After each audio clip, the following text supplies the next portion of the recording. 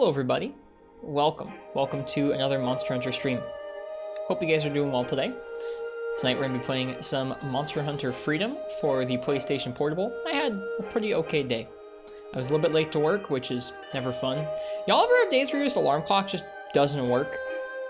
That's how my day was today. My alarm clock just didn't work. I still don't know why. I'm a little vaguely concerned about it for tomorrow, but anyways. Outside of that, it was a pretty okay day. Busy, just a day. I'm ready to collect some more weapons in Freedom with y'all and hang out and enjoy some Generation 1. I think tonight we might listen to some outside of the game music, whether it's some orchestrated concerts from early Monster Hunter or some Monster Hunter jazz albums, something like that, just to, I don't know, give us something fun to listen to while we gather stuff up. I think we'll spend some time making weapons tonight. I'm gonna go ahead and give you guys some beans here. I appreciate you guys showing up. I'm moving a little slowly, which is why the stream is starting a little bit late tonight, but you know, that's just how it is.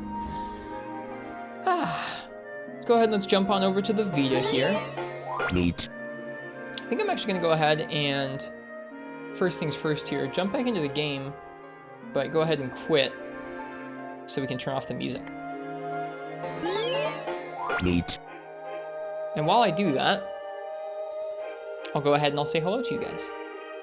Sometimes you stop your alarm without even noticing. See, I do that too sometimes. And so I was wondering if today when my alarm didn't go off, if I had like snoozed through it or something like that. But my wife also didn't hear anything. So she was like, yeah, I don't think any alarms went off.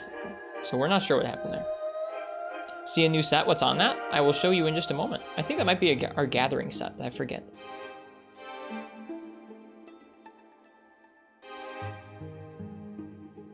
Okay. How far are we? Let's see. How many hours do we have on Monster Hunter Freedom now? Hey, Tribe of Tom, welcome. 16 hours and 131 Zenny to our name. Lovely. Yeah, this is a gathering set, I think. Okay. Let's stop for a moment here, and I want to just thank you guys for being here. So, welcome, Tribe of Tom. Welcome, Arashi Saraika. Arcane is indeed back. Welcome, Enton Boot, and Tormello, and Arcane. Even though Arcane is, of course, new to the stream. Welcome. Chirito, welcome to you, and the Digi Artist. Hey, Rough Ditto, welcome to you. I hope you guys are down to watch some Gen 1 Monster Hunter tonight. Now we can go ahead and we can turn up the Vita here. We'll start hearing some sounds of the village there.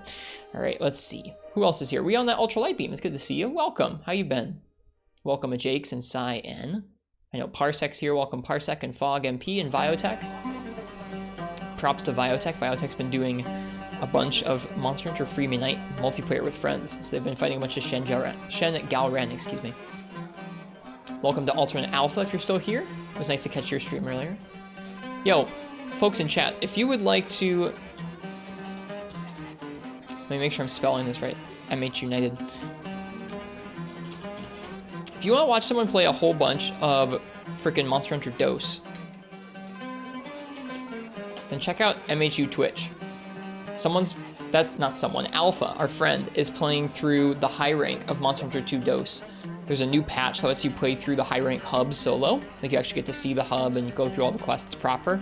Grind up the HR points necessary to unlock different quests as you go. So if you want to watch someone do that, check out MHU Twitch there. That's Alternate Alpha's Twitch there. It's really fun to watch. They are essentially, for all intents and purposes, going through and researching Monster Hunter DOS, because there aren't that many people who have played through the hub. Got your hands full with WoW right now, but you appreciate it? It's fun to watch, Alpha. It was nice to get to hear you describe things about DOS. Yeah, it's gotta be someone else, Arashi. I've never seen Arcane before, no way. Alright. So, when we last left off, we crafted this spear. We're starting to collect up some weapons, which feels pretty exciting. Yesterday, what did we make? Yesterday we made a sword and shield with a bunch of green sharpness, the Assassin's Dagger, which felt pretty good. What else did we make? We made the spiked spear, which also has a bunch of green sharpness. It feels really good to get some of that under our belt. This is a classic design. That's one of my favorite things about this, I think, so far, is like the weapon designs that are in this game, in a lot of cases, have been carried through all the way through a lot of the games, and so it's neat to see them. We made the Great Serpent Blade as well, which is the Velocidrome greatsword. Its claws come out of the sword when you draw it, which is kind of neat. It's neat to see that they had those sorts of I don't know, dynamic weapon appearances, even all the way back in Gen 1. So we've made a couple weapons. I want to make another few more. I think we need a bunch of ore to continue upgrading the hammer. We've upgraded our lance, which feels good. I want to upgrade some dual blades a bit. We have a couple of them, but they're not very good. Same thing with the guns. I want to take a look at the guns and see what we want to make here. Hey, S-Fox. Alright, let's take a look at the dual blades tree. We'll work on that, and we'll work on some iron ore. We'll alternate for a little bit here. Make a switch axe? I wish I could. Right now we're listening to the Monster Hunter 1 OST. In a little bit, we will switch, and we'll listen to something else.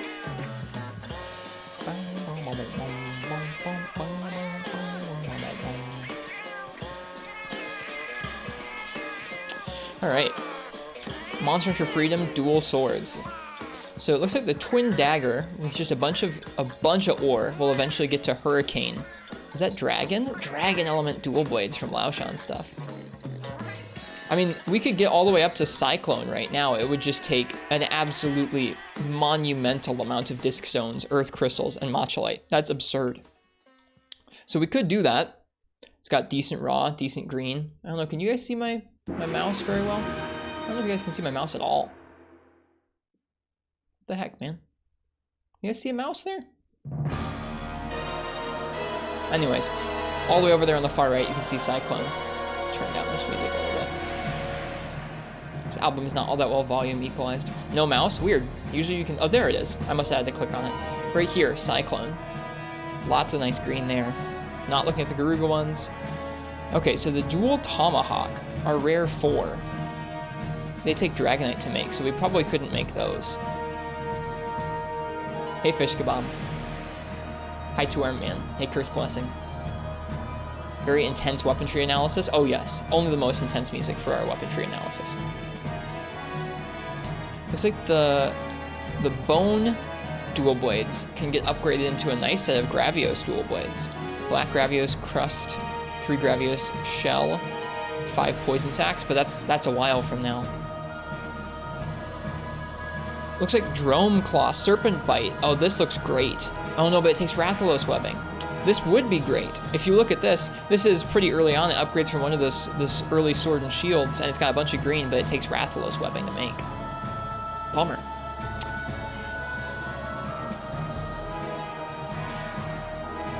I don't think we can even access this dual tomahawk tree yet because we don't have access to Dragonite quite yet. I wonder if you get Dragonite in the volcano. That could happen soon. Music's kind of loud still. Neat. Let me turn it down. Sorry. Should be a little better now. Apologies. Like I said, this album is not particularly well volume equalized. Wonder if the hub has an early wrath fight like Unite. I don't really want to go out of order. I'm not a big fan of, like, especially when I'm playing through a game for the first time. I don't like jumping progression paths like that. Well, I guess looking at this, it seems like both hammer and duels are just going to be like a huge ore sink. Can I have a staring contest with the camera? No. So let's see. This is dual blades. Let's take a look at the hammer again. Here's the hammer tree. We're going for... What are we going for even? We can't be going for this one, right? That's such little green. I guess we're going all the way through here. We're trying to get to like the Iron Impact. These little numbers right here are the rarities. You have 1, 2, 3, 4, 5 different Rarity 1 iron hammers.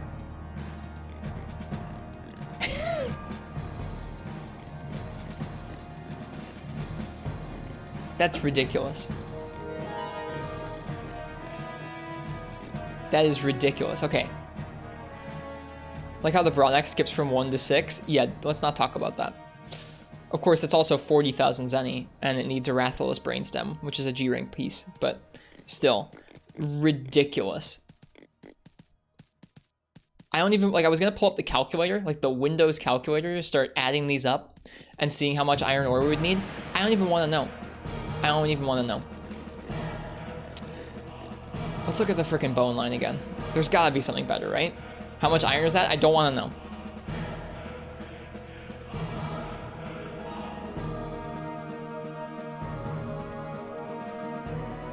Like, maybe hammer... No, hammer probably still does need pretty decent sharpness in this gen. I mean, I guess the answer is, in low rank, you're just stuck with yellow sharpness. You're playing Portable 3rd and loving it? I'm a little jealous of you right now.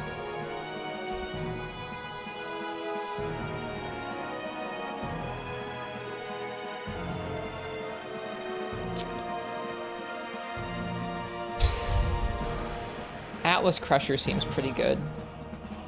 Honestly, the Cyclo Hammer and Atlas Hammer looks decent. So this is 520 with a bunch of yellow and 572 with a bunch of yellow and a little bit green. Let's take a look at the iron. We won't get access to Diablos for a while is the problem, S Fox. That looks great, but...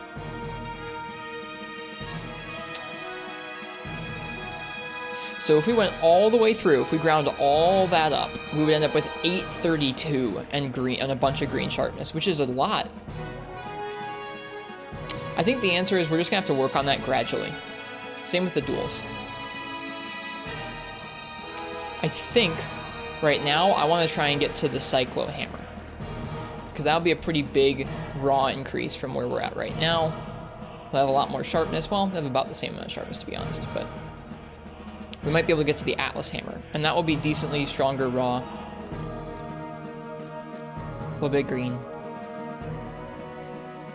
I think that's what we're gonna go for. The upgrade from War Mace to Iron Striker is really bothering you? You don't like this regression? But you get like 4 more raw. I don't actually know the modifier for this, but this is bloated raw. So you get like a little bit more raw, and you get the opportunity to pay more ore again. That actually is pretty ridiculous, isn't it? I don't want to look at this anymore. All right, let's see. All right, we have our plan. Let's look at the Bone Hammer. I guess we didn't look at the others yet, did we? Lobster Hammer, Crystal Hammer.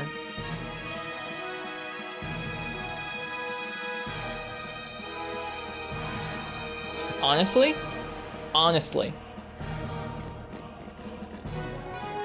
this is going to be easier to get. Can we see this? We should make this. Like, I know we're probably still going to have to make the iron one and the yellow one.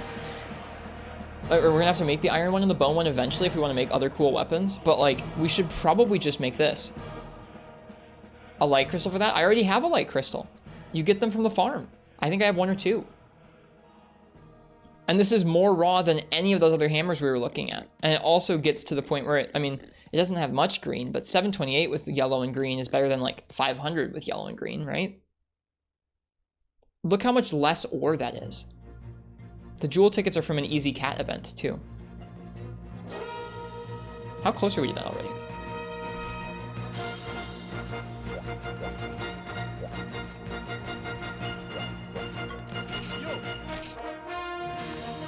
Swear you were looking at this hammer yesterday and didn't care for it?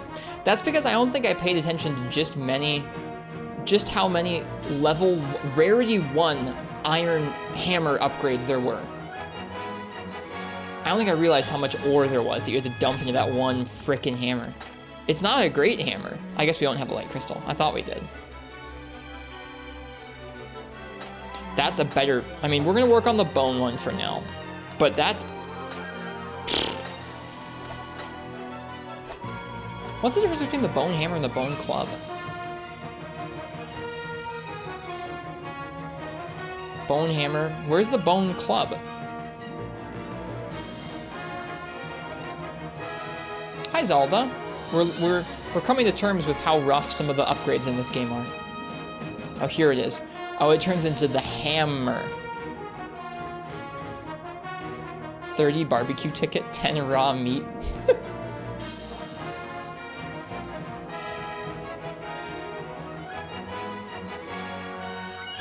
All right, well, we're gonna work on the bone one. Bone hammer plus, Cyclo, and Atlas. That's where we're going right now. But first, we need Zenny. Upgrades are the most rough in first gen than pretty much every generation. Yeah, it seems that way. I'm gonna let you pick my weapon for a blue Yan Kutku.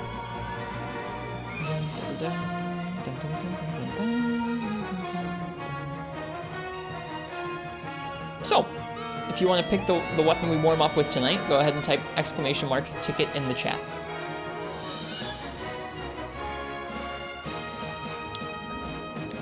Did you miss the Lagai Crest? Oh my goodness, I am having just the worst memory this week about birthdays. I'm remembering that people have birthdays, but I keep forgetting that we're supposed to start off with them. Hang on. I guess we're gonna play some 3U. I gotta find my 3U card.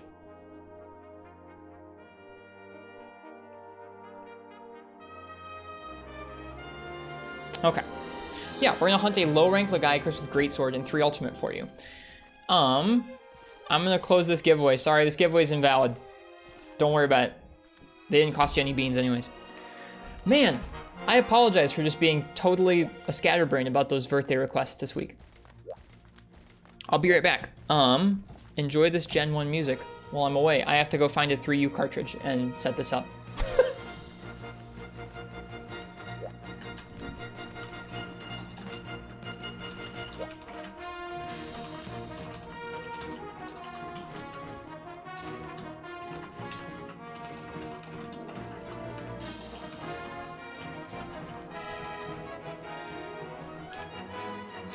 I would just like to be able to be more prepared for that kind of stuff, and that's on me, so whoops. I'll be right back. Shouldn't take too long to hunt? No, I don't think so. Ristretto is attacked by Reminder. It's super effective. Ristretto is confused. I am.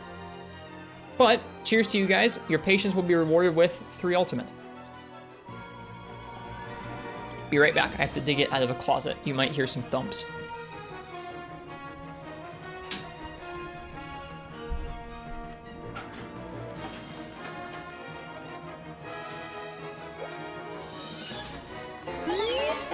Neat.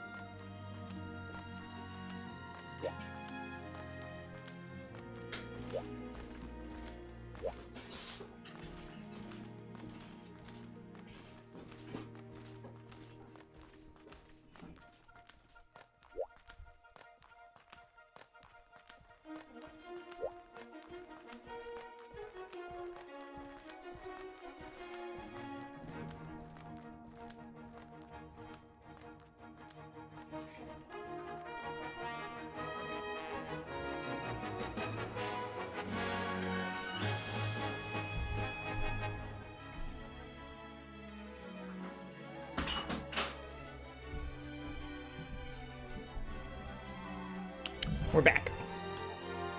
I found it. Okay, hang on. I gotta go ahead and mute that.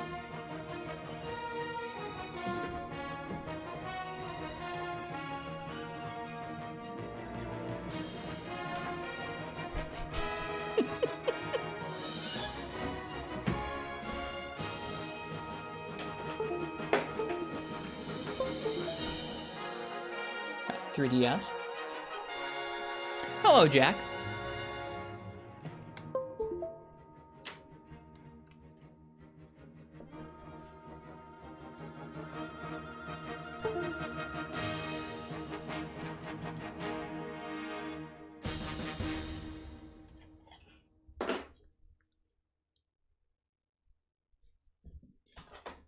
Had to find your copy. I had to dig it out of a closet.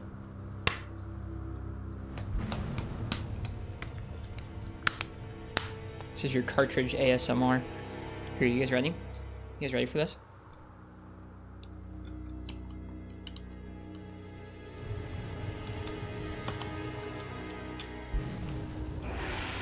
Putting it in the wrong way.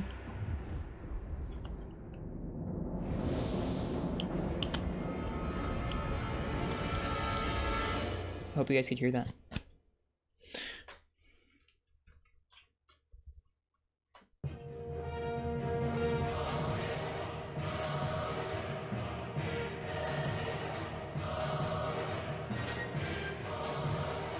This is a bit a mess.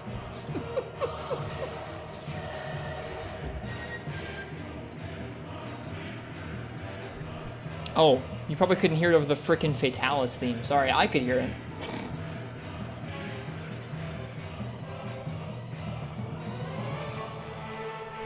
Hope you guys can hear this as the Fatalis theme screeches.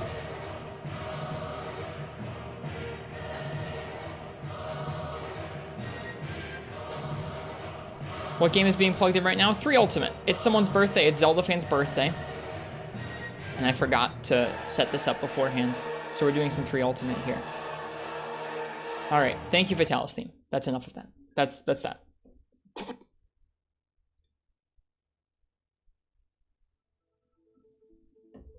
Do I own a Wii U? I do, yes. Okay. I do own a 3U. Or I do own a Wii U. Yeah, happy belated birthday to you, Zelda fan.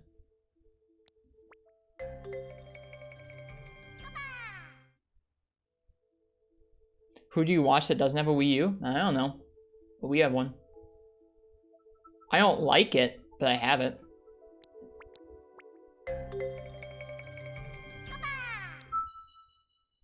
Okay. Enjoy this intro video as I guess tweet out that we're doing this.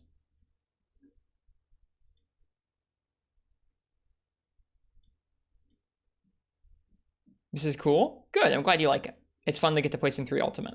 It's been a while for me since I played it. Oh, wrist press A. Thank you.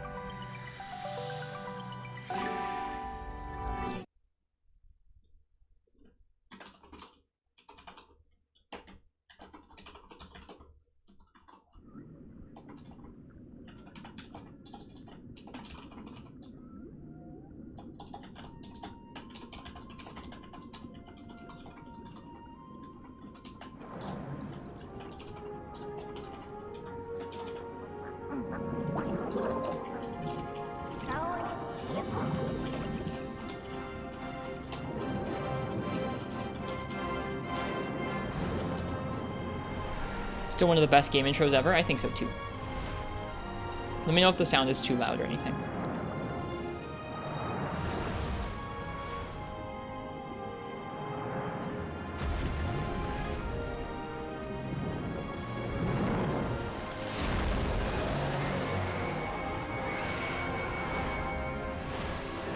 Okay.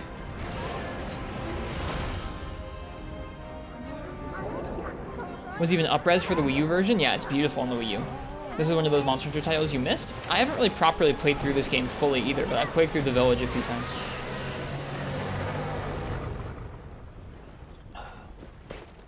This game actually does target 60 frames per second on the 3DS, but you won't see it on Twitch tonight because I'm set up to stream for the PSP, which is 30 frames.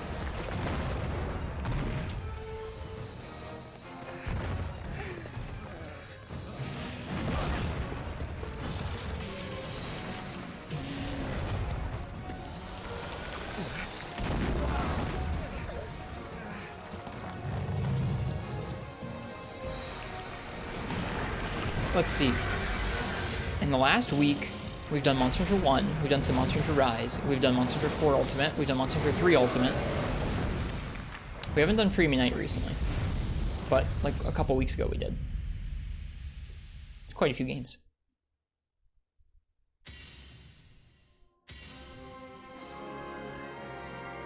I think this was the file that we were using before. Yeah, this one only has an hour. This was the person who had this cartridge before me, as Haraz. And this is me, Michel. It's a cool intro. It's a great game. I'm excited to play through this game properly someday. We just made this. I think this is high rank Roggy armor.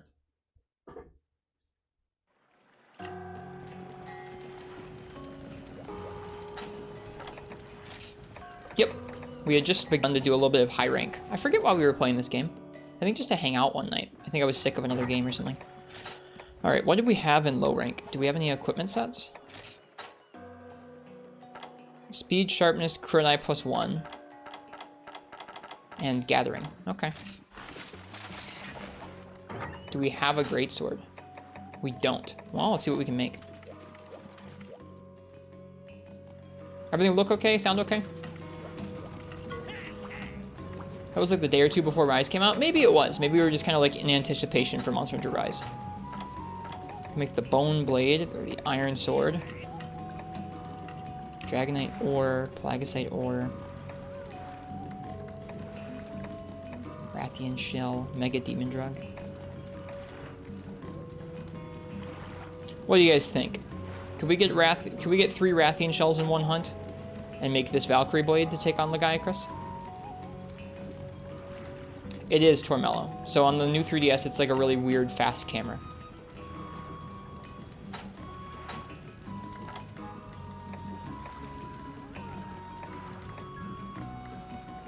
Volcanus would be the easiest one, maybe.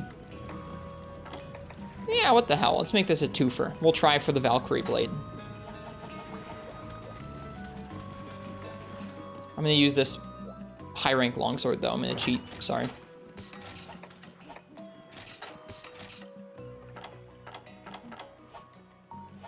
Three shells in one hunt, maybe in a different Monster Hunter? No, come on. It's not gonna be that bad.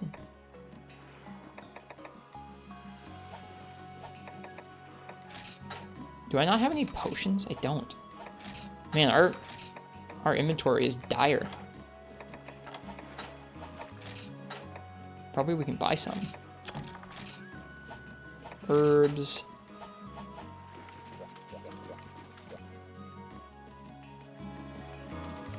You have no idea how much this makes your night. 3U has a very special place in your heart. I'm excited to actually properly play it through someday. Okay, potions. We have enough whetstones. Or something like that.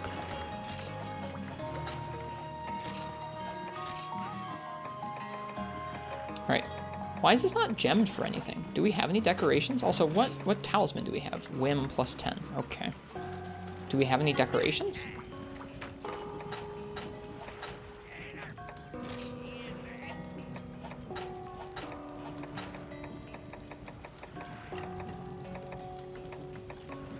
We have one defense jewel in our Ragi set. And that's it. This is an anemic playthrough.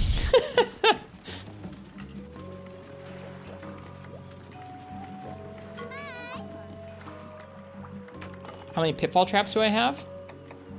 I don't know. Probably not many.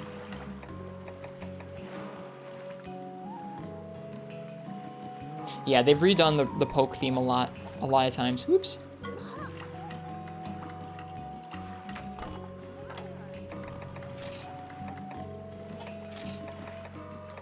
Dragon Lady. Hunt a Rathian. This is Moga. Poke is what Zelda was talking about, and it's been remixed many times.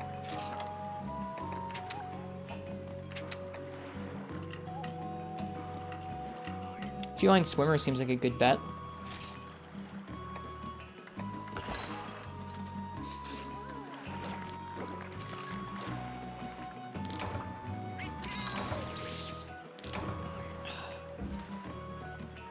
Okay. This should be interesting. I'm sure I haven't forgotten anything important.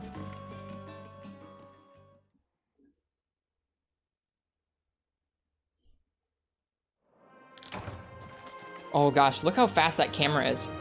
So this is running at 60 on the DS that I'm looking at, and it's very, very speedy for the camera. I'm sure for you guys it looks both fast and jerky. Because it's running at 30 frames on the stream right now. You can adjust the camera speed? Nope, not in this game.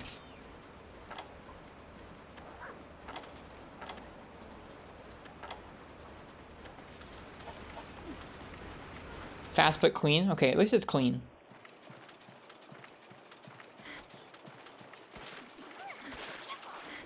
That wasn't added until 4th gen, I don't think, Zelda. Alright, I don't remember where Rathian starts. Not too jittery? Okay, that's good. It's running at like perfectly 60 right now. Like 3U is less demanding than 4U, and so on the new 3DS, it runs even closer to 60 frames per second. It's pretty great. That will be nice. I intend to play this game on the 3DS for a good chunk of our playthrough of it. Now the nice thing is I can transfer my save over to the Wii U whenever we want. There's a transfer tool built in, and we can do some multiplayer nights on the Wii U, which would be pretty rad. Hello, Voidning. Let's go check up here. Probably should have checked 5 first, but that's fine. The Wii U graphics are nice, but it runs kind of poorly. It's frame paced badly, and there's input lag built in.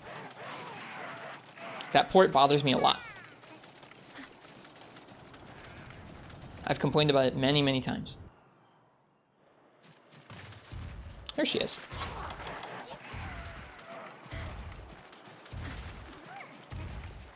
I mean, I'm sure you'd acclimate to it if you'd played it for a long time, Zelda. Gosh darn it. And yeah, I doubt that those same hitches would be there on an emulator.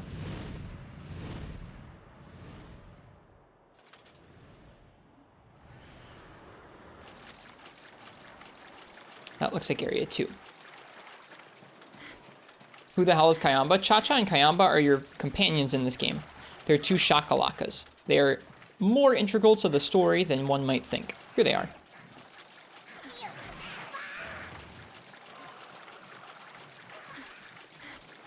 It's not like frame rate issues, Fish Kebab, it's frame pacing.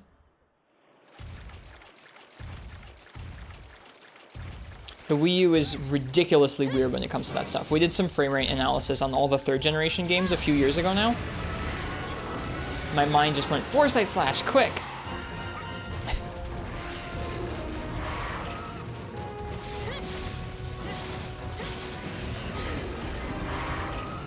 And the Wii U port runs really weird.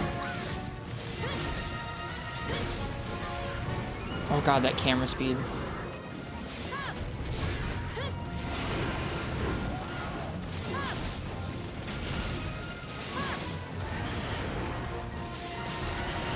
Now, how to get the most shells from Arathian, I probably should have looked it up. We can still do that. We'll do that in just a minute here. Hello, Quill. Yeah, just for Zelda fans' birthday. This is a low-rank village Rathian because we're going to try and get her greatsword to take on Lagiacrus with. I don't have a greatsword in this game right now, so we're farming one. At least making one. Backbreak, Hat, and Carved Tail. We'll try our best.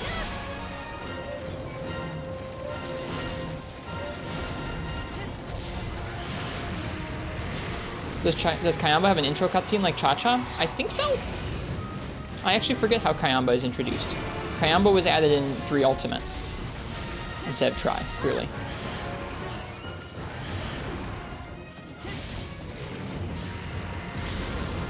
Oof.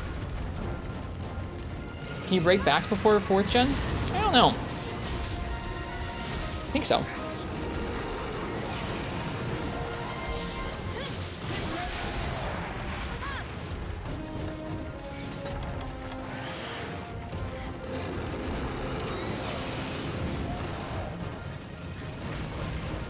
Wow, that wind pressure. Holy my goodness. This camera is monkasteer.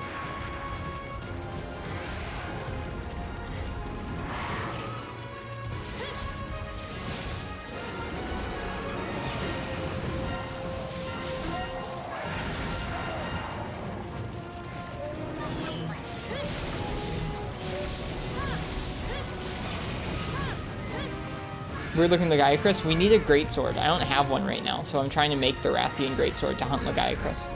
One of those classic Monster Hunter, well, I need to hunt this so I can go hunt this other thing. One of those good scenarios. This time brought to you by Zelda fan and their birthday.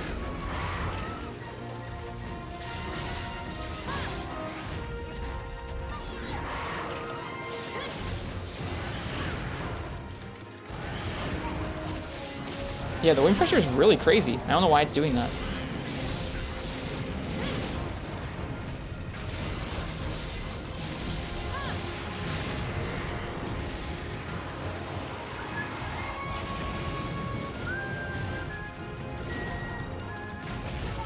Yeah, what is with that?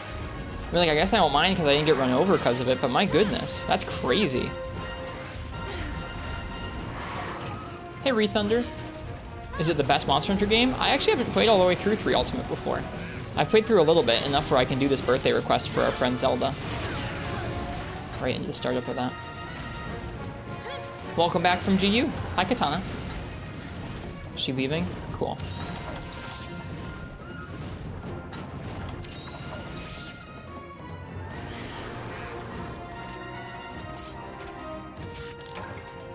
Got a spike. Lovely. Does that say 85? It does. There's like 90-something quotes now. HUD is amazing. I like that each of the games have pretty distinct HUDs. The clock in this one's a little messed up.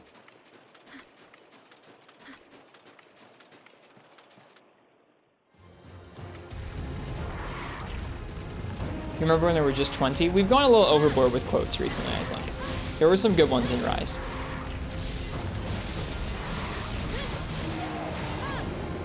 Oh, I didn't have enough spirit. That feels bad.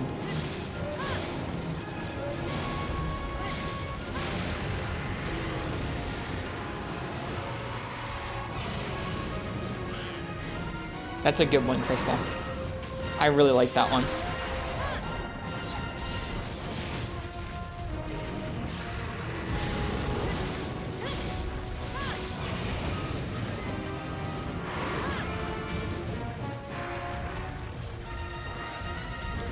Yeah, I think it is Zelda. We went a little overboard. It's okay. There were some good quotes.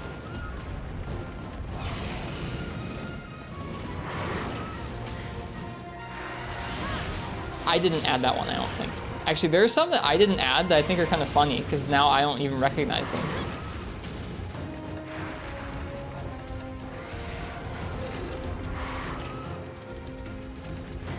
I like how this game is on the 3DS. It runs a heck of a lot smoother than the Wii U version.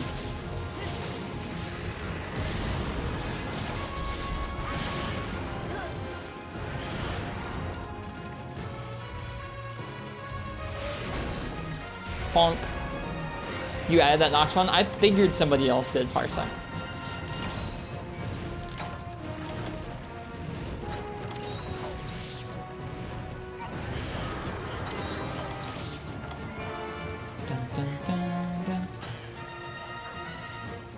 Alright, she's going up to Area 7.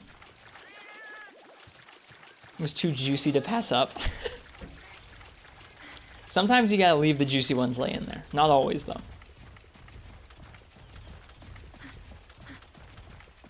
So smooth the camera can't handle. The camera is just not great. But it does, the game is running lovely. Like, when we properly stream this game, I'll stream it at 60 frames per second, and you'll be able to see how nice this runs. Because it's really nice. It runs way smoother than 4 Ultimate does.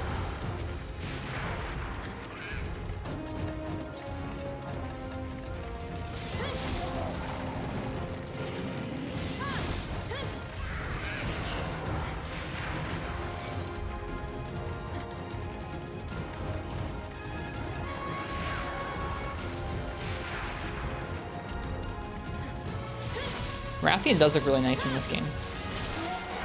Got that wing break.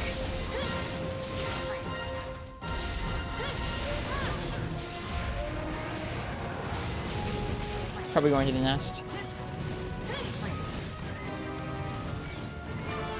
Why does it run smoother than 4 Ultimate? Both of the games target 60 frames per second on the new 3DS, which is what I'm playing this on. But because 3 Ultimate is less visually demanding, it will, it runs smoother.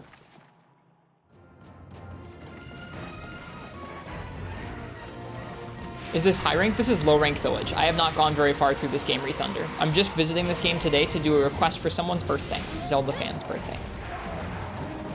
I bet now we get to play blame games, Parsec. It's like, oh, Parsec's like, oh, I didn't add that one. I'm like, I didn't add that Maestro Nox one. It's goofy.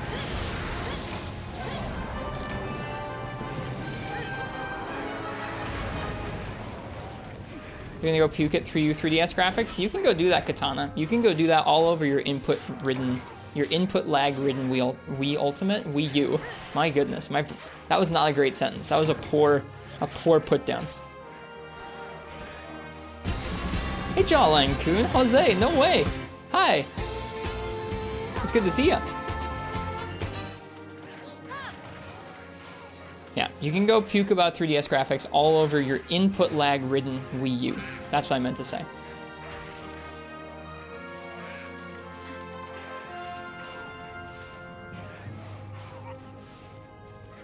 Thanks for the follow, Rethunder. I appreciate it. We're playing through all the Monster Hunter games really, really slowly. Most of the time right now we're gonna be playing Monster Hunter Freedom, which is one of the first one of the very first Monster Hunter games. We're working our way through that one right now. Let's see. Right now we're just playing this game tonight because it's Zelda fans' birthday and they wanted to see a Lagiacrus with Greatsword, so we're gonna try and do a Lagiacrus with Greatsword. Jawline, how have you been? How have you been, man? We got one Rathian shell.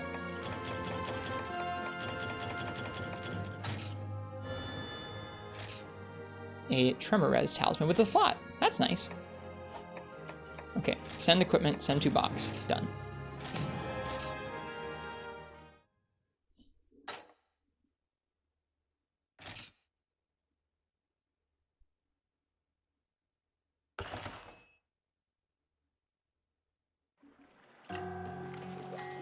And Jawline, thank you for the sub. Cheers. You've been alive? That's good. I'm glad you are alive. We got the shells we needed, right? Nope. I think we need 2 more. It's not one of those IP bots. Guess it's Bone Greatsword. We're not using the Bone Blade. Maybe we could upgrade it into the Jaggy one, but no, this is the Jaggy one. We need some great Jaggy stuff. We'll just hunt another Rathian. It's fine.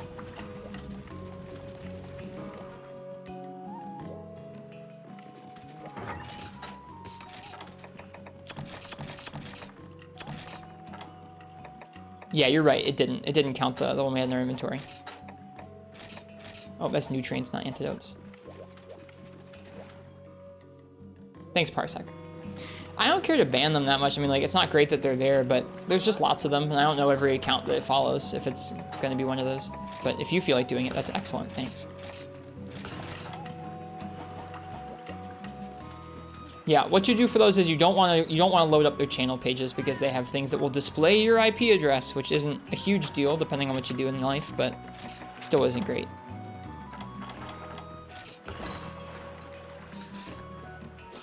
If you can ban them, great. If not, it's not the end of the world. It's not like just them following you gives them your IP address. You have to like visit their channel page. Not a large deal. Okay, one more Rathian. Surely we'll get our shell this time. Kelby Bow main when we actually play this game, we'll try it out. We're just visiting 3 Ultimate tonight for a little bit.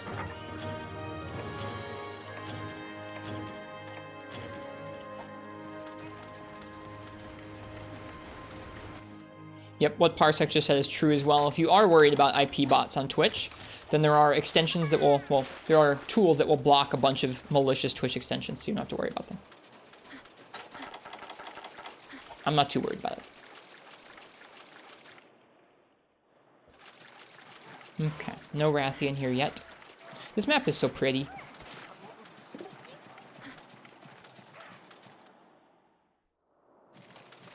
I don't know. Or just be on mobile, that too. They can't get you if you're on mobile. In general, you don't really have to worry about it as long as you're not clicking around a bunch of weird bot accounts' channel pages. And even then, it's like, what, are you worried about this bot doing something to your IP address?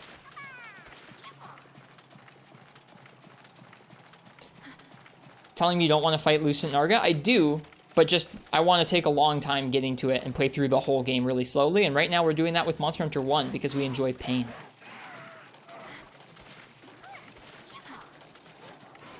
Thanks for the plug, Zelda. So kind.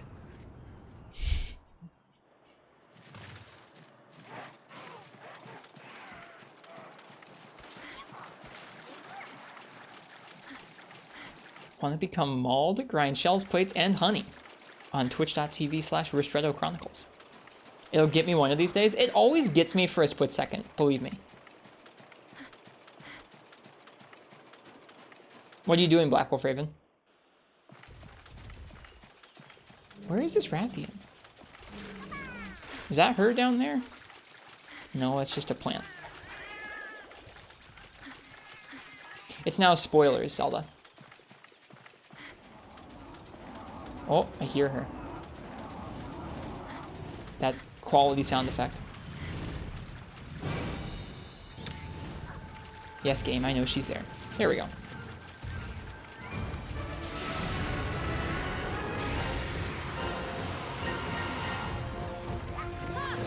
Need Fatalis Evil Eyes quick?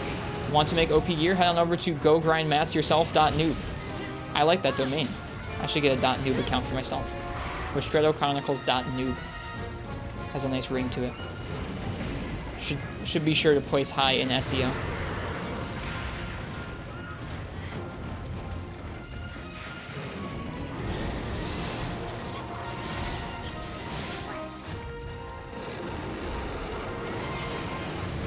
Did you just hear SEO? You did. I just made an SEO joke.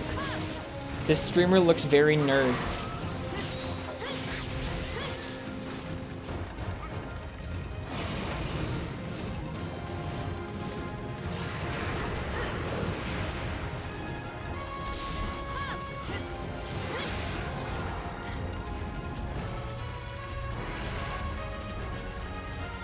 Thank you for absorbing the lawnmower, Kayamba. I appreciate it. What's up? We on that ultralight beam.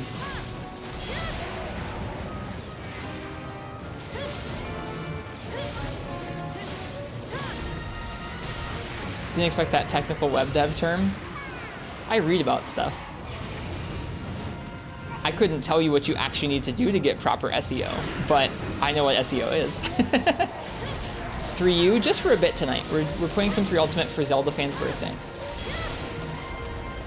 Oh, you were just doing what Zelda fan was doing. I gotcha.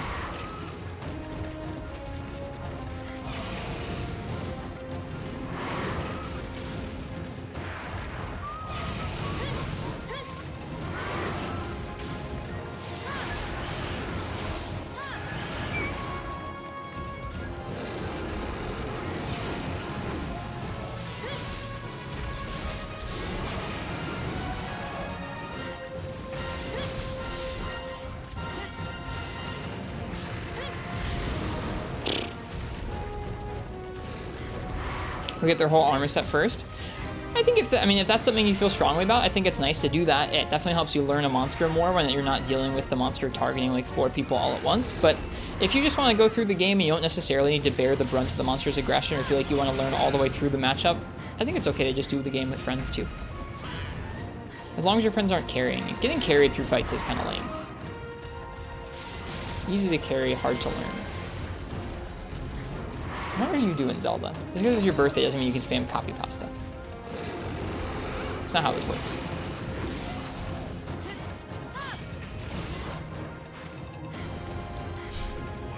But they're fun, but that's not how birthdays work. You don't get to ignore chat rules because it's your birthday. It's not even your birthday anymore? Oh, well then I don't know then.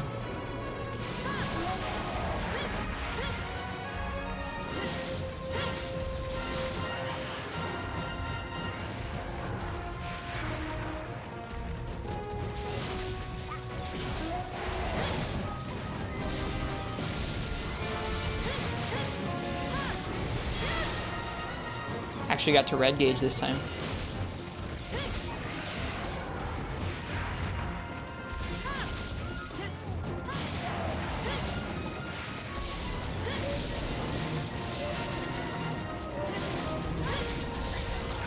Whoops.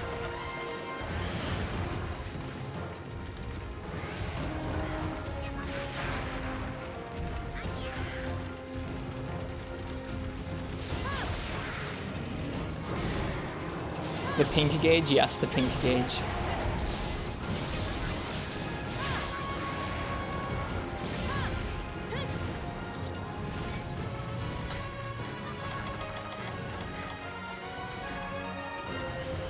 Alright, give me a shell.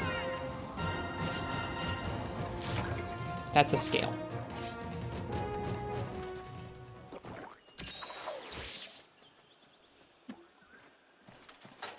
Okay.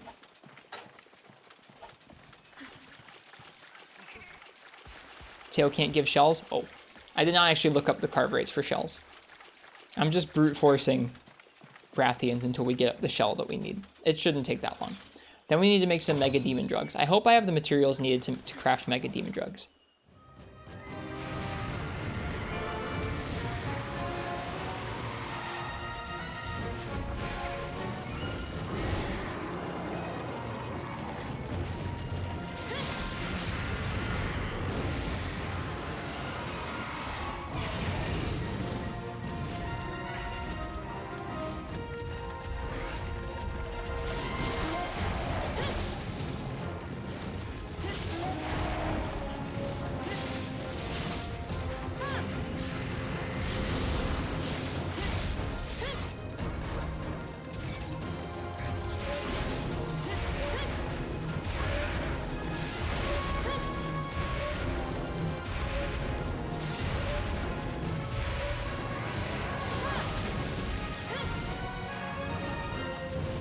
Nope.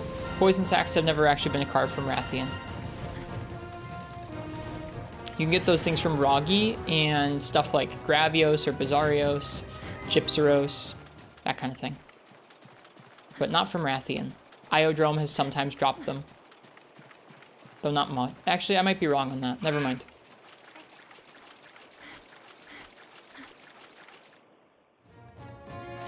The funny thing is, Dreamer Neon, this one doesn't even feel that old right now because we're playing through Monster Hunter 1 most of the time these days. This is a break we're doing for Zelda fans' birthday, but this game feels like nice and modern compared to Monster Hunter 1. No, I think Giganox may have also given them Jack McBride.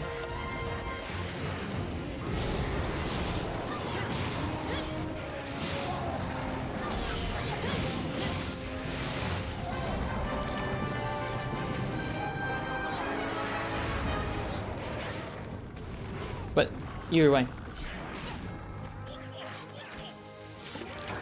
Purple Ludroth? Purple Ludroth would make sense too, wouldn't it?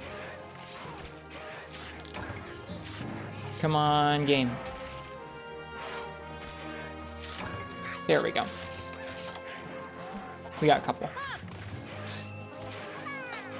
You know what the other best part about this game is? It added truly the most important thing. Well, I guess this might have been in Portable Third, but it brought over truly one of the most important things in the series, the prance gesture.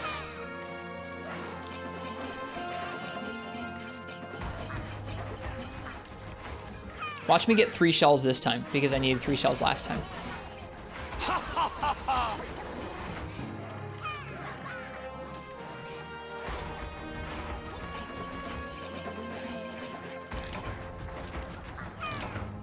How often do you tell someone they can puke on their Wii U? Hello, FA. I did get 3 this time, and some webbings. Of course I got 3.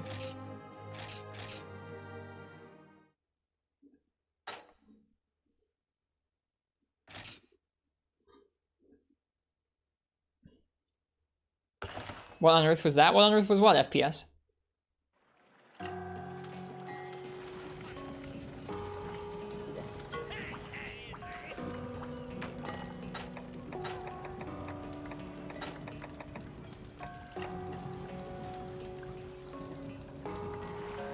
Alright, Mega Demon Drug. The vomiting on Wii U thing. Earlier, Katana said that this game on the 3DS made them want to puke, and I said that they could go puke all over their input lag-ridden Wii U. And I was thinking back on that and going, that's kind of a weird thing to tell somebody.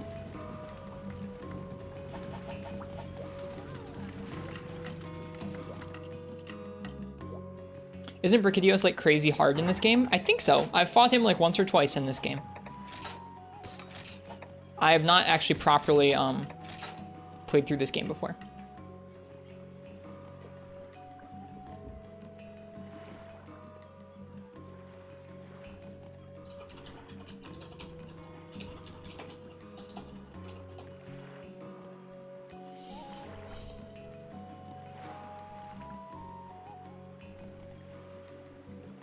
Demon Drug and Pale Extract. How do you make a Demon Drug? Catalyst and Might Seed. How do you make a Catalyst? Honey and Bitterbug. Okay. Honey. Bitterbug. Googling combos. You know it. Alright, 2 Catalysts.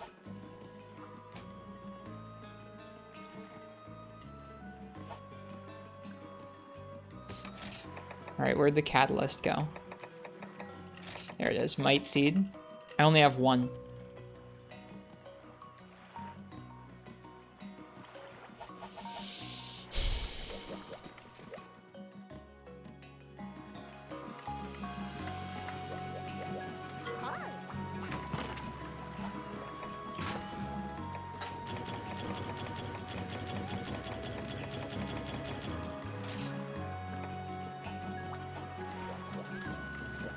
There is a combo list in this game. I hadn't made it before. Probably can't buy Might Seeds. Nope. Well, let's go see if Granny Go-To's got it for us. Hey, Ice Spikes. Hey, Noxed. Yeah, we hadn't made it before in this game, Noxed, so I couldn't remember how to make it. Come on, Granny.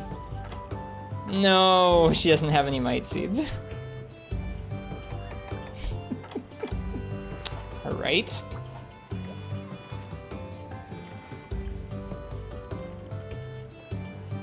Where can you find Might Seeds? You can gather them in the Moga Woods. Alright, let's go get one from the Moga Woods. That's not the end of the world.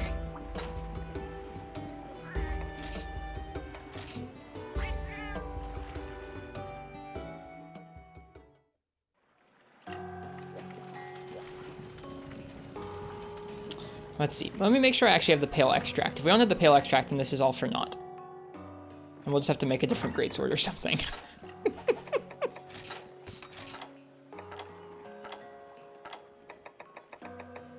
I do. I have the Pale Extract. We're good.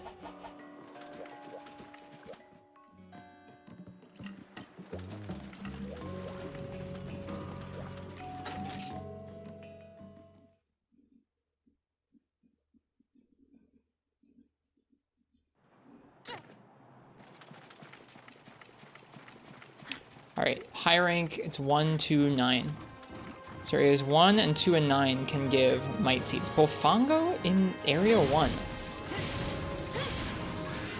Oh, weird.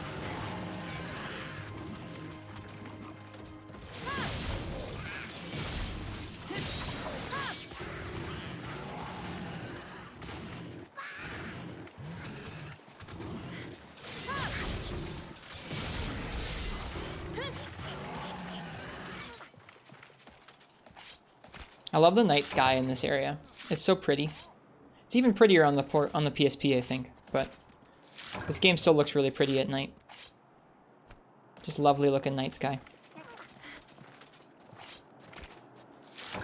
Oh, Great Roggy, yeah. Yep. Great Roggy seems like the only consistent source of poison sacks. That seems about right. That seems about right. The PS3 FPS failure. The PS3 with Monster Hunter Portable 3rd HD.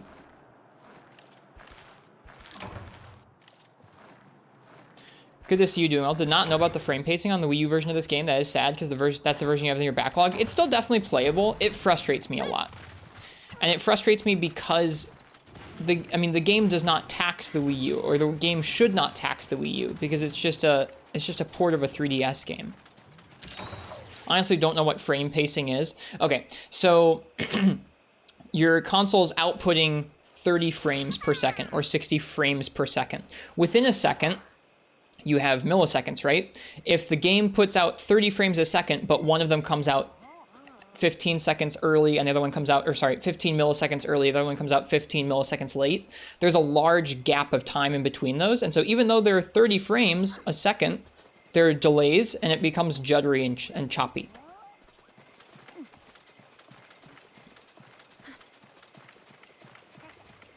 The game taxes the Wii U. The game taxes the Wii U because it's not well ported. The game shouldn't tax the Wii U because it's just a 3DS game ported over to the Wii U. Like, you compare that to, like, Xenoblade Chronicles X or some of the other crazy games that are on the Wii U, And like they don't run well either, but they're way more demanding. Never noticed that yourself? I mean, if you don't notice it, you don't notice it, cool. But it's definitely something where I didn't just notice it, I measured it with measuring tools. You can record it and go through frame by frame and look at when the frames came out in the footage. This game, or the thing that was actually weird about the Wii U wasn't that it just had weird frame pacing, it was that it put out 60 frames per second perfectly, but a random subset of them were duplicate frames. It wasn't just even that they were like poorly paced. It was really, really messed up. Isn't it the other way around, considering the 3DS version doesn't have online functionality? No. The 3DS doesn't have online functionality because before 4 Ultimate, they'd never done dedicated online servers for a portable Monster Hunter game. The Wii U version is a direct port of this game. It does have dedicated servers, but it's the 3U game, sorry, the 3DS game running on the Wii U and upresed. In the same vein that Portable Third HD for the PlayStation 3 was Portable Third, just running at HD on the PS3. It's even called the HD version in Japan.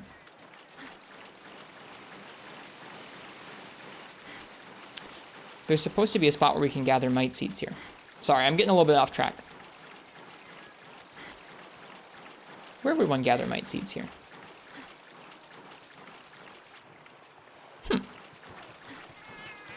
Sometimes there's like a berry on the ground, I think.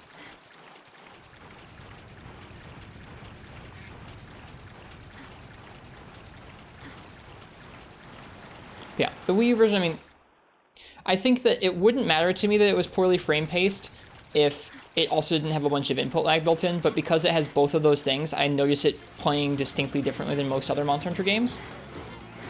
And so it bothers me. If it doesn't bother you, then good, enjoy it.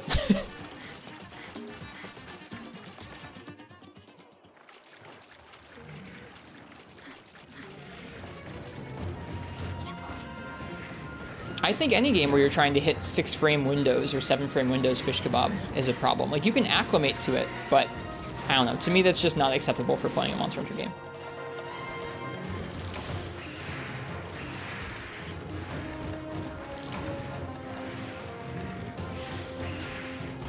This is not going well.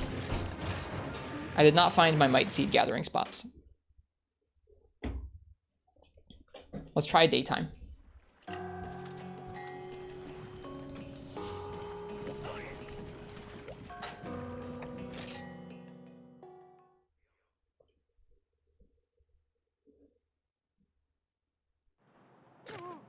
It is just playing Dark Souls 2 with low adaptability. I'm not sure what you mean.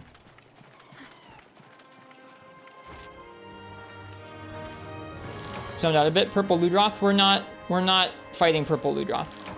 We're just searching for mite seeds. Yeah, I mean, you can play the predictive portion of the game just fine, Hot Pocket, but I consider both the predictive and reaction portions of Monster Hunter to be pretty important. Is this the inspiration of expeditions in the newer games? I would say so, yeah. This is the first time they experimented with a system like this. This is just going to be whetstones, I think. Yeah, you can go out into the Moga Woods. There's different forecasts for what monsters you'll encounter here, like Great Jaggy, who's invading our area here.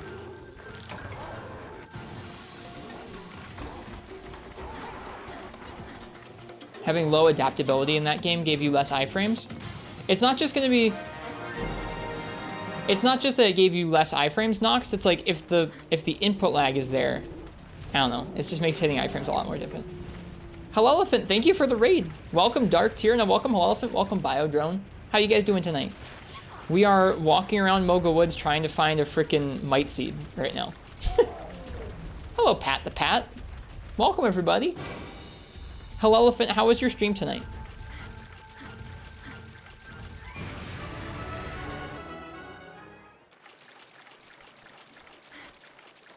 We're doing a birthday request for a friend, and I need to make a great sword that requires us to find a mite seed, and I'm having a hard time finding the mite seed. It was fun. You had to call it early, though. No worries. What were you streaming tonight? I guess it says Minecraft. What were you guys doing in Minecraft?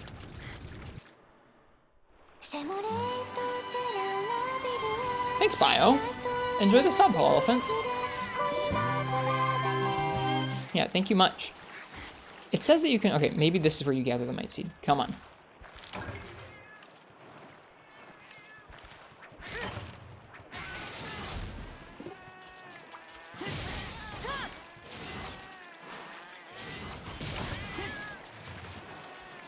a greatsword using a might seed. The greatsword requires a demon drug to make, and I need a might seed to make the demon drug. And I can't seem to find a might seed. I have one in my box, but I need two.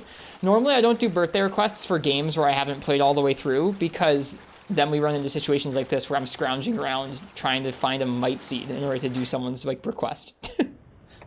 But this is the only good game I have access to fight Lagiacrus, so here we are. Something we do on this stream is, if someone's watched the stream for a while and it's their birthday, they get to request a hunt and a weapon. Zelda fan would like me to do a Lagiacrus with Greatsword, and this is the game that I've played the most of that has Lagiacrus in it. Just farm it. The farm in this game is weird.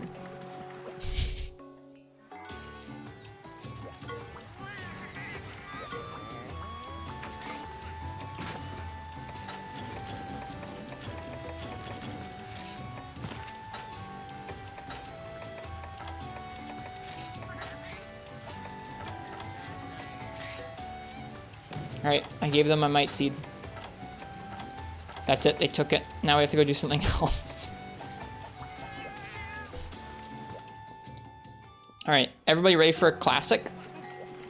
Isn't Lagiacrus in GU?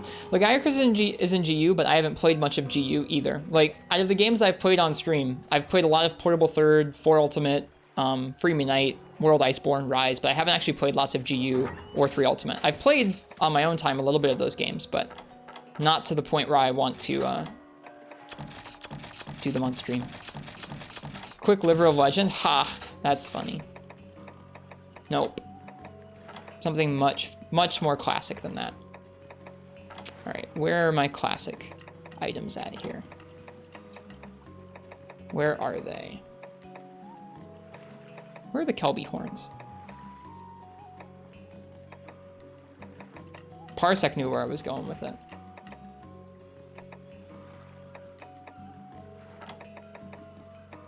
Where the heck are they? Maybe I don't have any Kelby horns. We have to actually go out and hunt the Kelby. That'd be crazy. I think we do. We have to go out and hunt the Kelby. No, you're fine, Dark. There's no spoilers for this game. I've already played some of this. Well, there's no spoilers about might seed locations. I'm not picky about that.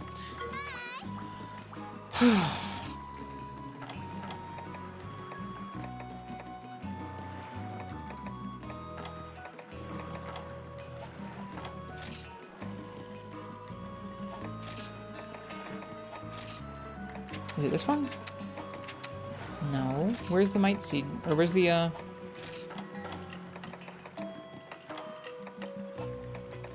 where's the Kelby horn quest?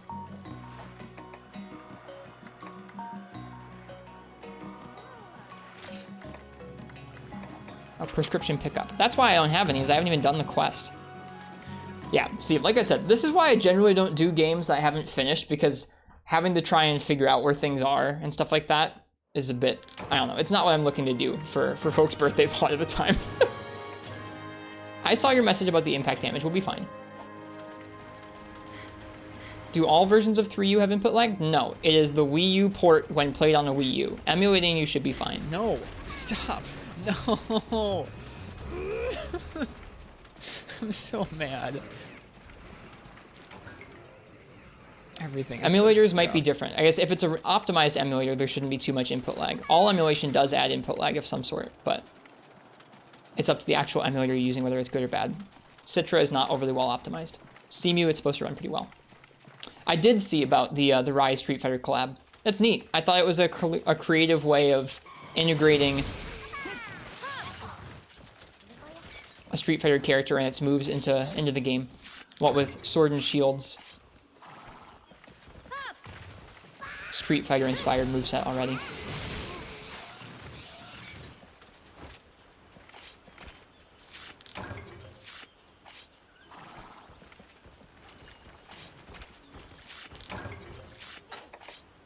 How many do we need? 3?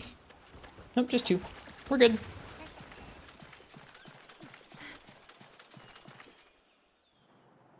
Yeah, Citra's in a rough spot.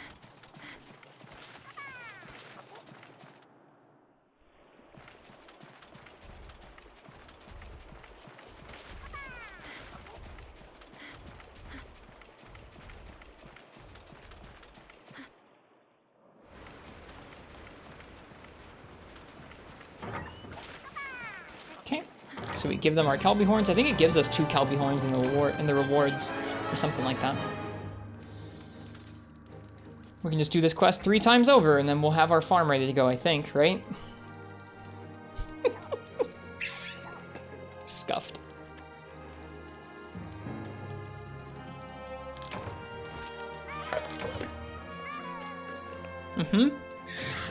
PPSSPP is a very optimized emulator.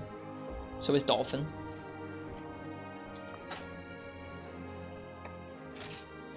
Yep, they give you 2 horns in the reward. Specifically so you can do that and I guess in repeat. It's kind of crazy. 3U is nice. I hope you guys are enjoying it. I'm feeling a little scattered because I don't like not having a bunch of supplies and trying to go around and gather mite seeds and stuff. Granted, we're just gathering in Monster Hunter 1 tonight anyways, so it's not a big deal.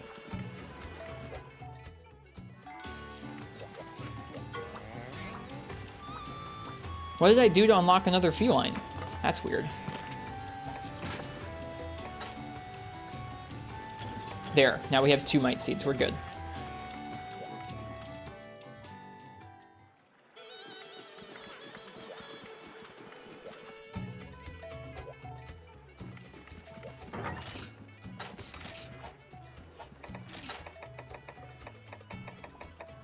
Okay.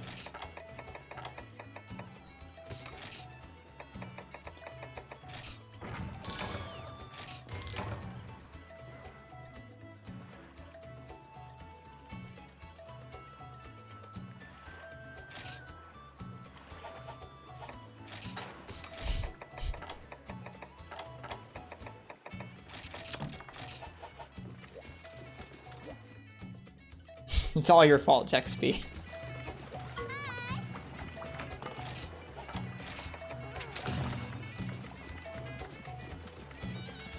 You have 12 kids and you didn't buy any combo books? I only played this file before for a birthday request, so it's like, it's not my actual file. I'm gonna throw this file in the garbage when we actually play this game. I don't know why I even took the supplies.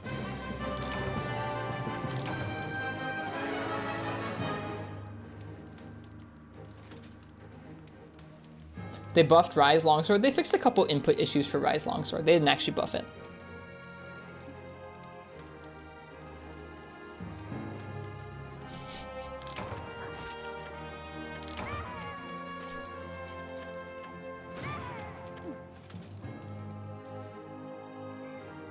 Can I give Cha-Cha the spit helmet? I don't think I have it unlocked.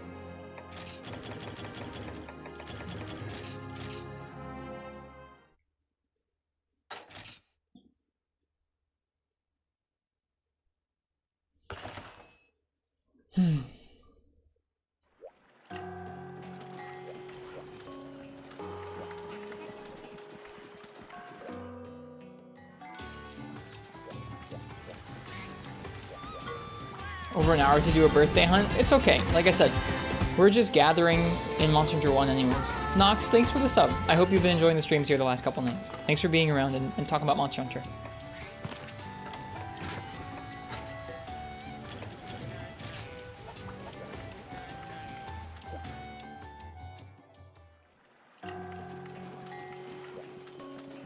That would never happen, Parsec.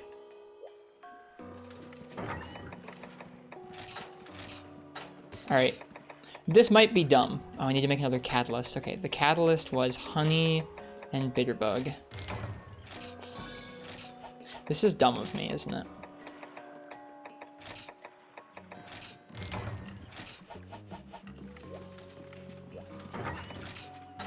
This is pain.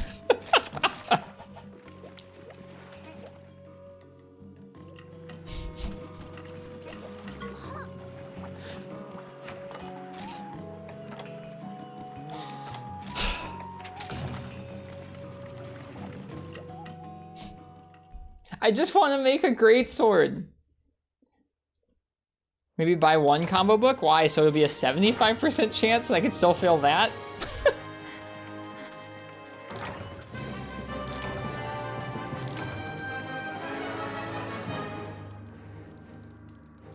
I don't want to spend too much money on the combo books. If I spend too much money on the combo books, I might not have enough Zenny for the greatsword. I guess I could check. Mystical Esta, it's nice to meet you. Hi.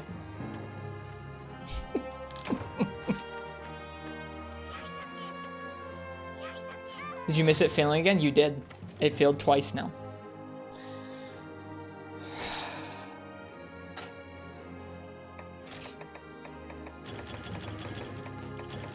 How you doing, Mystic Alesta? We are visiting this game briefly. Well, briefly tonight. This is quality content. I hope you guys enjoy this. You could sell old gear and weapons since this file is kind of dead for you. That's fair. We could.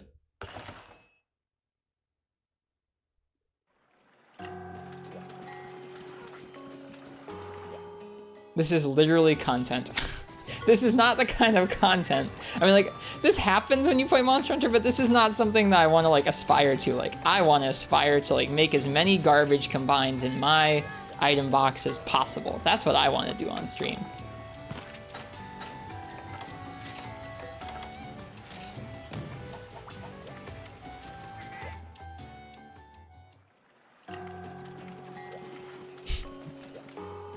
That sounds sick, though. That's not what I want to do here. I want to do something nice for our friend and hunt a monster on their birthday, not freaking combine garbage over and over. All right, fine. Hang on.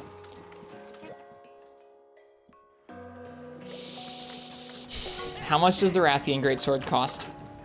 The Rathian Greatsword costs 14,000. We don't even have enough Zenny.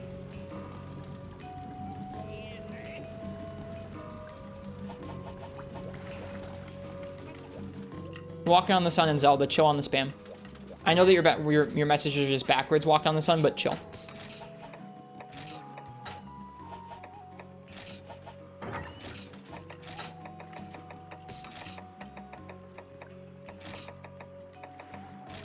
Nox, you've come in on an interesting time. All right, come on, game. Okay, we got 2 demon drugs.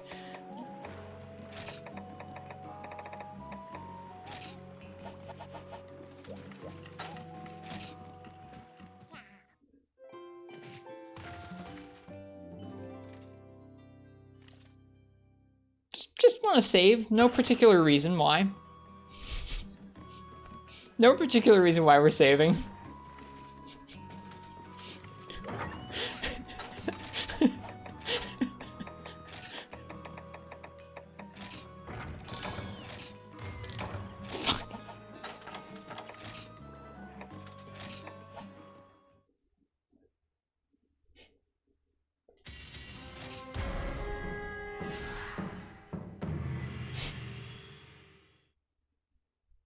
This is unbecoming.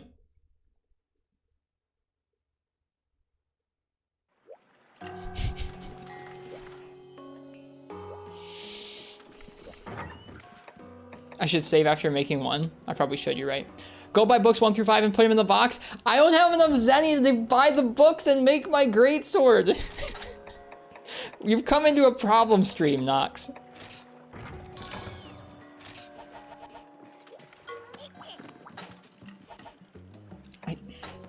I didn't want to talk to you, Kayon.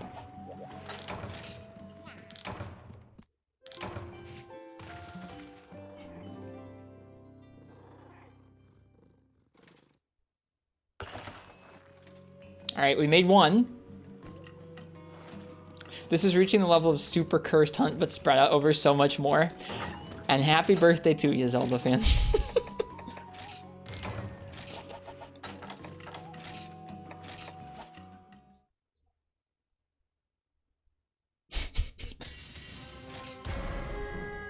Jesus. My soul's gone. I hope you're doing well.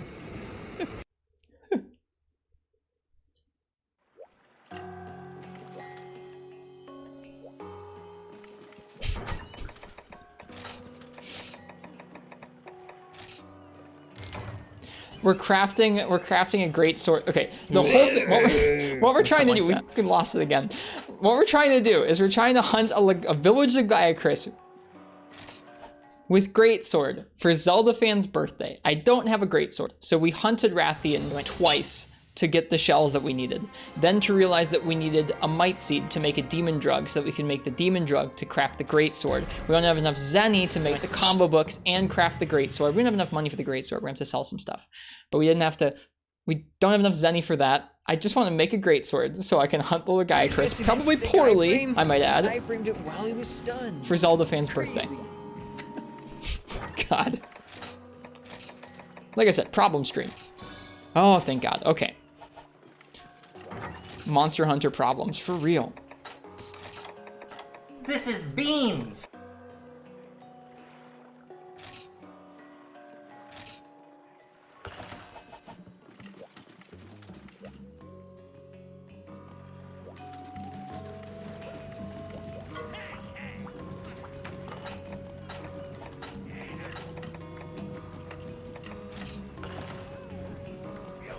Would not have sold that. This file is dead to us.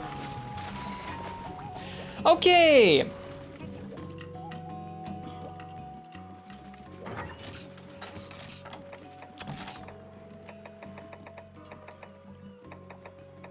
Let's fight Legiacris.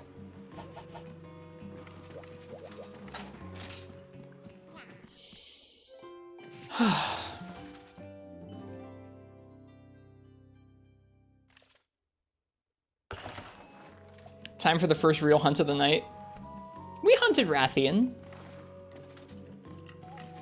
Gonna have to ask for 3U. I think we might be done with 3U after this for a while. Like, we might not do birthday requests in 3U for a while.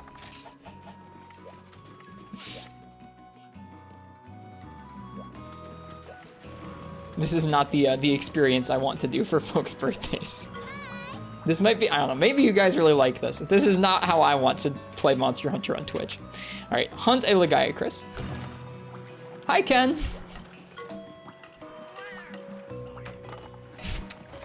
We're doing some really, really scuffed 3 Ultimate for Zelda fans' birthday. We just spent about an hour making a greatsword, which doesn't sound that bad, but I think at least half the hour was us just trying to get Might Seeds.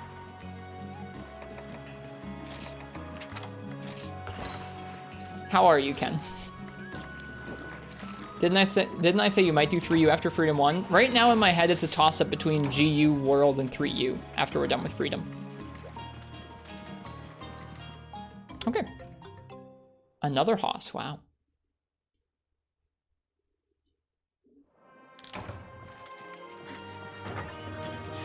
Let's hunt Legiacris. World again. I didn't really do a very good World playthrough. I regret almost everything about that playthrough, so I'd love to do it again.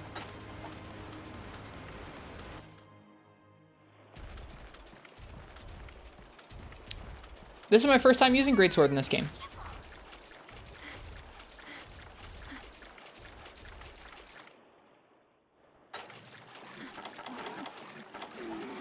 That's intended.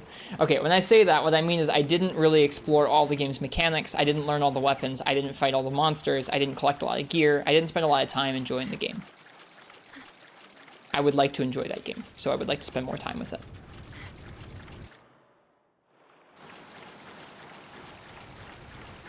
Well, it's nice to get to see you, Ken. I'm sorry you're tired. I had kind of a tiring day, too. This part isn't tiring, but this part is definitely not going to plan.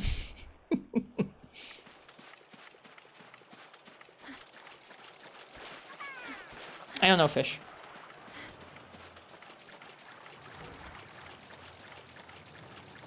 Thanks, Nox. I appreciate that.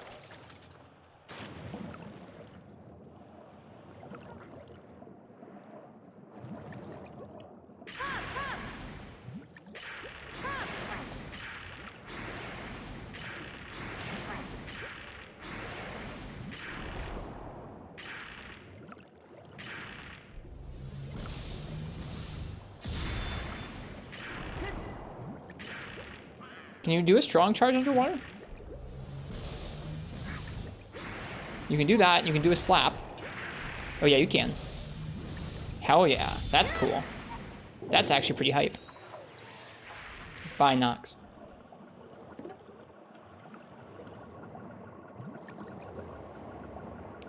Upswing is a good underwater move as well. I couldn't get it to come out.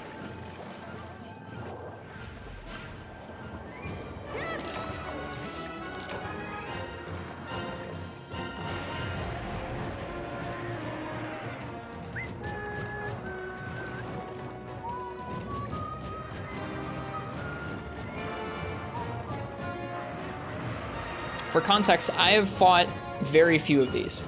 Probably 2 or 3 in 3 Ultimate. Maybe more than that, but not very many. Probably like less than 5 total.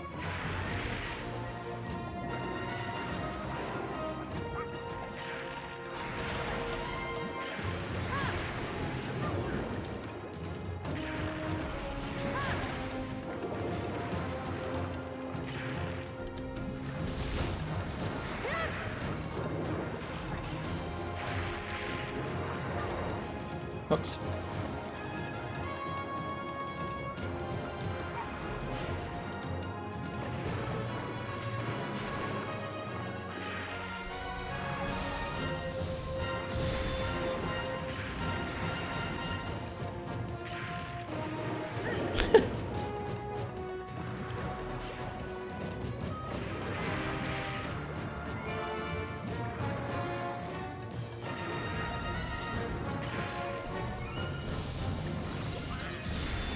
Oh, I missed.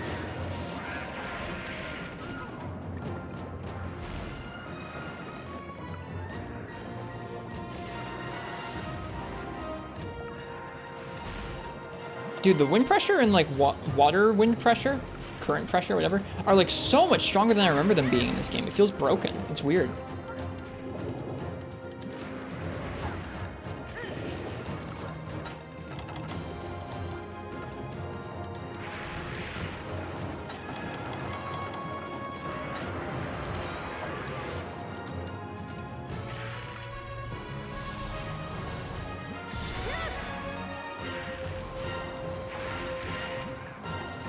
Hey, Turnip. Welcome.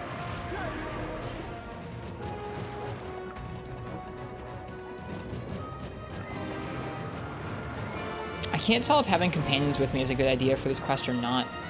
They'll be dead soon, so it doesn't matter, but right now it doesn't feel like it's doing me any favors.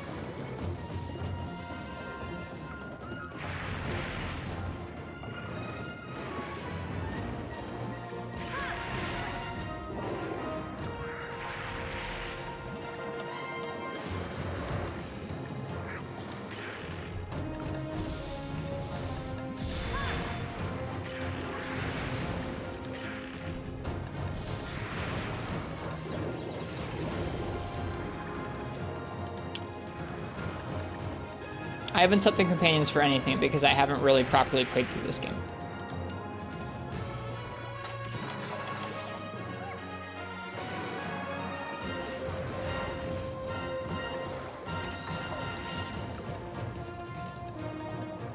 Yeah, I haven't really explored exactly how the mask system works or all the different ways you can customize Cha-Cha and Kayamba.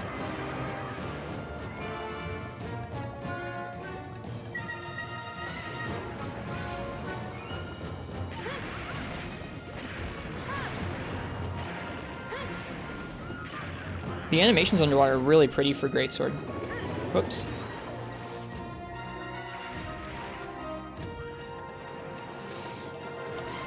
I'm trying to go down. There we go.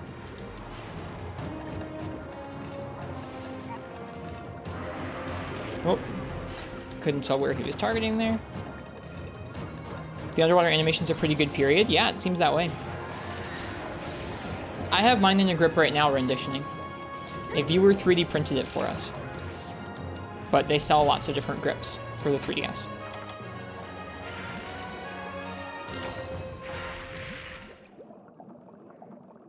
Yeah, I actually couldn't stream. For whatever reason, I can hold the small 3DS for hours and hours and not cramp, but the 3DS XL causes my hands to have issues. And my hands are big, so I was confused by that.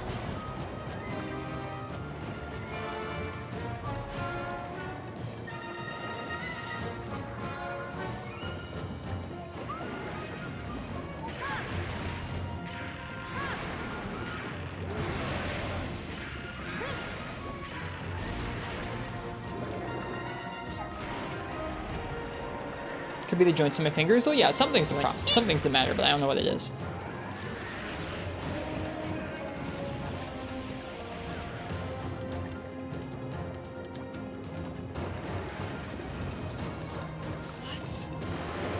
No! I jinxed it!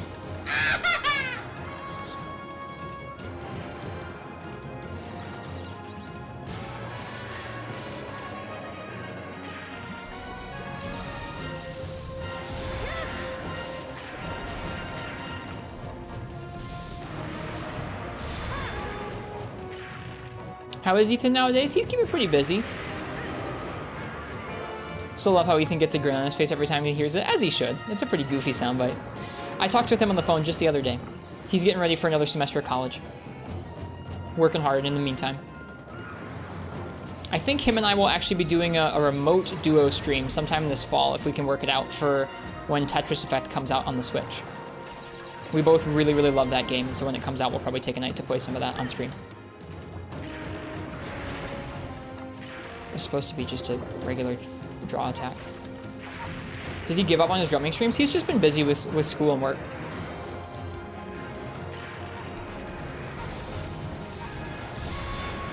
It's a bummer, though, that he hasn't done one in a while. They're fun to watch.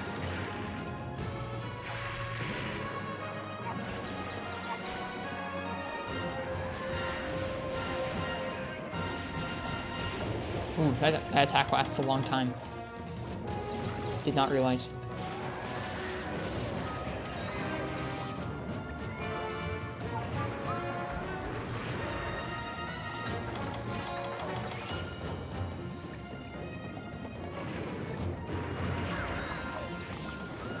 Okay.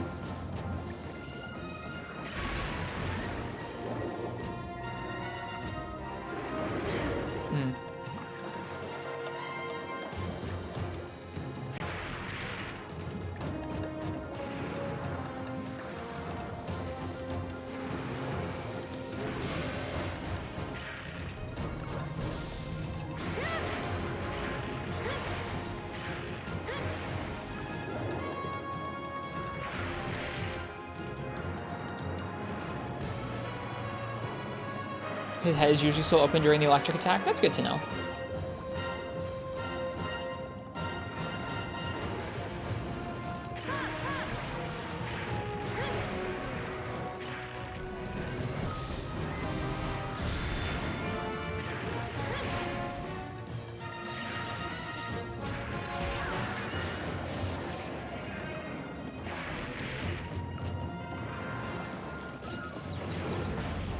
Ooh, an electric hip check. Like I said, I really haven't fought many Lagiacrus, so for me this is all new, really.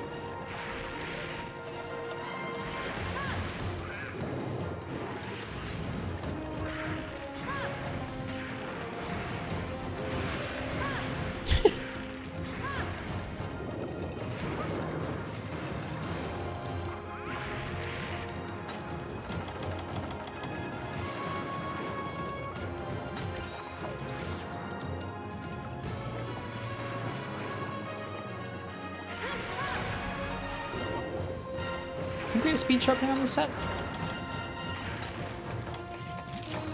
140 defense. Yeah, we have speed sharpening. And crit eye.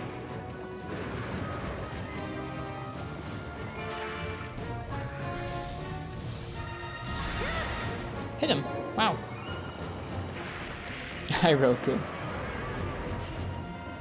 It's been so long since I fought Lagiacrus and Gen. I couldn't even tell you how that fight works anymore. I just remember there's lots of thunder attacks that like go around him in circles, but that's all I remember from that fight. It's been like 3 or 4 years since I fought one.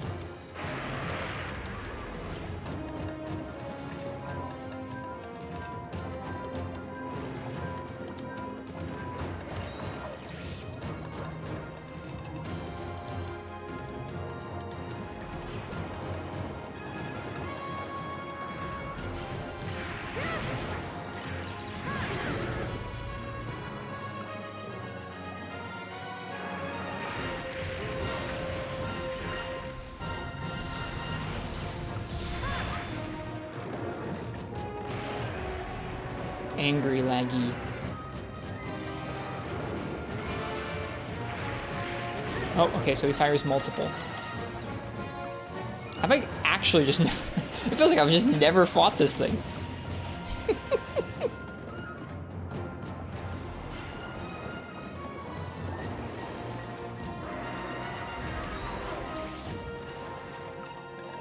Hi, IRB Good Jet, welcome.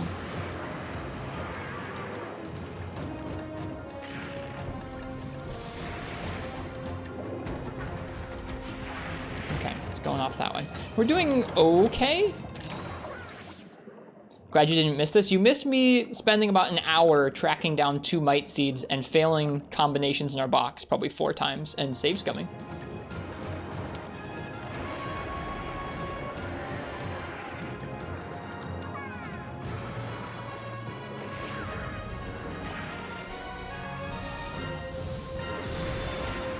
That felt good.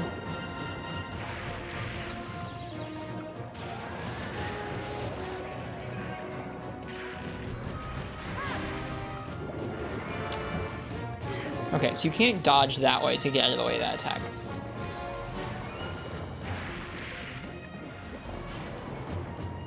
Ooh, do we get to actually hunt him on land? Cool.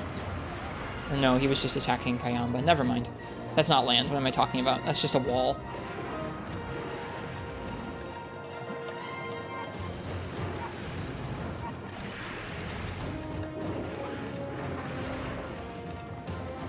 Huh, it just carried us in there. That's so weird. Okay, that time it hit us. But the first time it didn't. Some little fish just darted around us there. That was cool. If he swims away from you like that, I expect a charge side tackle. Like that, kind of. I didn't recognize it. I've played like 50 or so hours of 3 Ultimate before, but I've only fought this guy once or twice. I feel like I really wish I hadn't brought Cha-Cha and Kayamba. I feel like I'd be learning a lot more about Lagiacrus. Alright, now we get to hunt him on land. Hey, Pro Cow! Thank you for the raid. Welcome, Pro Cow and Raiders. Always special for a Pro Cow raid. Wow, the animations feel so different on land. How's it going, Pro Cow? How was your stream? Were you playing Bloodborne earlier? Yeah. How was Bloodborne tonight?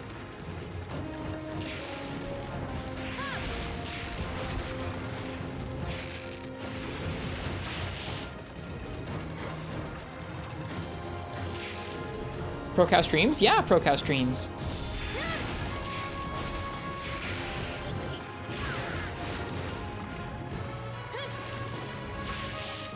After this hunt, we're going to be switching back over to Freedom IRB Gudja, so it would be a good time to do it.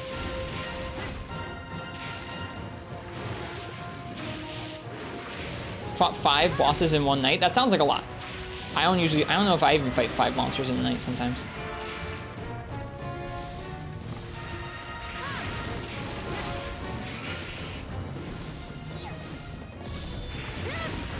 Nice.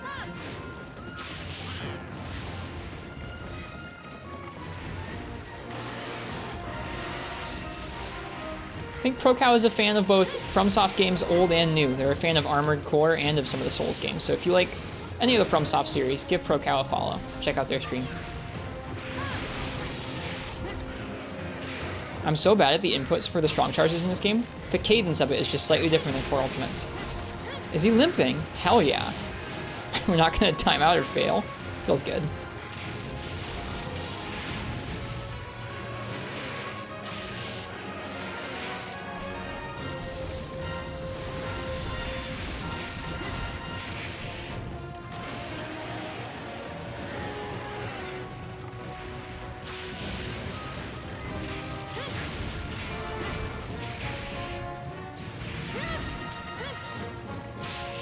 After that fish.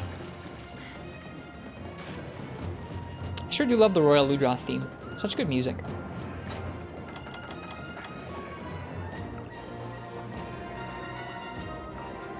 Too cheeky, Roku.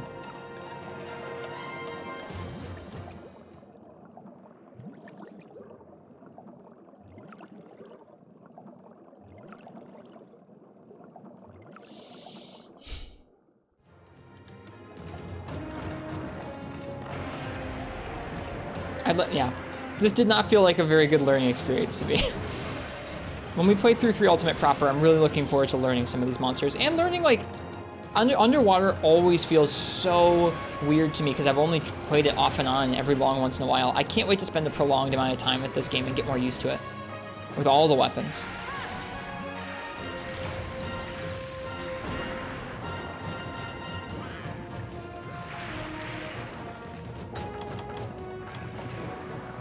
I was very lucky.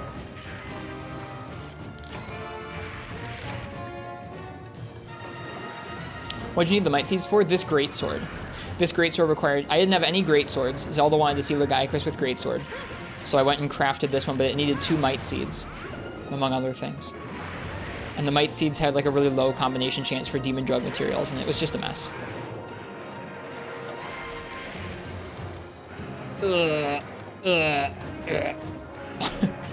Not used to the camera angles like that yet.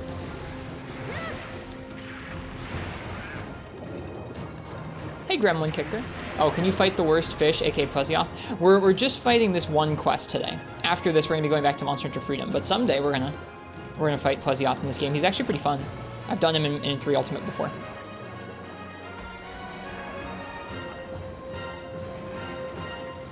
We'll do Plesioth soon in Freedom. If you've never seen first generation Plesioth, I haven't either.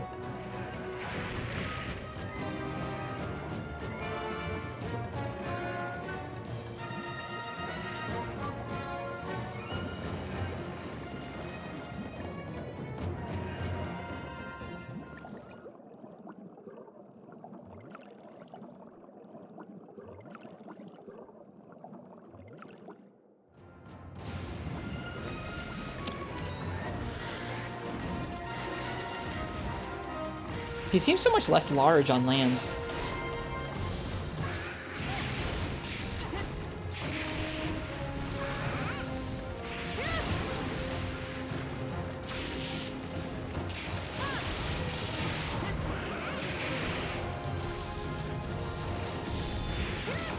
Got him. Nice way to end there, with a strong charge to the face. Kind of a small looking laggy. It is, isn't it? That's the first one I've fought in a long time. Thanks for the request, Zelda. It did not go particularly to plan the whole time, but thanks for the request to hunt a Legiacris. Head isn't even the best zone. I don't even know his hit zones. I've fought so few of these guys.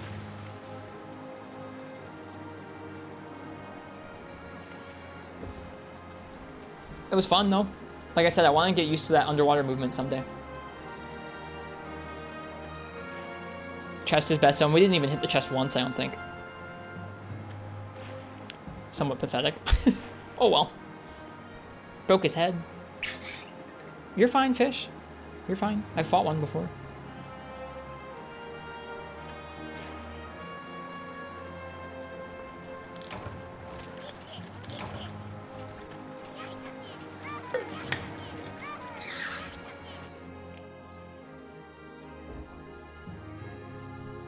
Okay.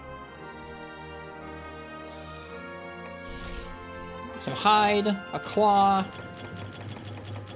a horn. Nice.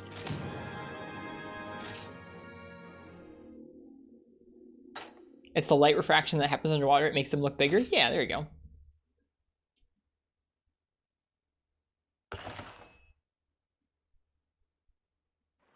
This is a joke. I figured it was.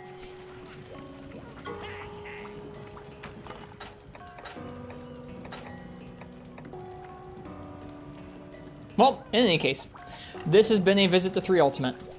From 3DS to PSP, and then back to, or yeah, we're about to go from the 3DS to the PSP, rather. It is now 2 days past your birthday. Well, we're still celebrating your birthday. Gosh darn it. We're celebrating your birthday with save scumming and making lots of garbage in the box and then killing a Legiacris. So, I hope you guys enjoyed that. That was fun, and thank you, Zelda, for the request. It did, Fish. It did. All right.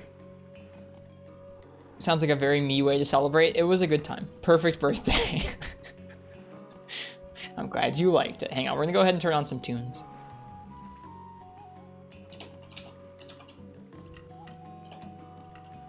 Just for you, because we need some background music for Freedom. I'm gonna go ahead and listen to the Tri OST. Yeah, now that we're done with the less fun portion of the night, now we're gonna go grind iron ore in Monster Hunter Freedom. Gah, so glad we got that hunt out of the way.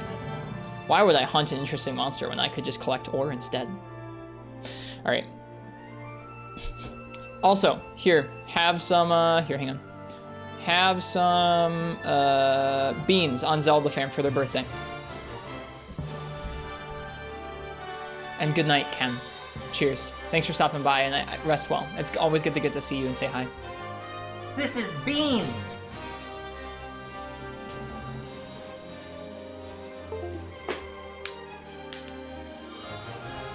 Goodbye, 3DS. You're not that bad, Roku. You're up there.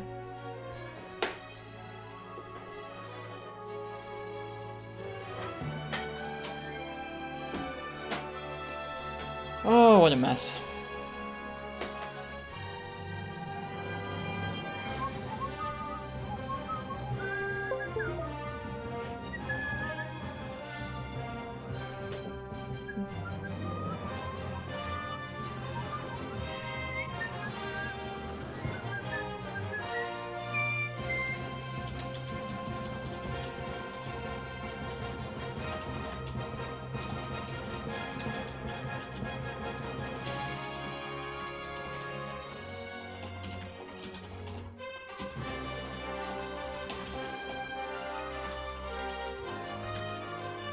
I know that image is frozen. Don't worry, I'm gonna fix that in a minute. Just getting back over, doing the production stuff. Okay.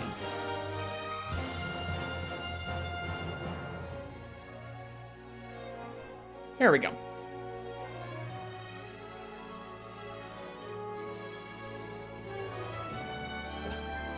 Production stuff done. Let's play some Monster Hunter 1. Or Monster Hunter Freedom, rather. Right now we're working on a hammer. We're working on a bone hammer. Oh, right, this is going to be too loud. Hang on, more production stuff. Oh, you guys can't even hear the game. 1 second. That's good. It was too loud anyways. Now you can hear the game. I feel like this needs more Monster Hunter Jazz. The rest of the Tri-OST after this track is really chill, so we're gonna listen to the Tri-OST, but we might do Monster Hunter Jazz later, don't worry. Okay, I think we're making the bone hammer. We need to go get some Zenny. We were gonna hunt Blue Yon Kutku is what we were gonna do. Okay. I'm gonna let you guys pick my weapon for a Blue Yon Kutku, which is gonna be our first hunt in this game for tonight. So, if you'd like to choose my weapon for that, type ! ticket in the chat.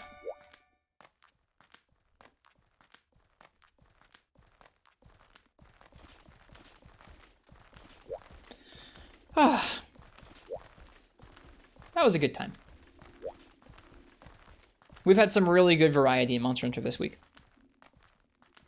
Why does this track have such a long bit of silence at the end of it? There we go. Maybe we need to go by the farm anyways.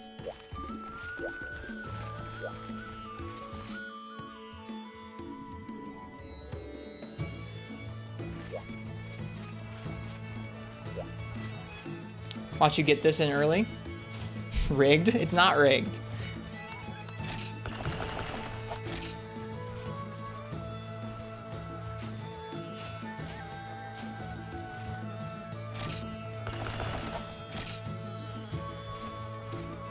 Ay, ay, ay.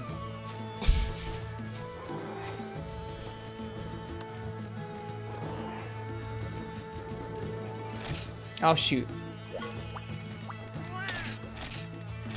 Screwed that up. I need to go fetch some more paint berries from the box.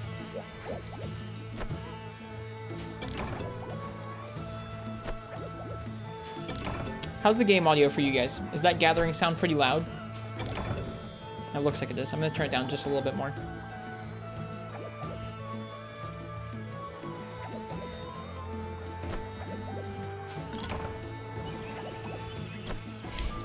Or something like that. Pay no attention to the Rocky noise.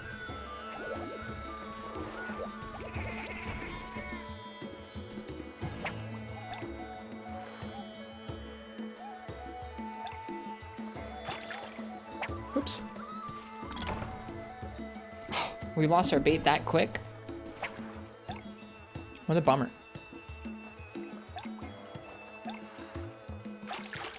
Sorry for bumping the microphone so much. My arms have to go pretty close to it here. And I end up smacking it sometimes. I don't mean to. Stressed out from work, but otherwise you're well? Well, sorry to hear you're stressed from work. That's never fun. There we go.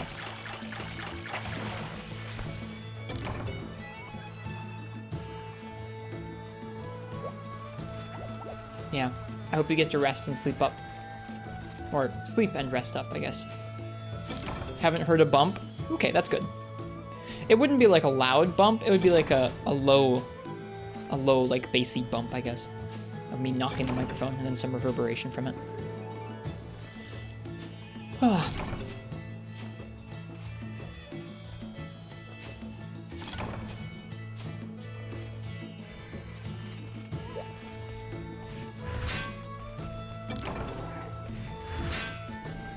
Collecting weapons in Monster Hunter 1.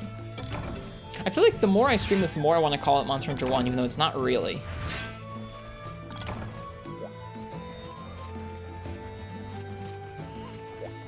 I don't know why I want to do that. Because the game itself is Monster Hunter Freedom, but it feels like... I don't know. Monster Hunter 1 seems like the experience. Freedom is just the game.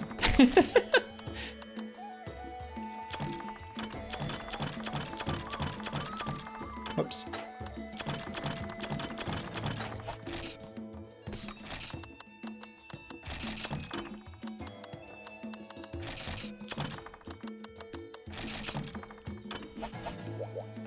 I'm gonna go ahead and say last call for that weapon raffle. If you want to pick my weapon for a blue Yan Kutku, which is what we're gonna be taking on next, go ahead and type !ticket.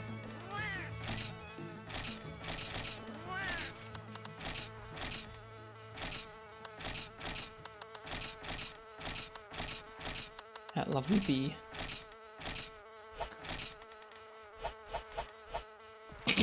Excuse me. What exactly is Freedom in relation to Monster Hunter 1 and Monster Hunter G? It's all the fights with a new monster and a farm and a couple other quality of life improvements and scaling changes to make it more playable solo and more playable portably. The progression through the hub and the hub's quests has been, I guess you could say, shortened, streamlined, I guess, from the console versions.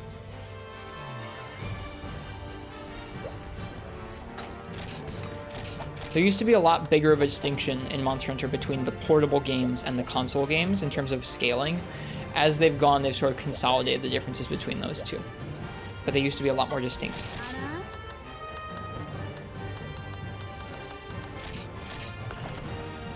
Oh, I don't have any Zenny, right. Whoops.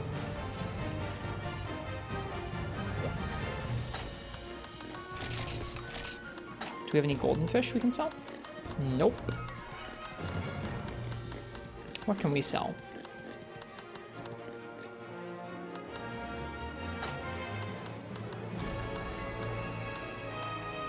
Sell some barrels.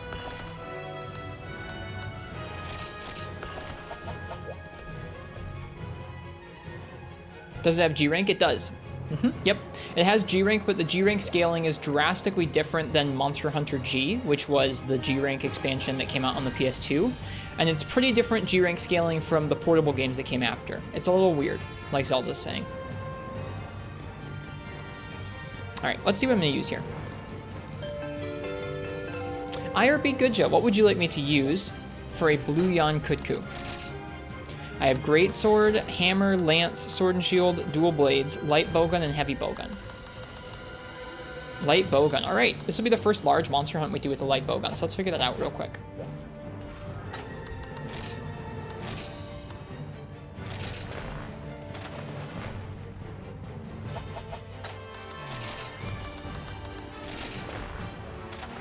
Might be kind of rough with no Zenny to figure out what we want to use. Oh well, we'll work on it.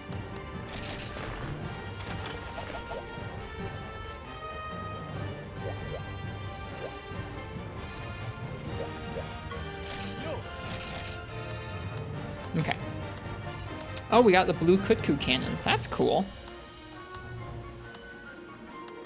Okay, so for right now, normal 2 is solid and cheap. It's more like I don't have an upgraded gun currently. I think this gun might be level 2 that I've got on right now.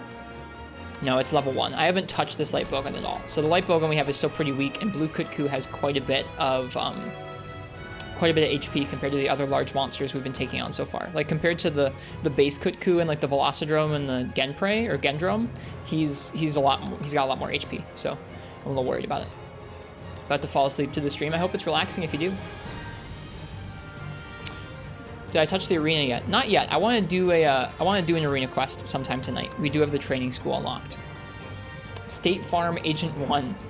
Nice to meet you. Welcome. If you've come to contact me about my car's extended warranty, you're too late. Wouldn't actually recommend fighting Blue Kutku at all with your bowgun state. I know. I'm kind of worried about it. If I can make one of these bowguns easily enough, I'll just do that. Okay, so Shotgun Azure starts off with the exact same raw. Emerald has a little bit more raw. Blood, which we can't make yet, has even more raw. Sandstorm has a lot. I think it just looks like we should probably just either make Crossbow Gun Plus. So I think Crossbow Gun Plus just fires more ammunition. Fires Flame and Thunder, and it fires more status shots, which isn't that important for us right now because we can't make them. I guess Crossbow Gun is even less. It's 96 raw versus 108 on Crossbow Gun Plus.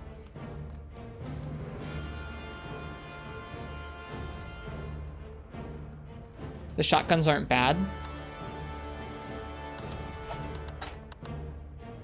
I don't think it's going to make that big of a difference. If we can upgrade the crossbow gun once or twice, we should be okay.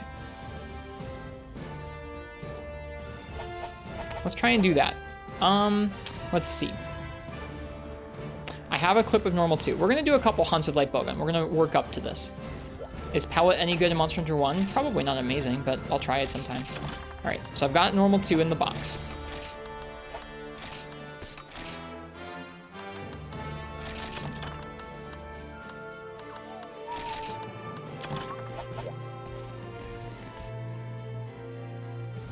The Azure is the same rock before the long barrel. The long barrel doesn't boost the raw in this game, or at least if it boosts the raw, it doesn't boost the display raw. It must be applied when you shoot the weapon. Because I have here, hang on, if you look here, on my heavy bowgun, I have a long barrel, right? It's the Arbalest Plus, it's at level 1. And it's got 168 raw. If we look at making that weapon, even without the long barrel, it's got 168 raw. If you look at the description for adding a long barrel to a weapon in this game, it says attach long barrel in the top left there. On loan from shop. Accuracy and initial velocity greatly increased. I'm not sure what that means. Why don't we research it right now while I'm thinking about it? Why don't we research it right now? Let's learn. Let's look at the Monster Hunter Freedom Bowgun Guide. All right, the basics, shot combinations, how to use different shots, strategies, things to come, legal stuff, credits, how to contact me. Let's look at the damage formula, FAQ. Bowgun ammunition statistics, range modifiers, basic damage formula. It affects the distance at which your shots deviate. Is that all FPS?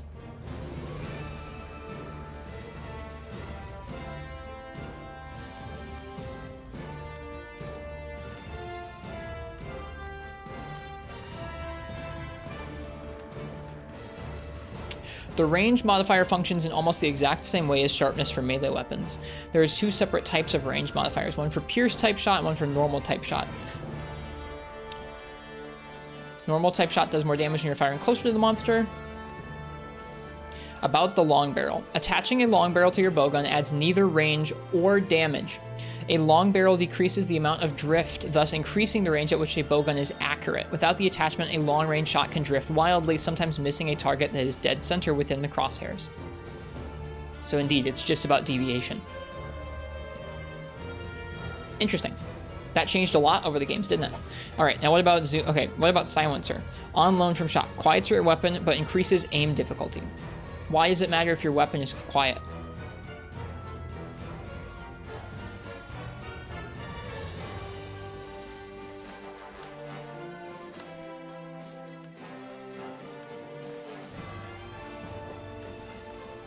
Less aggro? Is that really it? The word silencer does not appear in this document. Hang on.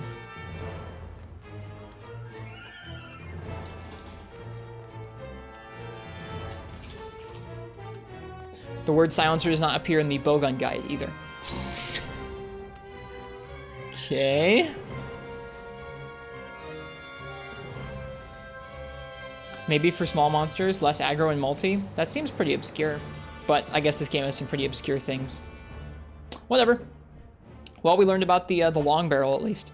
So the best thing that we can do, I think, is going to be to dump a couple levels of upgrades into this gun. To do that, what I'm going to do right now is we're going to work up to taking on Blue Yon Kutku. We're going to do that by first taking on Velocidrome, so we can get some Zenny, and then using that to upgrade our gun a few times. Silencer in 2nd gen lowered recoil 1 stage. That could be the case in this game, but I don't know. We'll have to take a look when we have a gun that has some decent recoil. What's this gun got? This gun has normal reload, moderate recoil. We can check in a second and see if it would influence the recoil. Maybe consider selling my Kutku scales. Okay, I'll think about it. I think I'm going to use them for...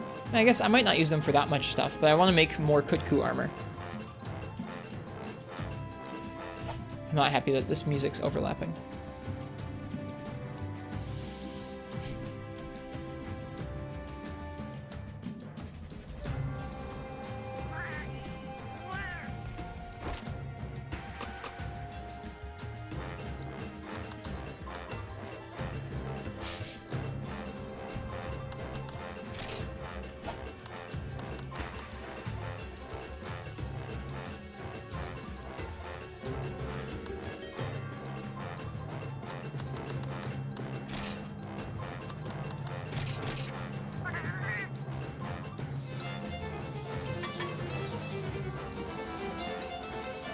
You can't skip this cutscene.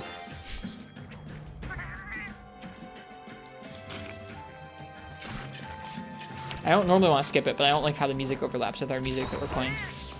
This is kind of good. Vitality increased. That guy who went through Freedom 1 took a lot of notes on the game. Where are their notes? I was watching their stream earlier. They were playing some Iceborne.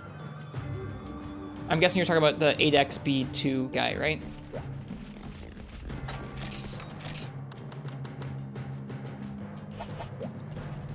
No? Oh, okay. Who are you referencing then?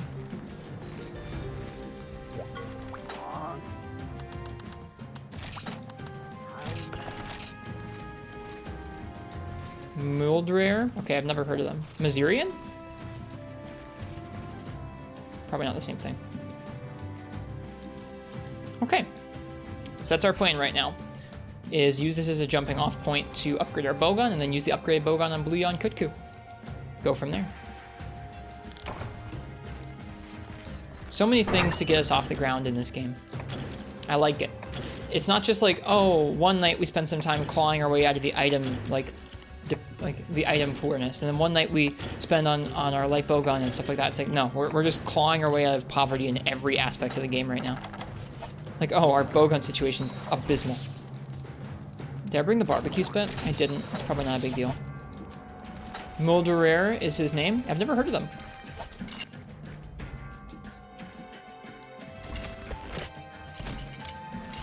He streamed himself doing every Freedom 1 quest solo. Oh, right. I think you did remember. I think you did tell me about them, but they had raids turned off or something, so I couldn't raid them.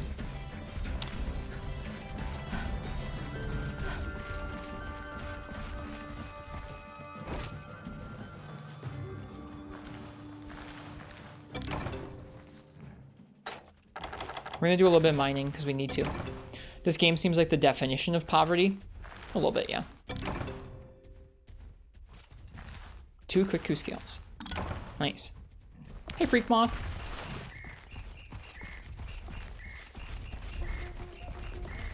I don't particularly mind that it starts you off in such like resource, or with such lack of resources. It's nice feeling like I have to really work to get every aspect of our supplies off the ground. Okay, I wouldn't mind if you could drop that in the Discord, Zelda. I'd love to take a look at it. How you doing, Freak Moth? Hello, Velocidrome. See you in a minute. I gotta go mining first. Don't forget to check for scales in Area 5. Where do the scales spawn in Area 5? I'm going there to mine, but I didn't know you could get scales there.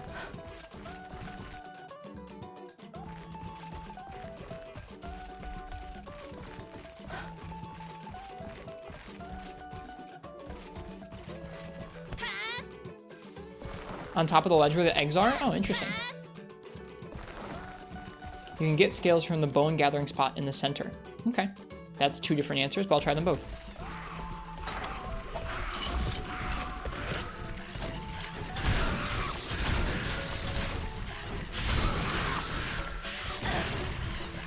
Hey Rosie, how's it going? It's going okay. We played a little bit of 3 Ultimate earlier. We've been playing Freedom for a few days now. We are very poor. Right now we're using a base unupgraded bowgun to hunt a Velocidrome, so we can upgrade it a bit and then take on Blue Yon Kutku with it. If you have any tips or sage wisdom about gunning in this game, feel free and pass it on. I'd love to learn.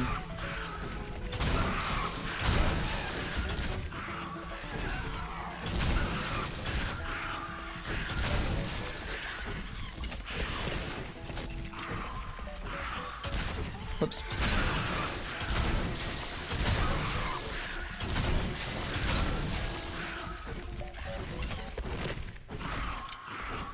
This is an unupgraded bowgun, and I'm currently using normal 1, so yes, it was Enton Boot. You can try the ledge thing again in Area 4. Okay.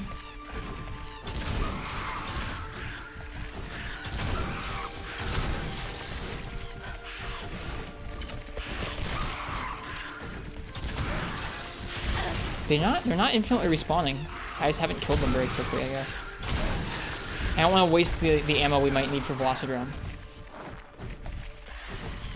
I don't think Velocidrome will take a whole clip of normal 2, but I don't really want to. I would rather use normal 1 on these guys than on Velocidrome. They're not spawning in. I'm just not even killing them.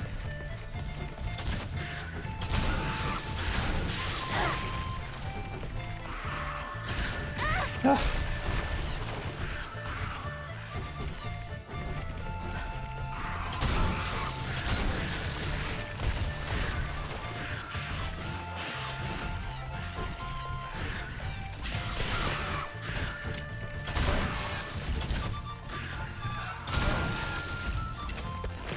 There we go.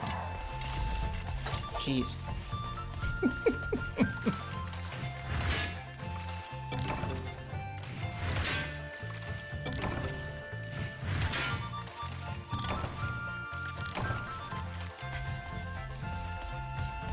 Alright, we're checking here for Kutku scales.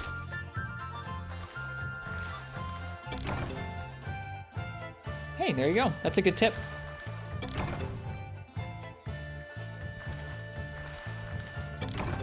It's a really good tip.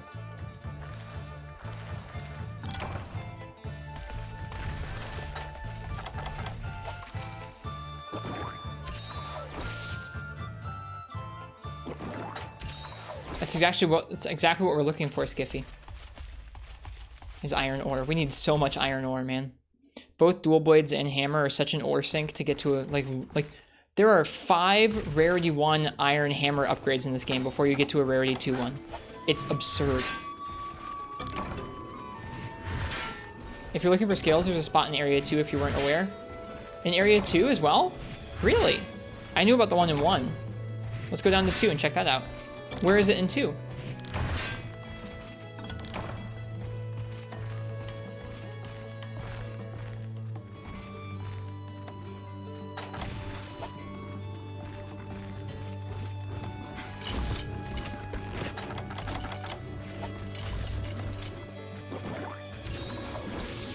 Learning all the Kutku scale places? Yeah. Also the Area 3 nitrous rooms. Where can you get a Kutku scale here? Among the rocks right next to the Area 1 loading zone, the main items is paint berries, but a small chance of scales. Ah, it's like right here, right? No, right by the rocks then. Where? There. Wow, I love this marked gathering spot. That's funny. Oh gosh, they're all here too. Maybe I should get these once Velocidrome moves on. Got the delivery quest for the reason. I know. We'll do it again.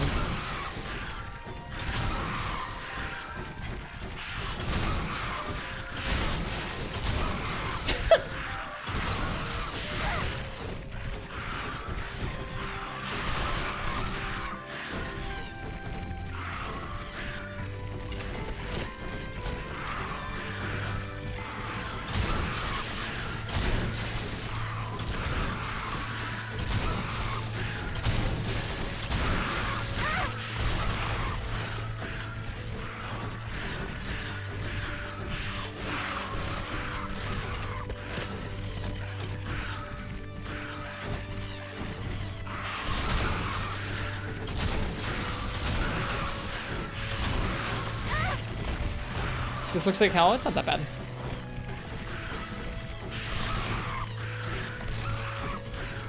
It would be more hell if this thing didn't flinch every other hit.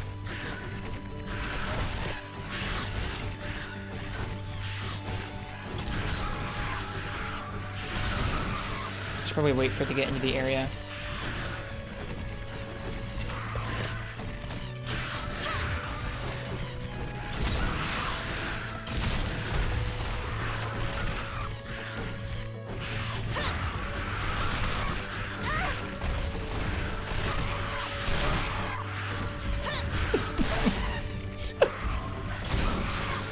They're all just bouncing off one another.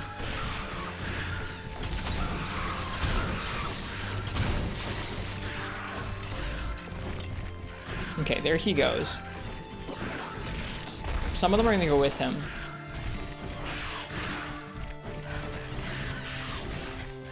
At least usually some of them do.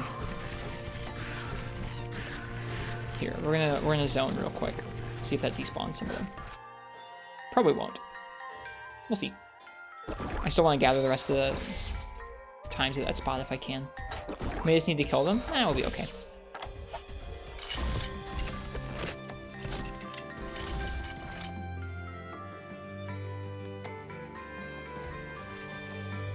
Yeah. There we go. Much better.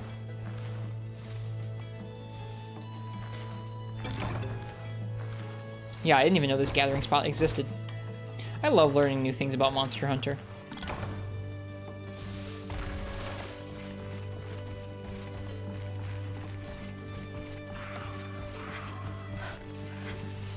I think that's 5 Kutku scales from this one quest. Yeah.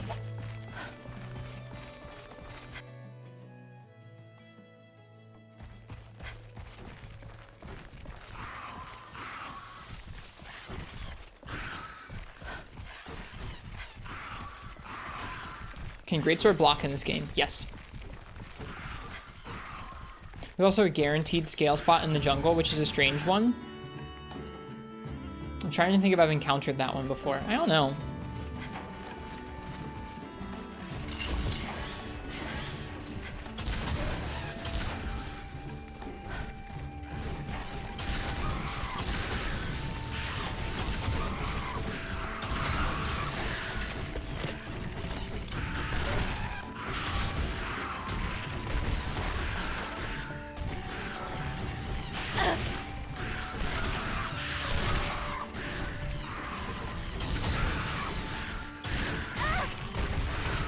What is this, low rank Zenny farm? I'm currently totally broke. We made some expensive weapon upgrades last night, and someone chose for me to use light bowgun on Blue Yon Kutku.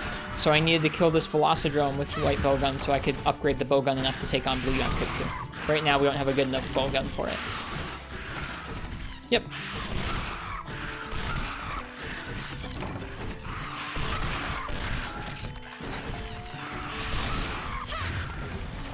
What's with the different colored Velociprey? In first generation, there are white Velociprey that have different carbs. They went on to be called Geoprey in second gen and up, is the theory, I guess.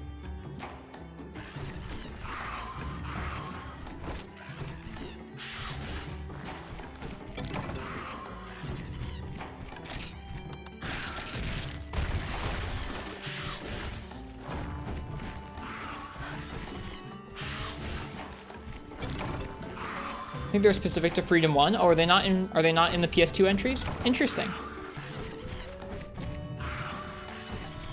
That's a bizarre thing for Freedom 1 to have, to claim its own.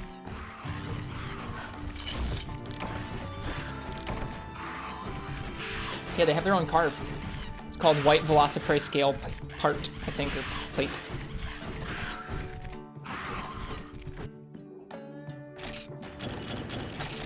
Whoop! 1 second. Toss out something here. Ugh. Mashing by accident.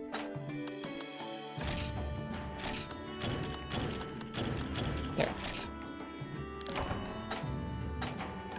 Okay, got some Zenny.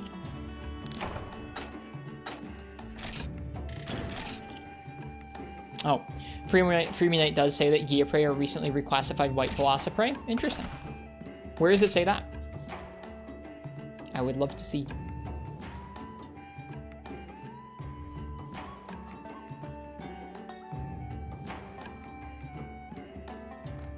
Okay. Should be able to upgrade our bowgun a few times here.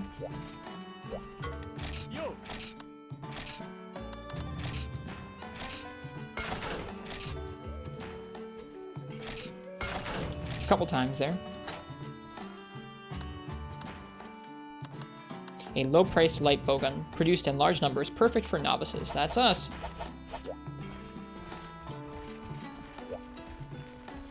We're gonna do a run of the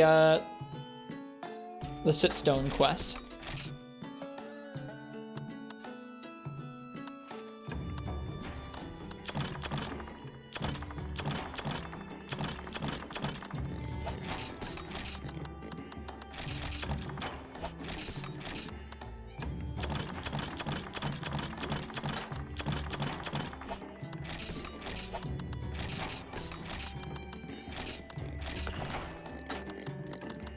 How many cuckoo scales do we have? We have 7. That's not very many.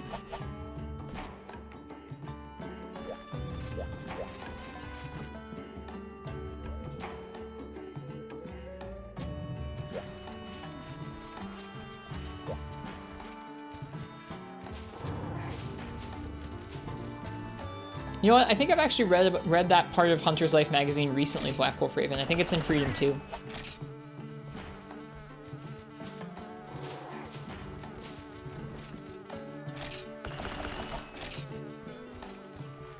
But they will go on to be classified as Giaprey, so they are Giaprey.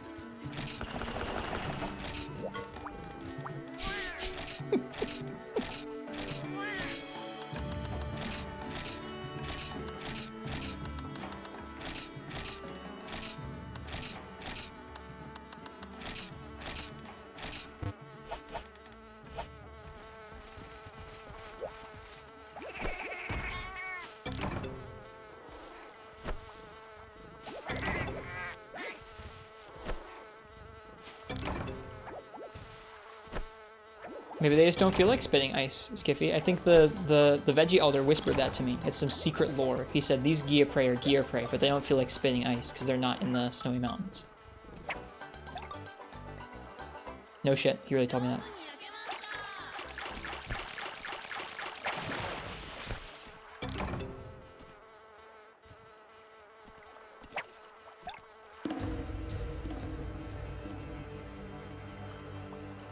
Been talking to Gemini? No.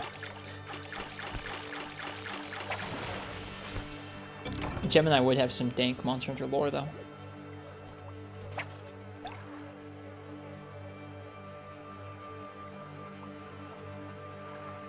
Failed the farm? I didn't fail the farm.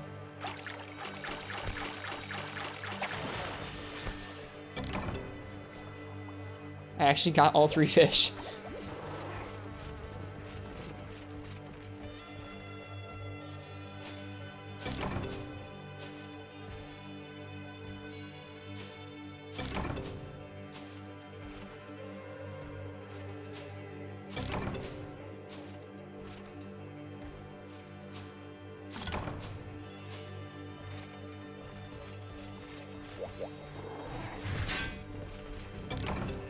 Nice. Machlight from the farm always feels good.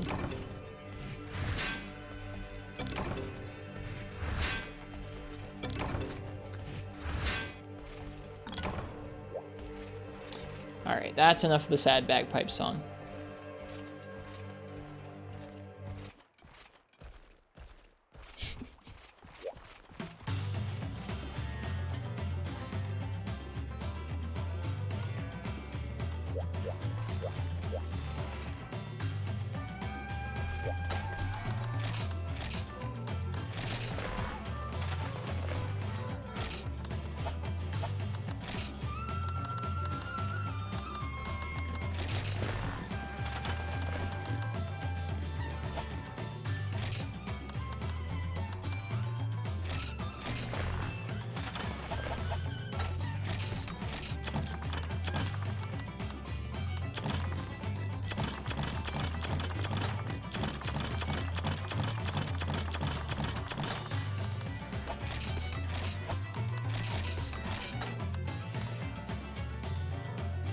Love 3 music.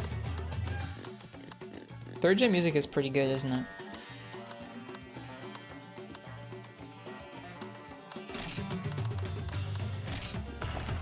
Oh, it really wasn't that much then. I shouldn't have sold that. Oh well.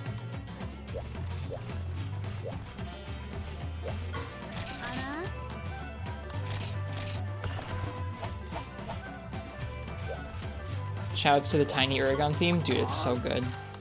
What a great theme that is. How much does this quest cost? 200 zenny. We're too broke right now. Alright.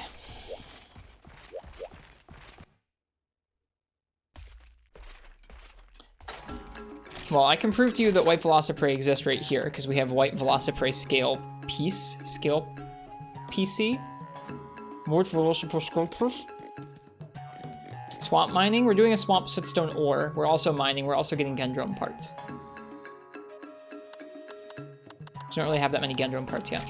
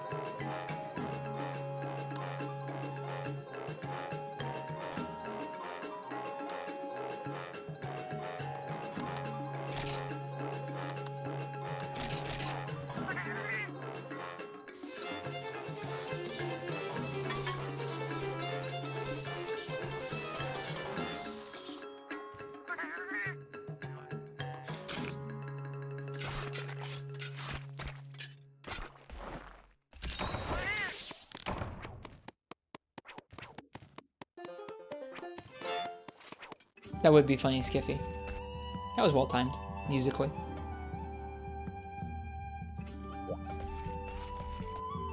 Okay.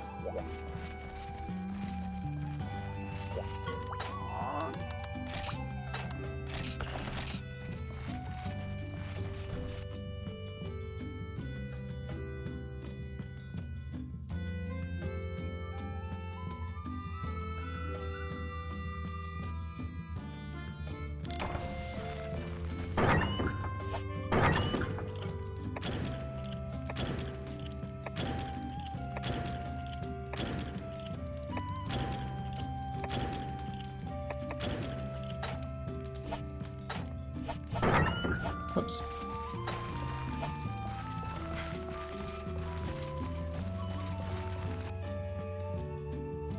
Love how the cooking animation has you dancing with karmically large utensils only to consume the meal with your bare hands.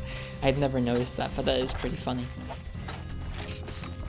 I'm so glad you can auto-sort in this game. I'd be so sad if you couldn't.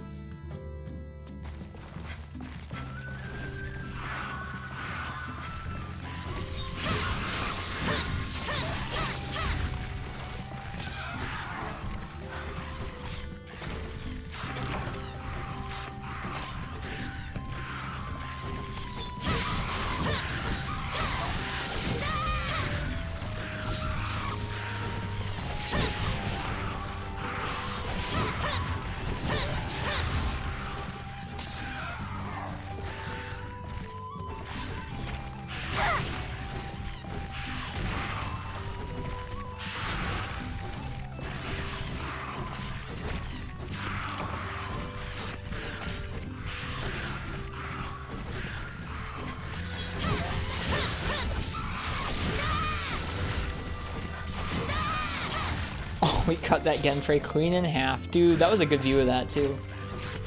That's funny.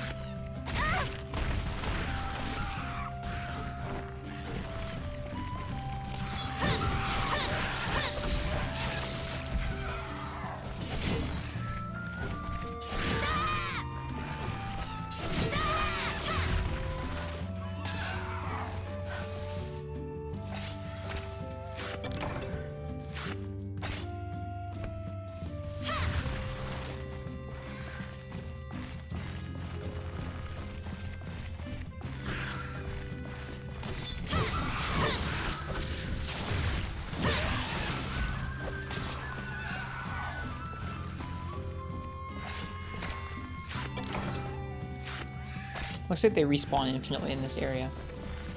It's good to know.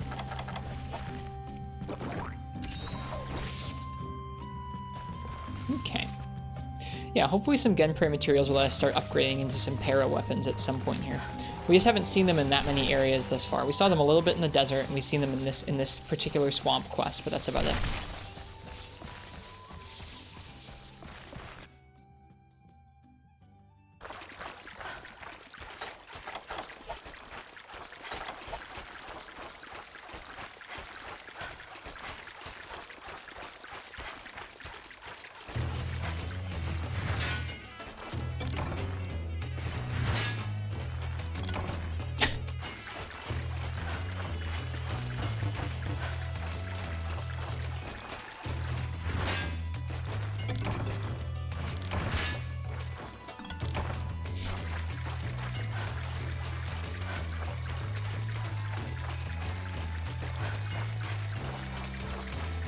I am aware Rathalos is in the game. If you told me exactly how we unlock Rathalos and exactly when he is, I would be a little bit salty. I know it's not that important, but I enjoy going through the games and experiencing basically what it would have been like to do them blind back in the day. Or not like blind, but I don't know. Just going into them without knowing everything about how they're going to unfold or what path we should take for our gear or what stuff is best, that kind of thing. I think that makes for more interesting things to watch. I think it's a lot less fun to watch someone go through if they already know everything. They do it the most optimal way from the start. Unless, of course, they're practicing for a speedrun. Then it's a little bit different in that context, but...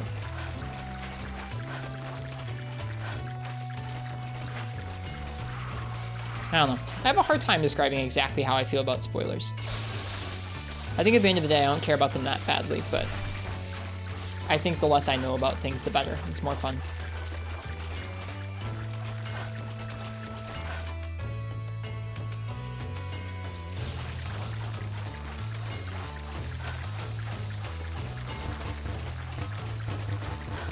What do you mind for this thing? Here we are.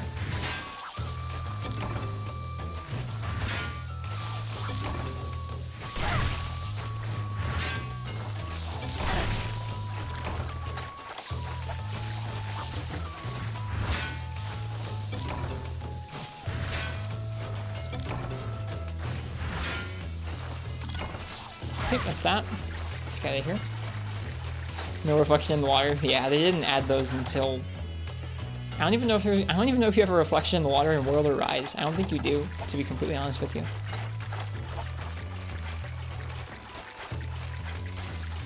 We're gonna want you some bug armor. What, for status weapons? We already unlocked the recipes for them, because we did do the bug quest. So we can see the Hornet armor and the Vespoid armor. I mean, in that... I don't know. I think that if you're going for a speedrun, Rosie, I think it's a little bit different.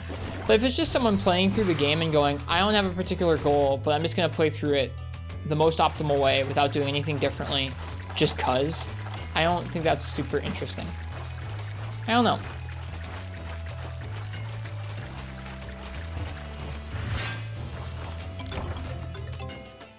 I'm weird about that, though. Hey, Lass, welcome. Welcome to Monster Hunter 1, for freedom.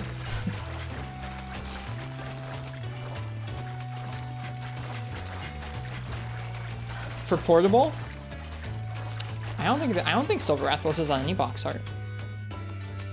Vespoid armor gives backpacker. So is this.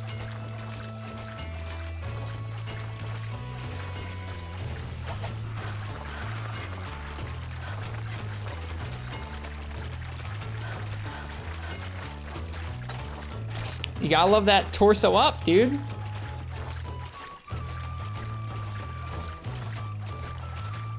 I didn't even use a set builder. They give you 2 pieces of torso up armor in the first like 3 quests. Velociprey Tacet and blue leather pants give you torso up.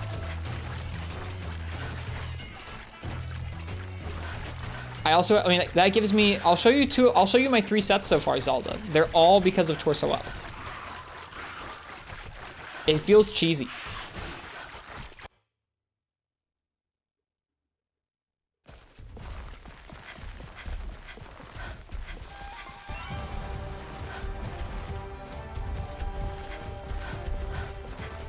Yep, it's true Noxed. We're looking at the Freedom box art right now. Let's take a look at it. We'll load it up on Google in a second.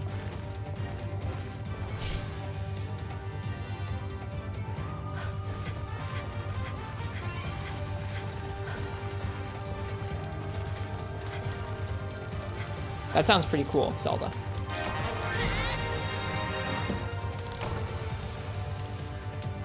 Oh gosh darn it, I closed my browser window.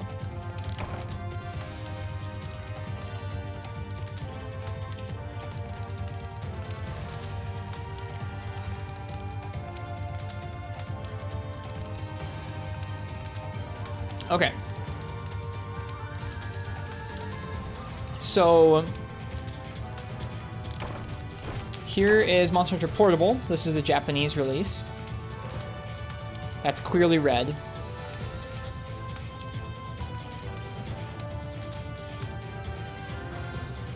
Here is Monster Hunter Freedom. That, I don't know.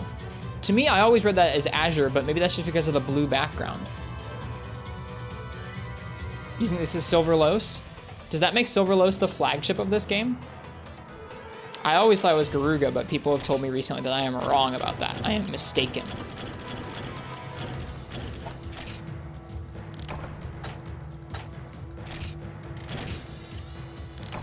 Anyways, loads of ore, loads of Zenny for that quest.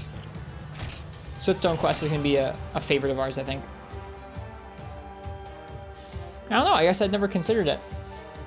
I never considered what Rathalos that was. I always thought it was Azure because Monster Hunter G's flagship monster is Azure. It could legitimately just be a really poor coloration of that. Of Rathalos. I think it's just regular Rathalos, maybe.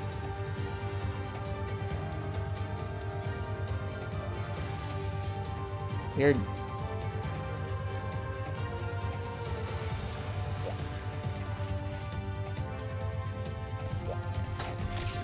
Okay, that should be enough Zenny for us to get plenty of light bowgun upgrades.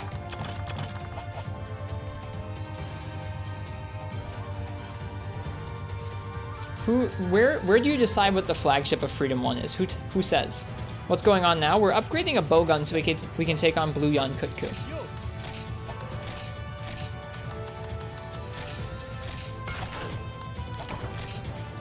Okay, that's fully upgraded now.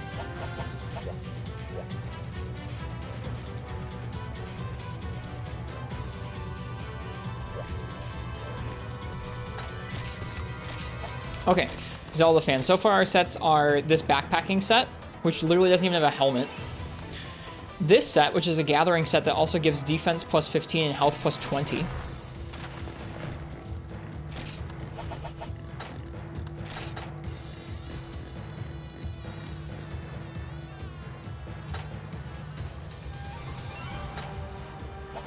And then, of course, everyone else's favorite.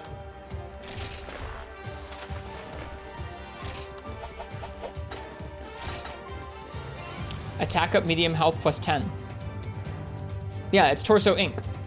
Yeah, both the pants and the waist are Torso double. Torso up. Torso Ink, rather. Increase. Which is why we can get attack up medium and health plus 10.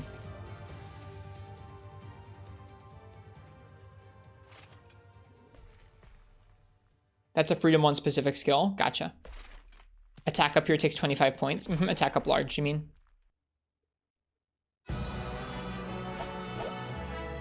Anyways.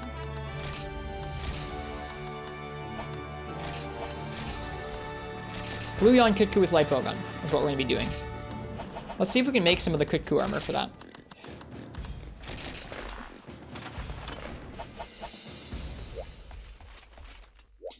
If we can make 2 pieces of Kutku armor, we're good.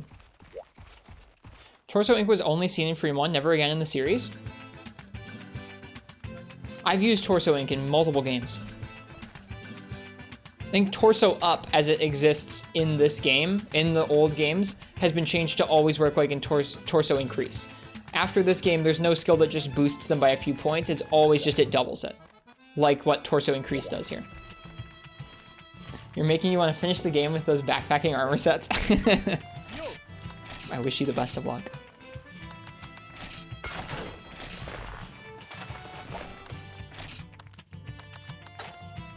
Just need some Zenny for that.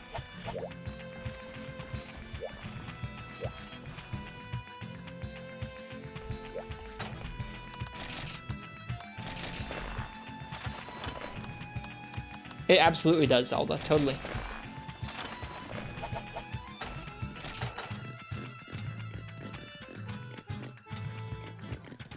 So that's attack up small. In order to get attack up medium and strength up, we need to get the Kutku Vambraces. I think that would be a good thing for us to do before hunting the Kutku. And it would get our preliminary gunner armor set out of the way.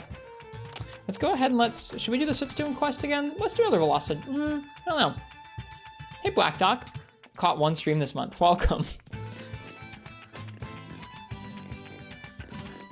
There seems to be a lot of confusion and misinformation surrounding this game, which is pretty funny, the enigma that is Freedom 1. There is literally not a consensus over what this game's flagship monster is, which I think is hilarious.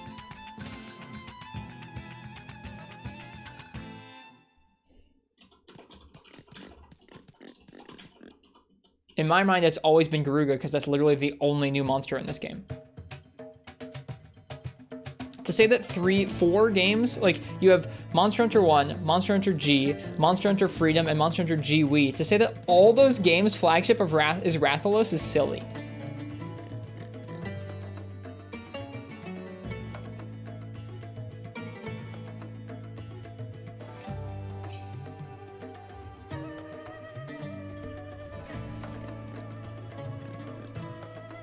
Yeah, exactly. 3U's flagship is also Rathalos. This game has more in common with Monster Hunter G than Monster Hunter 1, though, Zelda. I don't know. Maybe I'm the one who's looking at it wrong. It really is all about cover art. I don't know. I don't agree with those people because then, like, legitimately, what do you say about 3U having Rathalos on the cover? It's just the US box art? Yeah, I think that's a cop-out answer if you're like, oh, well, of course, the flagship is dictated by the box art. You know what? I'm going to start saying that to people. I'm going to be like, oh, of course, in Japan, the flagship is Brachydios. In the US, I hope you enjoyed fighting your flagship Azure Rathalos in 3 Ultimate. How'd you like that flagship? Azure Los. He's a really cool flagship in 3rd gen, isn't he? All my favorite 3rd gen flagships, you know, Lagiacrus, Zinogre, Azure Rathalos.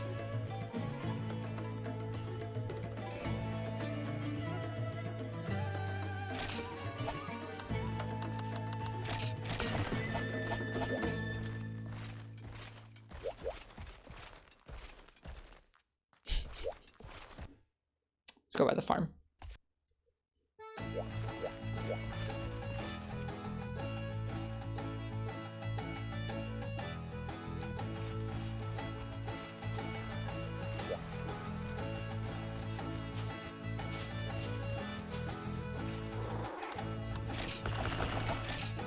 I don't know. I guess in my mind, there's this weird thing where I feel like the distinction of flagship is kind of like a game's ambitions summed up in a one fight in the game, which I know is like a much more nebulous and weird concept than just like it's the monster on the box.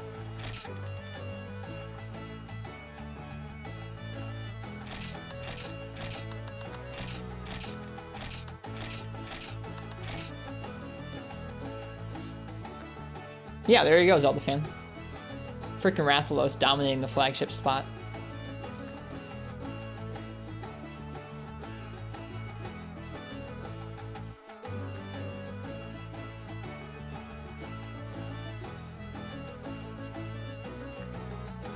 I think Garuga, I mean, it's hard for me to tell because I haven't gotten to it yet, but I feel like Garuga sums up this game's differences from the other game, from the other first-gen games.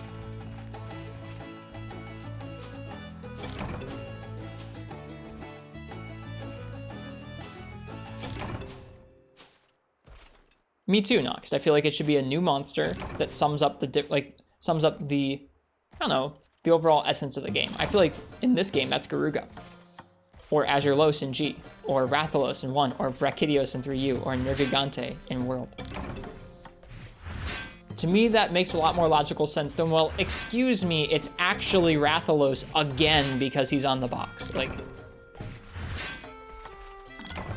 maybe I'm being poopy about it. I don't know, but to me, that makes much more logical sense. It's like, what is the new monster that feels like it sums up this game the most?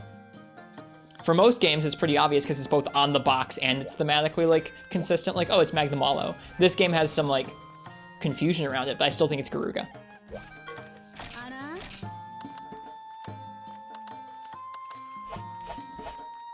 I do fish. Oddly enough, I do. That's such a weird one. I mean, technically it's Sergio's, but I feel like to many folks, they'd probably tell you that Gore is more their flagship for that game. And it's not because he's on the box, it's because he's so much more a part of that game than Sergio says.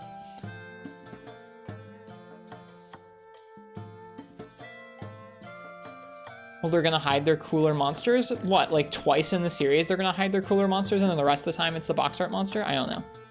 I think that's silly. Maybe I'm being, like I said, maybe I'm being silly and like very specific to my own headcanon about it, but the people who go like, well, excuse me, the flagship is this obviously because it's the one on the box, but only in Japan, streamer, not the other one.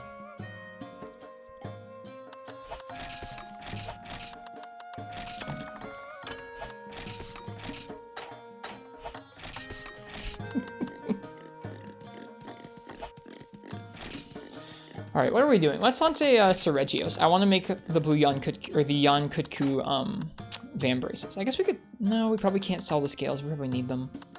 Yeah, I want to make the Kutku Van braces for our gunner set, and then we'll do blue Yankutku. We'll be fully prepared. So we're gonna go hunt a Velocidrome first. That's what we're gonna go do right now.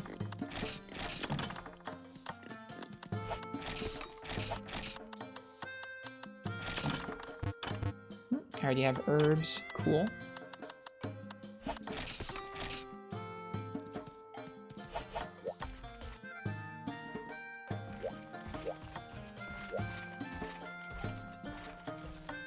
Sergio's is in this game? No, Sergio's is in 4 Ultimate.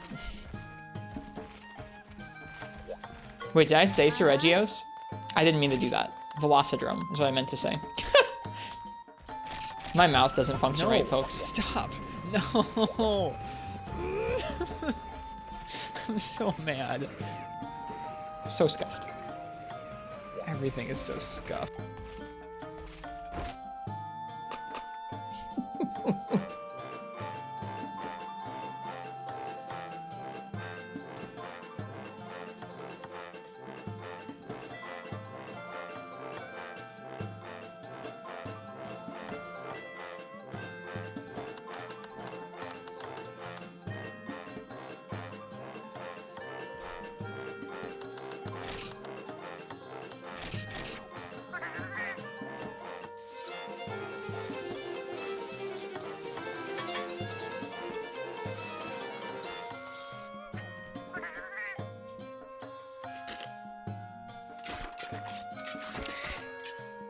It's funny to me because I feel like for most folks, flagships are such like a, I don't know, I feel like there's a wide consensus about flagships, but I guess there's not. I guess it has to join the pantheon of like silly headcanon-y lore discussion that's all over the place in the series.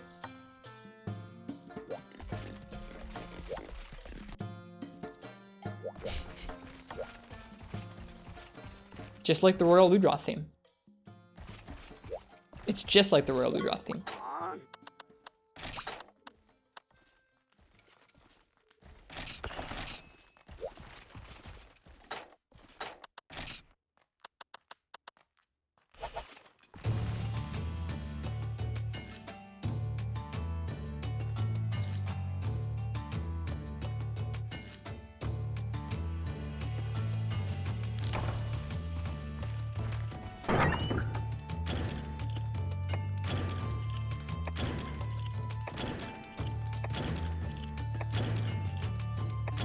Yeah, you did Black Wolf Raven. Yep. You know. What's the Royal Ludroth theme conspiracy? I mean, you know, the first time you hear the theme that plays in the Moga Woods, it's for Royal Ludroth. It's his theme.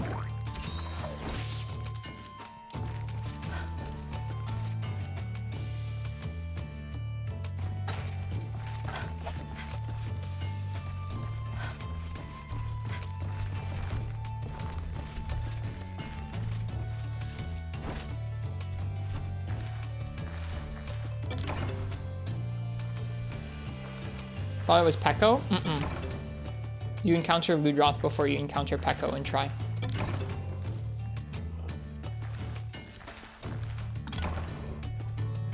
You mean Velocidrome Beam Alpha, right?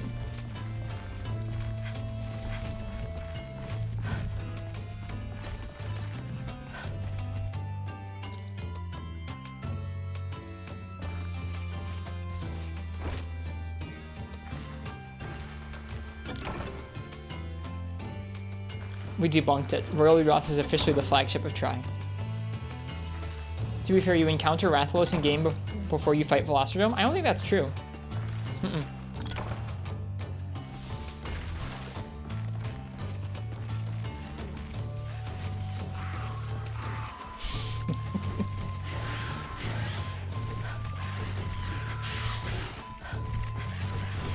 Rathalos shows up in an egg quest, but the egg quest is after the Velocidrome.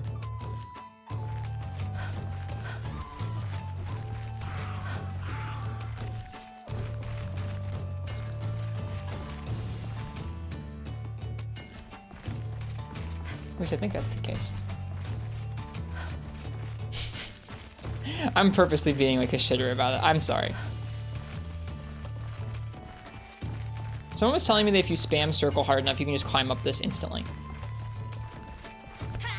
I'm not having it happen.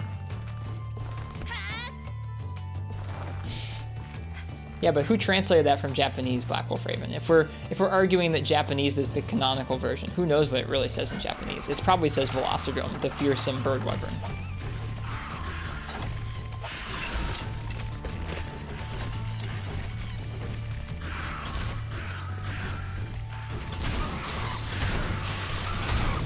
Keep trying, okay.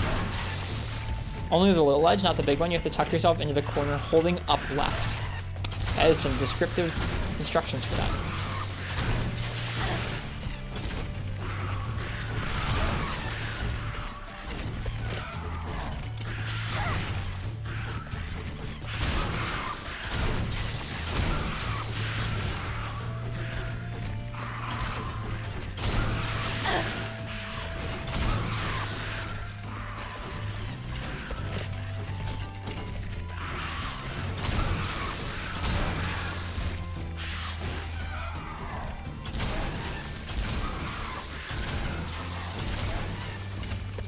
All right, good night, Crystal. Look how much quicker we're killing these things now that we have a nice, upgraded bowgun. Good night, Crystal.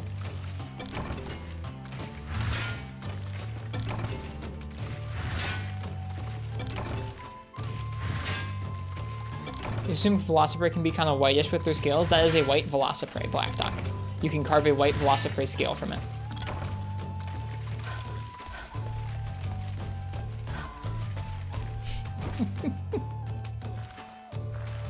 We're talking about some funny stuff tonight.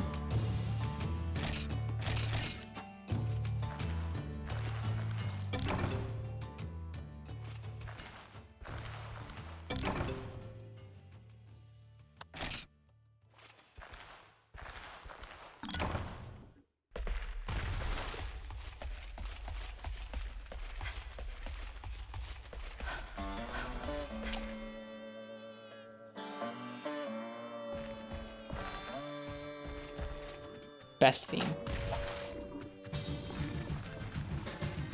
Yep, apparently they're only in this game, not in the PS2 games that came before this one, and not in any of the games that came after. After this game, it talks a little bit in the Hunting Life magazine about them being reclassified or turned into being, I don't know, known as Geoprey from there on out. Which I do remember reading. Black Wolf Raven reminded us of it. Which monster hub is your favorite aesthetically? When you say hub, do you mean village or like gathering hall?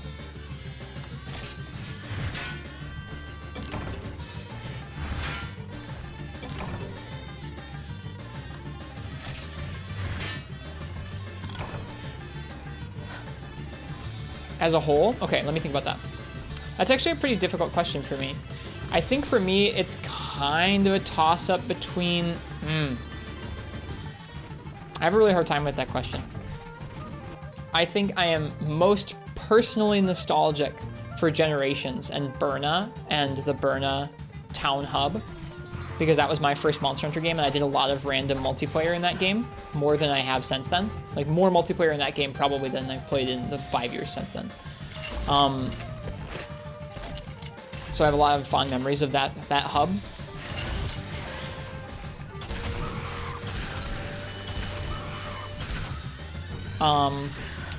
I think my actual favorite is probably Poke. So from Freedom Unite, Poke Village is just so cozy, and its Gathering Hall is very cozy too, and it feels like old Monster Hunter, and I really like that. But 4 Ultimate is maybe, I think, one of the best ones, because it got so many different villages, and the different Gathering Halls in Dundorma are so nice. Those are my favorites. Oops.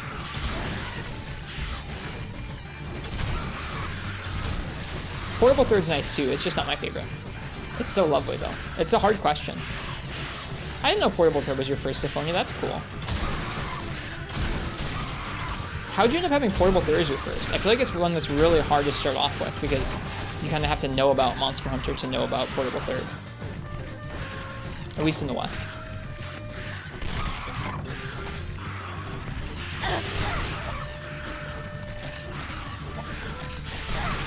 Oh my gosh.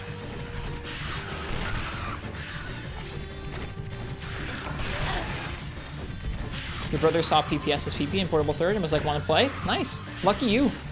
I imagine that was a really special experience. I consider that one of the more special entries in the series, and I didn't start with it.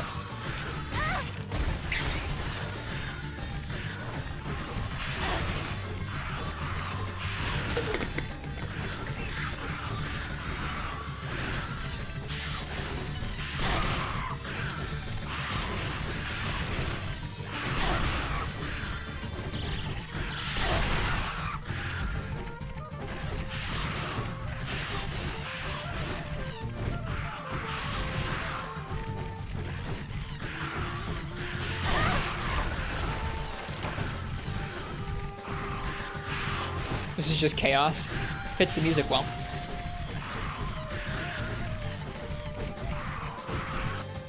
You got a bone to pick with Capcom after their nonsense with Portable Third? You tell them, Rosie. What's your bone to pick? How would you describe your bone to pick with Capcom?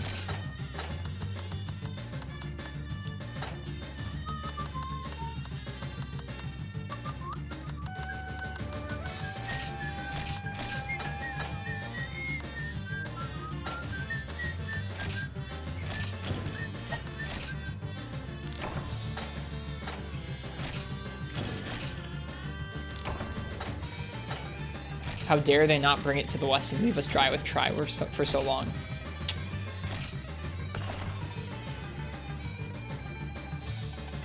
I've heard people say it was because the PS3 in the West didn't have the achievements that they wanted.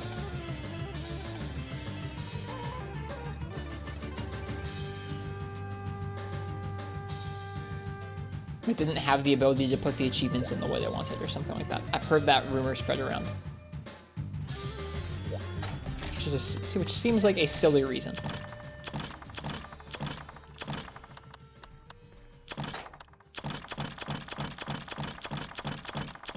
Nice.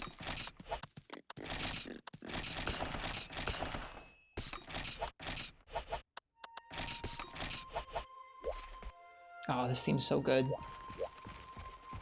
I don't know I really don't know what game we're gonna play after this. We have a couple different ways we could go. Dun, dun, dun, dun, dun, dun, dun, dun, dun, dun, dun, dun.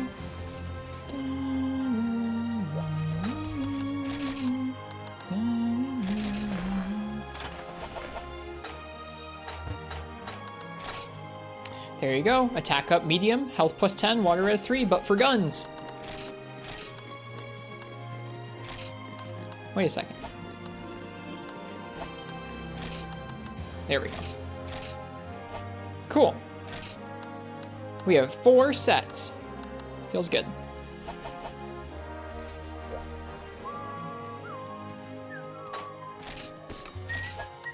I think that means it's time for us to take on Blue Kutku. So let's go ahead and let's take out some normal 2. I'm gonna bring our huskberries. Do we have needleberries with us?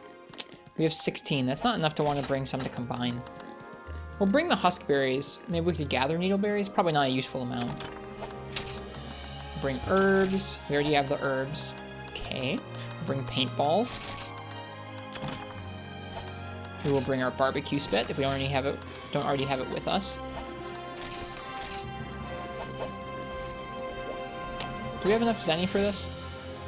204. That might not be enough to buy what we need and to go on the quest. So let's sell some stuff. Yeah, let's go by the farm first. Maybe we'll get a golden fish and get lucky. Hang on.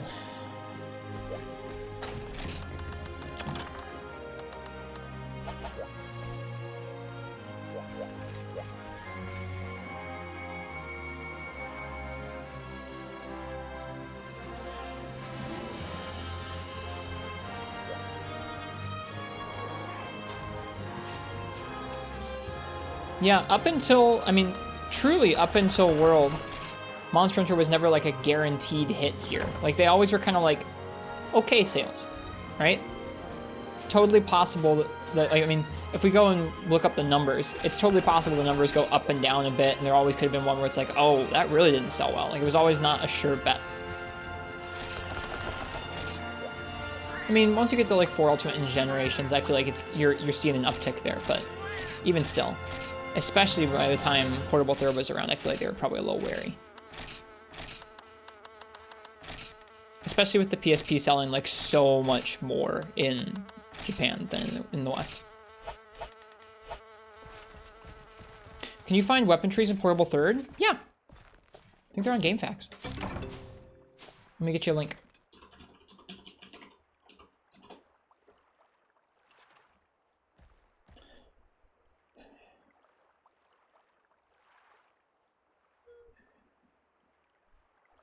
Yep. They're on the main page for Portable Third on GameFAQs under, if you scroll down, Maps and Charts. You have a weapon tree for each of the weapons. They look like this. They are quite well organized. And that is on the main page for Portable Third, which you can see right here. Right down here under Maps and Charts. Along with resource maps and that kind of thing. There you go.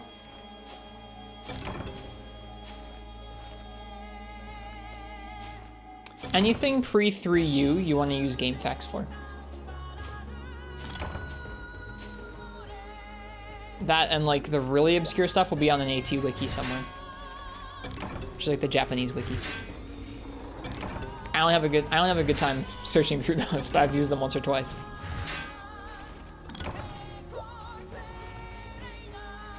Yeah, 3rd Gen's OST is really good, Turnip. That's why we've got it on tonight while we're gathering stuff. Figured we could use some different music in the background than the Gen 1 stuff we've been listening to this week.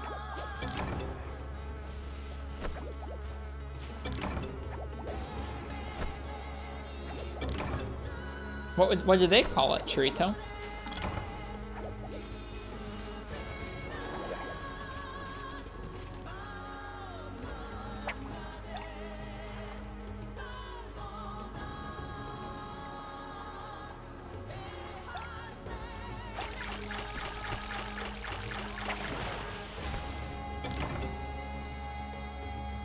Feels good to have gotten gunner armor squared away. That was one of the things on my to-do list. I have like a big to-do list of things for the beginning of a game like this.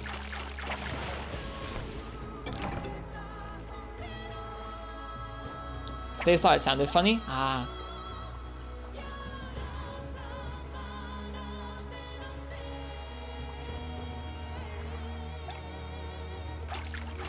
Try was the first Monster Hunter game where you had someone from school mention the series at all. The first time you felt like Monster Hunter had a chance of becoming popular, you had your hopes up. I gotcha. Shoot.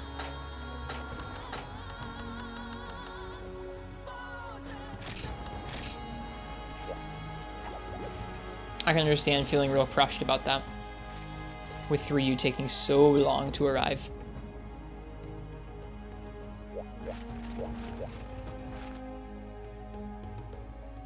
I guess I have a question for folks who played back then. For folks who played Monster Hunter back then and went through the whole like Monster Hunter Tri like drought.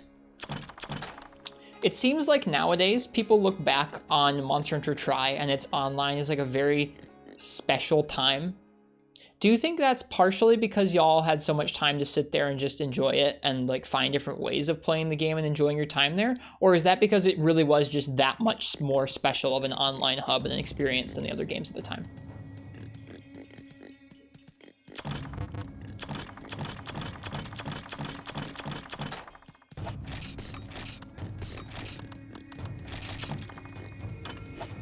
I forget if I planted things at the farm already.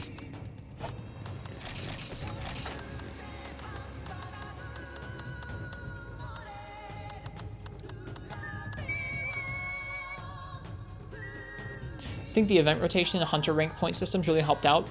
Yeah, the first 3 console, I guess 4 almost with Monster Hunter G, but the first several console releases of Monster Hunter seemed to have much more well built out online systems, which makes sense because they were actually designing dedicated online servers and not just like local multiplayer for consoles.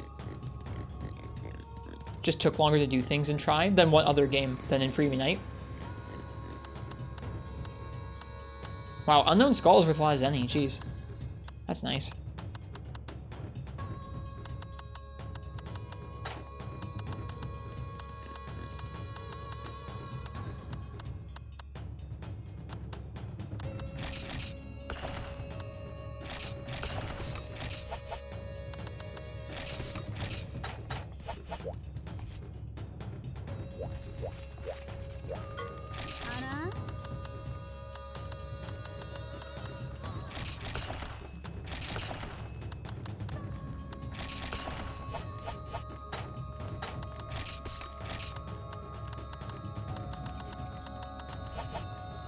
Paintballs. You think you just had more free time to play than you have now. That makes sense too. I mean, that's a valid reason that I think a lot of folks have with games is like, it's just the one that they got into when they were at a point in life where they could dedicate a lot of times to games. And that generally leads to a lot of fond memories, where later entries or other entries where you might have been in a different life circumstance might not feel as nostalgic for you. One big thing for you was just that people were a lot more social back in Tri, maybe because you could talk during quests.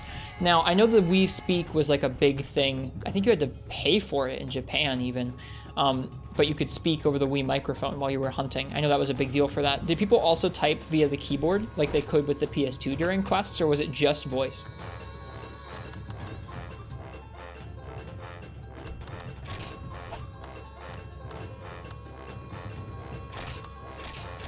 Hog, you got the good meal.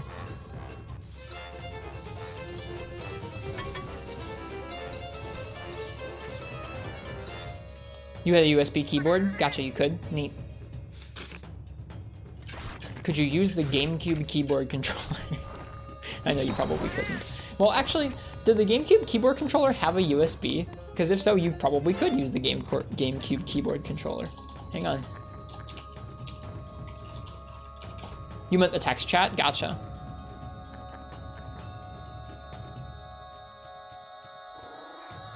It had 2 different GameCube ports. It did not have a USB. It had 2 different GameCube controller ports on it for the keyboard. The GameCube keyboard controller. If y'all don't know what I'm talking about this thing. This was an actual controller for Phantasy Star Online.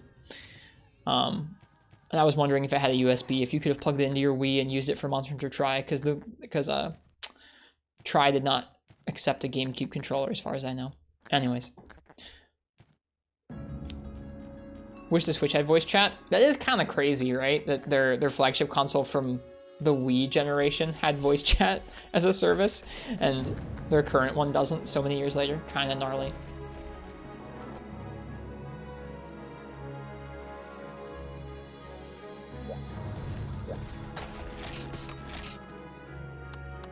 Okay. Let's hunt us a blue Kutku. I'm gonna look up its hit zones for shot, because I don't know them. We Speak quality was something. Probably not great, I'd imagine.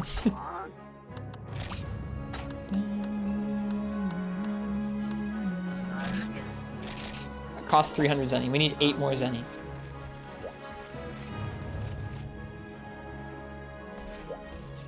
One guy used to bring that thing to your Smash locals. I feel like every Smash scene probably has at least one guy who's like the haha GameCube controller, GameCube keyboard controller guy, right?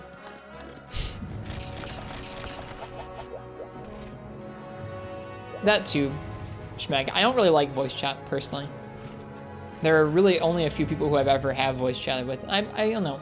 I used to do a lot more voice chatting back when I played like online shooters, but I think these days I'm happy to just kind of control my own space that I'm in when I'm playing video games, not have other people interjecting into it. Voices have a lot of power.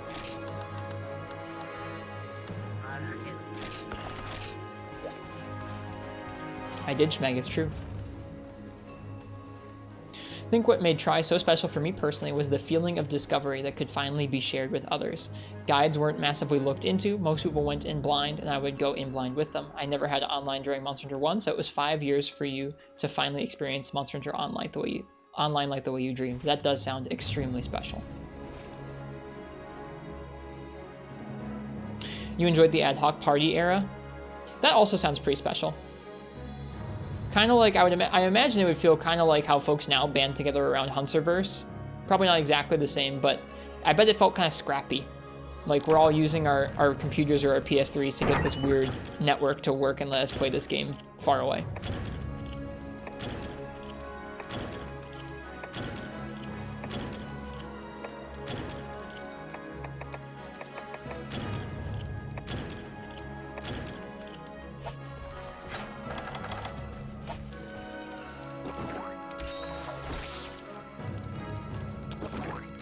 We're gonna nab some raw meat while we're in area 1 here, so that we can craft more steaks as we go. It was very personal considering you could only chat in groups of 4. Kind of like some of the 3DS era hubs. That's the only multiplayer I actually have any real experience with. Like I've played multiplayer with y'all on stream, but I feel like that's a far enough removed experience from how a lot of folks experience Monster Hunter.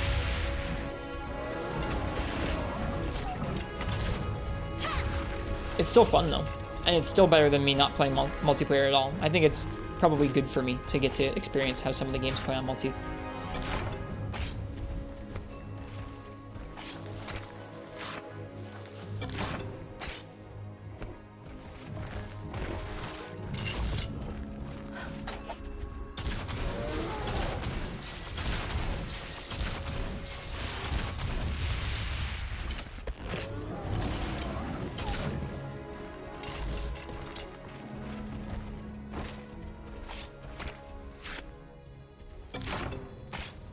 Cool. That should be enough steaks for the hunt.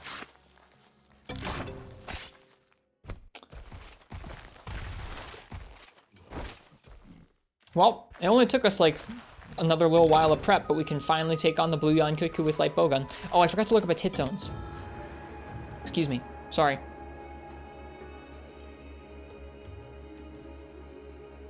Let's look those up real quick.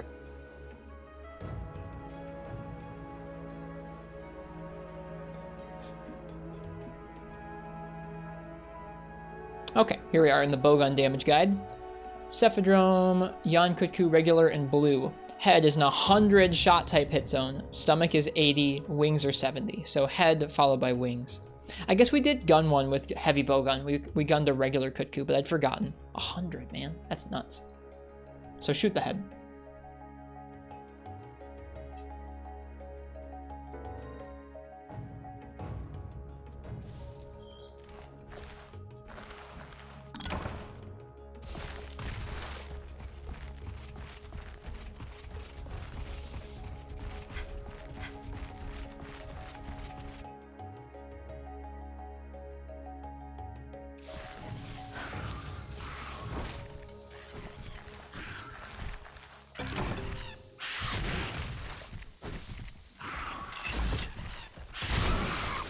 Experiencing Double Jump for the very first time, not knowing it was in the game, is such a great memory.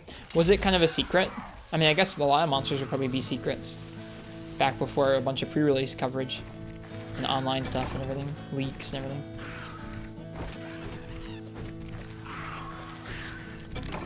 I wonder if I probably would have hated Devil Joe, regardless, my first few games. I'm glad I'm doing a little better with him.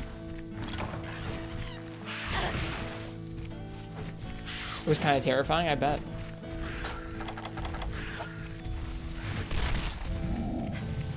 Don't worry about it, Cuckoo.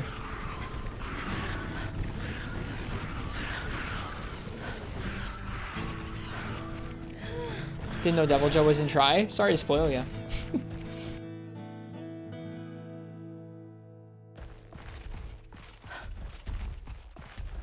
Did you beat him your first try, Zelda?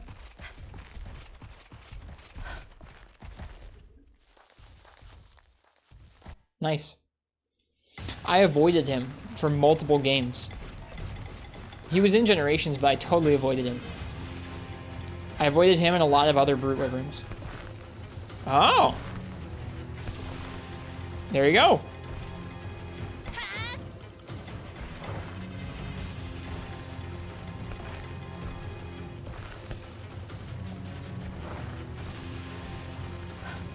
Hackermans.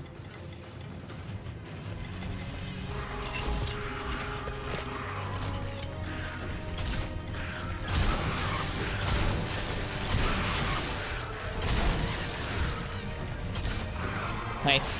Look how much more damage normal one's doing to them now that we've fully upgraded our bowgun and we have the attack armor on.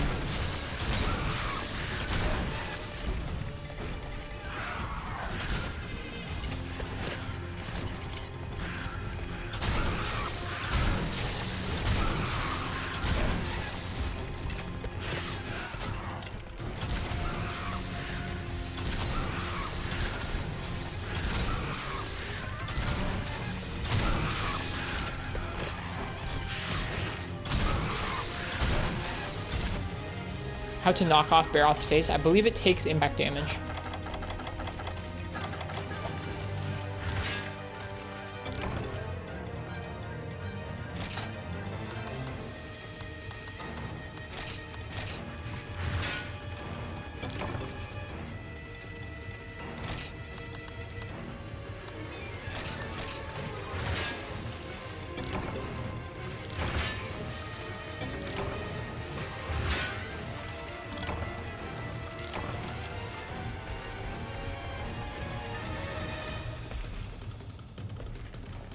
Wish more things had parts only Blunt could sever. Me too.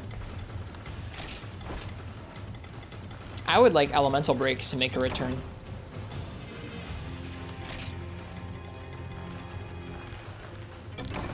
I think the more things they could integrate into the game that make it so you have to prepare a certain way in order to get certain parts from a monster, the better.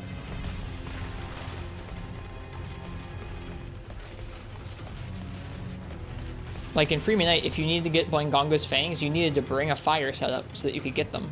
And so if you need a lot of fangs from Blango, you just have to dedicate time to making that and then bringing it in there. I feel like the more ways there are to do that, and the less the game is just bring whatever raw damage you have and just steamroll the game, the better.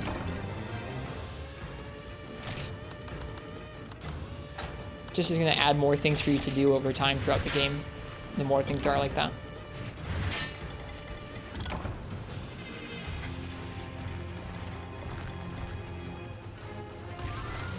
Imagine a monster where you could only break a certain part if it was paralyzed or something. Like, oh, it only exposes this break once it's parried. And it doesn't take much to damage it, to break it, but you have to have a para to make it expose that part of its body the right way. Alright, let's go hunt the cuckoo.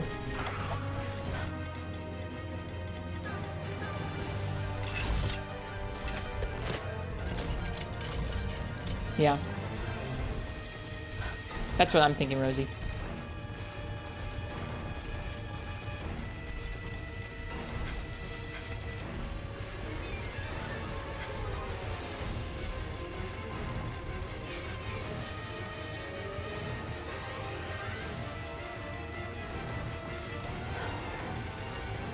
Oh, away he goes.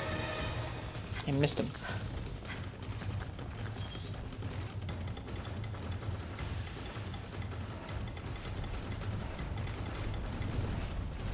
I'm gonna repaintball him early.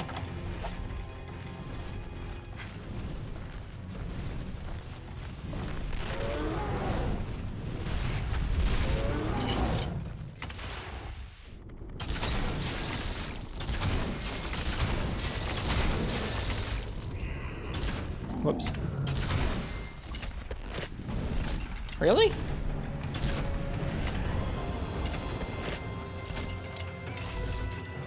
Sounds kind of like what they did with Nibble's mouth break. Wouldn't mind that. Yeah. I don't know. I think that the more ways you can make breaks interesting and less just deal damage to one spot, the better. You're gonna have to approach fights more differently. You're gonna have to bring in different types of damage. It's gonna make you consider different things like, hey, I could attack Nibblesnarf's this part the whole time, or I could try and get this break. I have to fight him a little bit differently. And that's true for a lot of part breaks, because some part breaks just aren't the best damage spot on the monster, but even still. He didn't even care. He still doesn't care.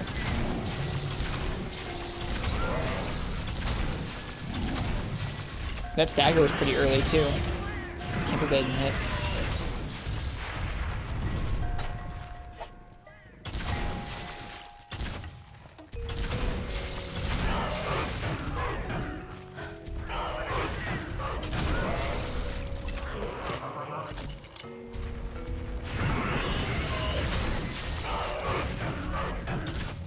Mistimed it.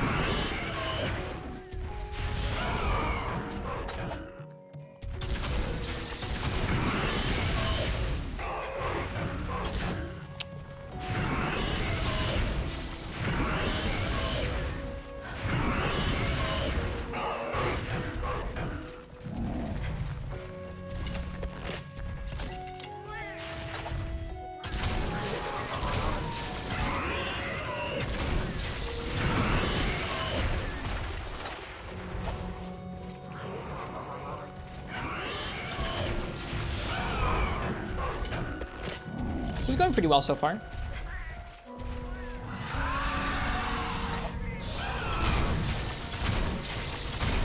I should have known better.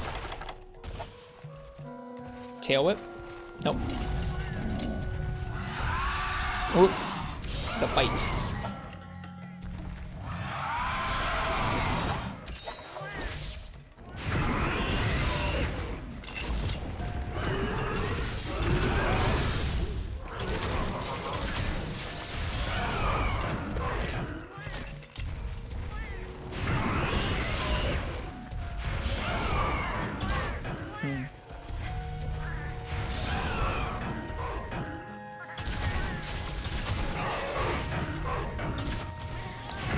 Whoops, I shot the cat. I didn't mean to. Uh-oh. Are they all gonna aggro to me now? No. Maybe? Yes. I think they did.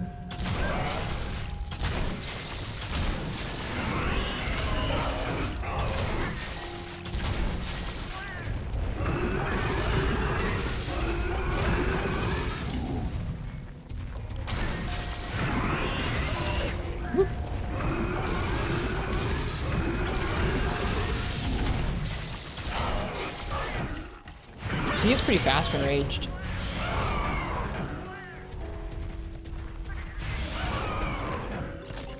Arian, thanks for the follow.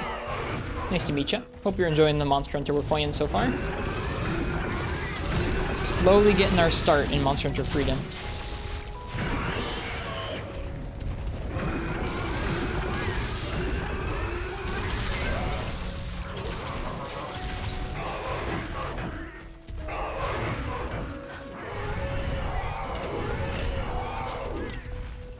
Nice to meet you. Nice to see you playing front Freedom 1. Thanks. Nice to meet you too. It's always nice to meet people who like Monster Hunter.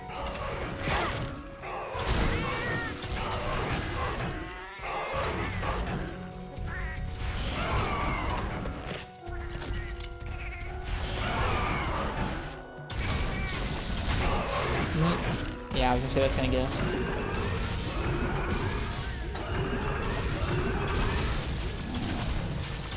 This is my first time playing through this game.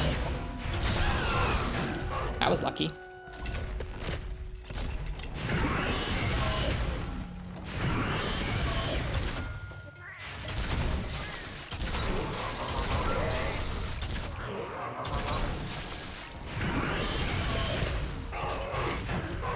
None of these cats care there's a wyvern that can eat them in the area. They're felines. They're not as vicious as melons.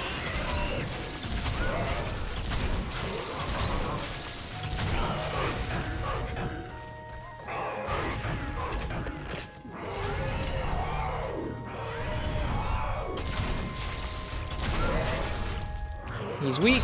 Nice. Light bowgun's kicking out some good damage. That feels satisfying. You're playing Freedom 1-2. You completed the full village and killed Fatalis with your friends, but you want to kill Crimson Fatalis? Yikes.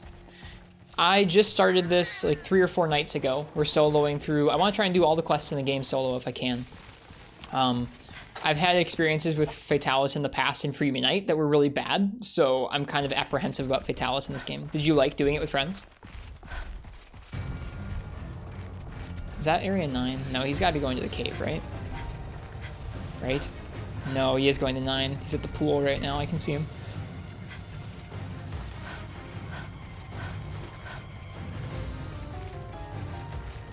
Yep, we try and play all kinds of different Monster Hunter games on this stream. We played some 3 Ultimate earlier tonight for a friend's birthday.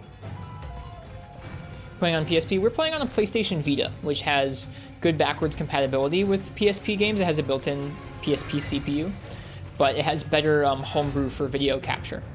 I really like playing on original hardware if I can. There are folks who are working on making it so Vitas can play with emulator folks on multiplayer, but I don't know if it works yet.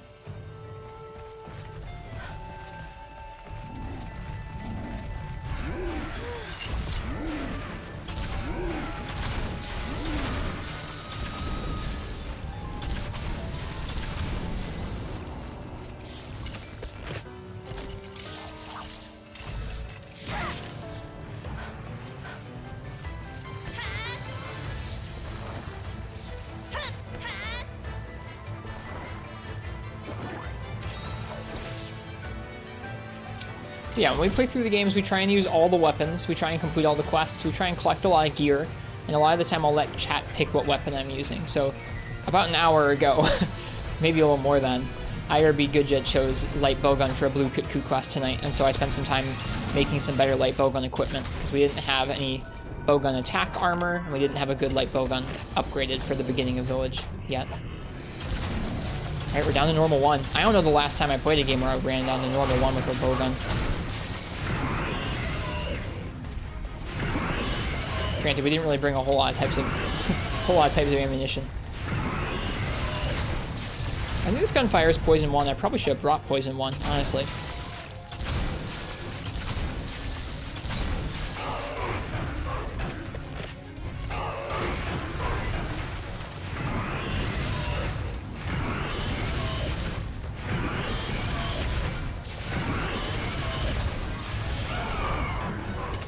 Am I a light bowgun main? Nope. I think the weapon I'm probably most comfortable with in the whole series is Sword and Shield, but I play all the weapons. So in this game, it'll be all 7, I think? And then in the other games, I play 11 in Freedom Unite, and then I guess 14 in the newer ones. Letting chat pick what weapon I'm going to use for most of the quests means that I have to keep a lot of gear upgraded, but also that I have to kind of practice a lot of different ways of playing the game, which is really fun.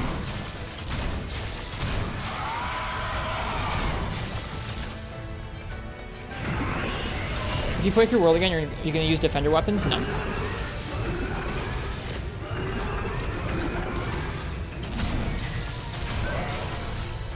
feel like that would deprive me of the experience of actually experiencing that game. Alright. Got our blue Kutku. Just loaded the Freedom 1 save. It started 4 hours in and still no armor. I think most of our first stream, we also didn't have any armor. So I don't blame you. Nice. That was a pretty smooth blue Kutku quest with light bowgun. That feels good. I feel like if we tried that without making some gear first, it would have been really rough, but we were prepared, and we came in and we did just fine. The opposite of how our first quest on blue Kutku went. We brought in some unupgraded bone dual blades, and it was just awful. How are you doing with the village quests, the egg quests? We've done 2 egg quests so far. I have a backpacking set, so it makes it a little easier to carry the eggs around. I made some leather and chain, Zelda, just for the gathering and egg quest aspects of it. Get that dung on the ledge? What dung on the ledge? Is there a dung on this ledge? Right there? Near the eggs? Oh, I didn't realize there was some in there. I will be gathering that in the future because I like getting dung from these areas.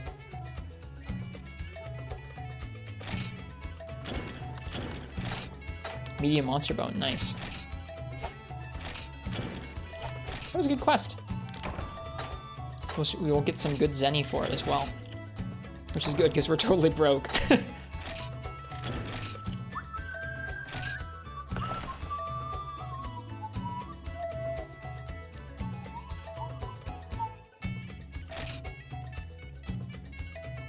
Try to get Silver Los armor in Freedom 1, but you need 1 ruby to craft each part of the armor. That's pretty brutal. I made that armor in Free Midnight with all the rubies that it needed, but I feel like Free Midnight is a little bit more straightforward to get the rubies. Maybe there's like a little bit better of a chance. Maybe not, I don't know.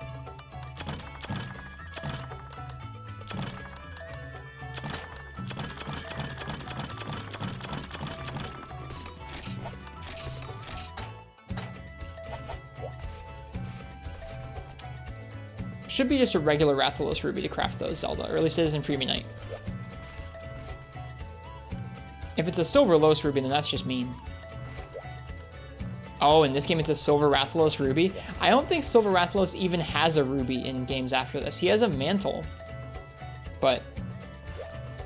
or a Heavenly Scale, but that's it. Each sub has a ruby? I've heard that. That's nuts. We're going to be experiencing that shortly.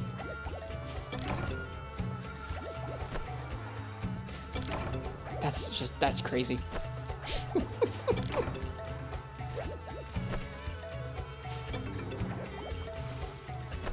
Oh, I know about FPS and the Pink Rathian Ruby.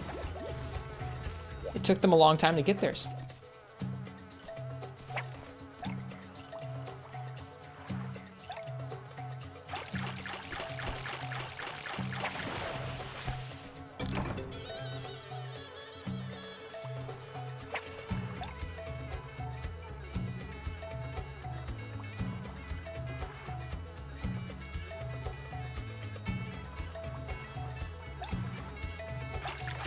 That is rough, Zelda.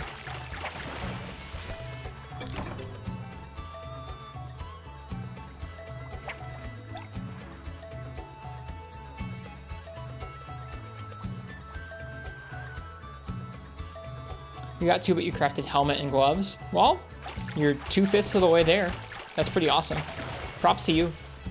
Anybody who goes back and plays these games is pretty cool, I think.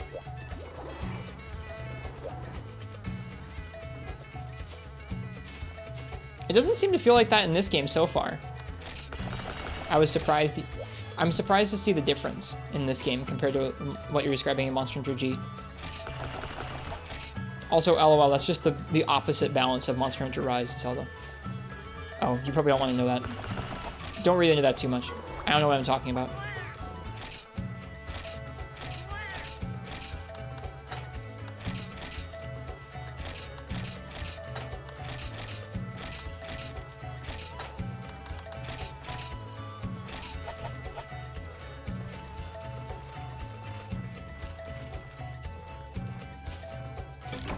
Azure Sakura looks cool, that's all that matters. It is a really cool bowgun.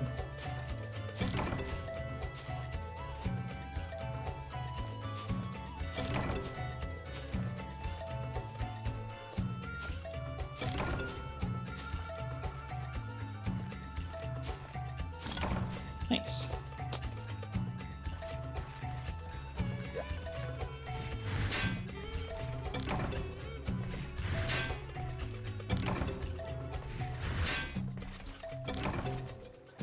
No inventory space.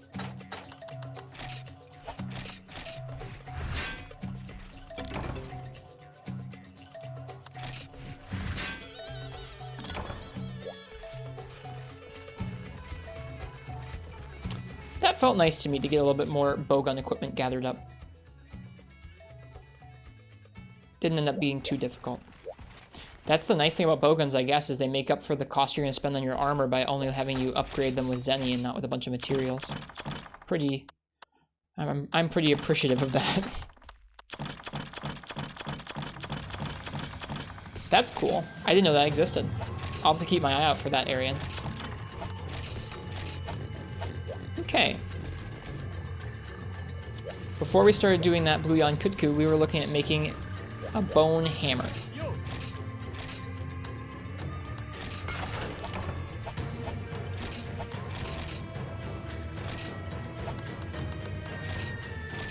Bone Hammer Plus.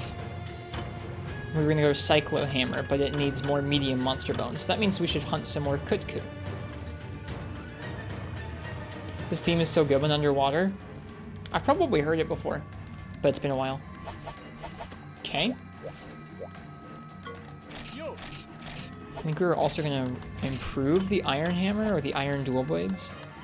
Let me take a look at Dual Blades again, because we know what we're doing for the hammer right now. For the hammer, we're just dumping a bunch of bones in for now, and then we'll eventually do Iron Hammer. But I think duels are the same way. We're just going to be super screwed with ore.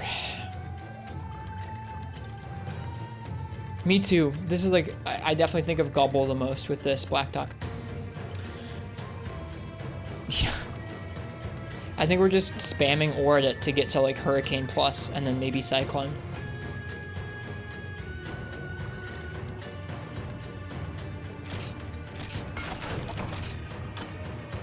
Just need Motulite for that. That's not so bad. We're getting there. Okay. Let's see.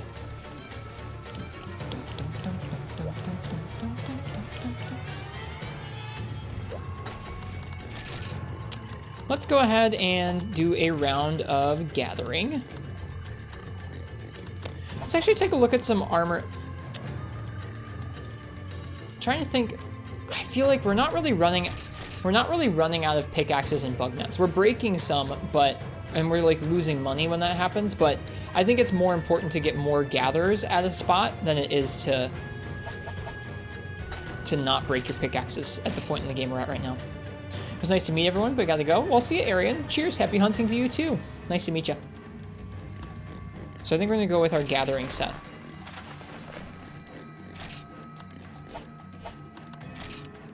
Grab our new bone hammer. Look at this. We're starting to get some gear going on. I want to see if I can get gathering +2 somehow. So right now our chain helm gives us gathering +5. This gives us gathering +2. That gives us gathering +2. Okay. So the chain, the mail and the van braces could get swapped out if we have a piece that has better gathering.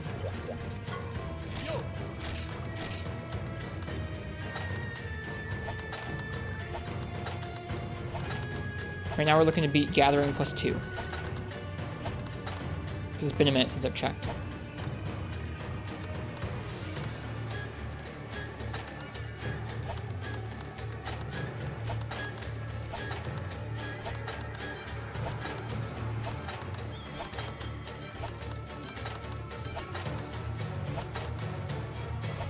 The Melahoa Flower Jacket has gathering, but it takes Silver Ticket and Monster Broth, which I don't think we have access to yet.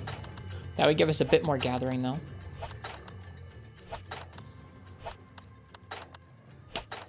So nothing more on that. Let's check the arms real quick. There could be some arms that have better backpacking. Oh, the leather.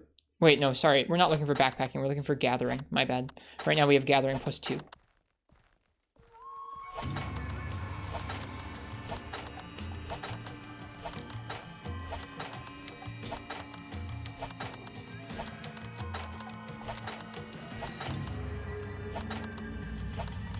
Need to be looking for guard armor as well, because we're going to probably try and make some guard armor for Lance at some point.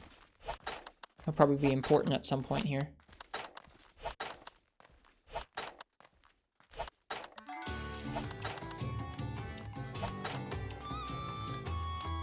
Sorry for dropping some frames right now. That's weird. That happened last night around this time too. All right. Nope, we can't get better gathering armor. That's okay. That's okay.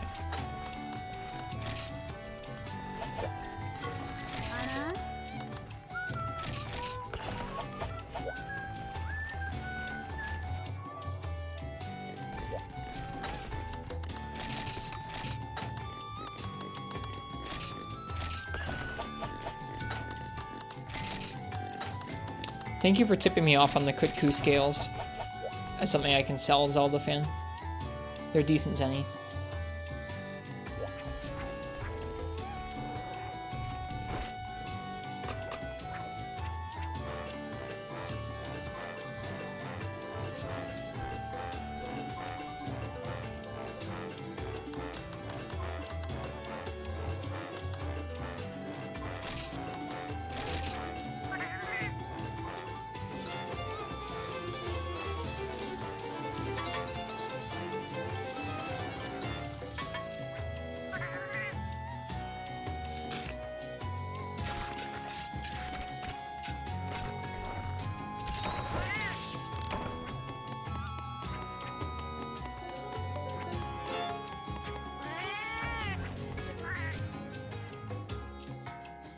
We had not yet done a hammer hunt tonight, so I wanted to do that.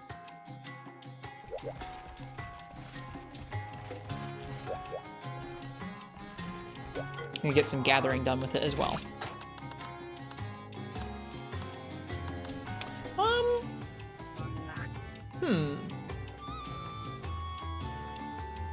Sure, why not? Let's try hammer on Blue Kutku. I haven't done this quest yet.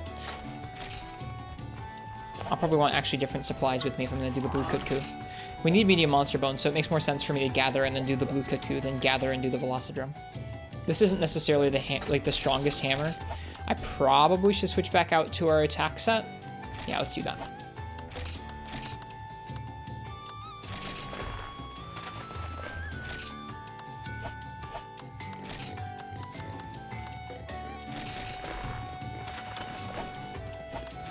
Okay. Want some whetstones just in case. Want some paintballs just in case. Want some herbs. We have our barbecue spit. Okay, should be good.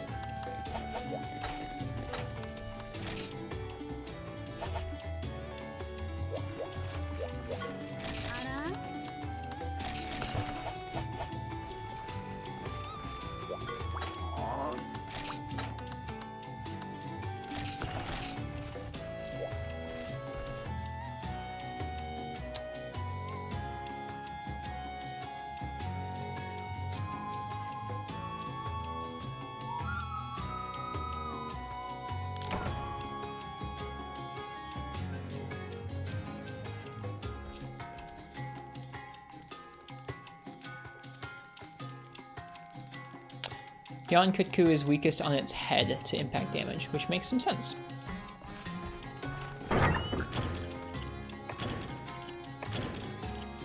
Just looked up the hit zones here. Here they are. You can see for cutting has really good weakness on the wings and the stomach, whereas hammer has it on the head and the stomach and the wings. Hammer is a little bit better on Kutku in general, I think. Or blunt, rather.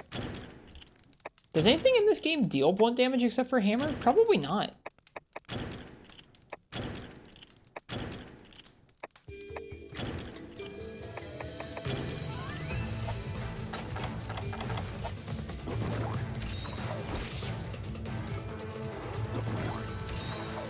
Sword and Shield? Sword and Shield doesn't deal blunt damage in this game, does it?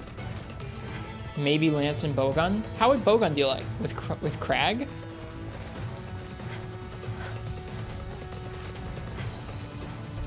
Lance has the hit zone change? Yeah, I think even then Lance still deals cutting type damage. The bash? There's no shield bash in this game. That was added in 3rd gen.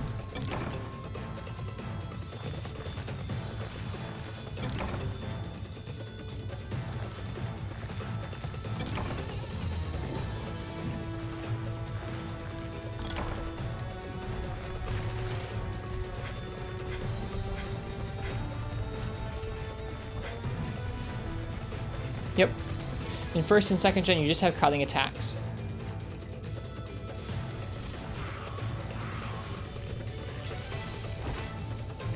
Granted, I mean, it's not like you can KO monsters with impact damage in this game.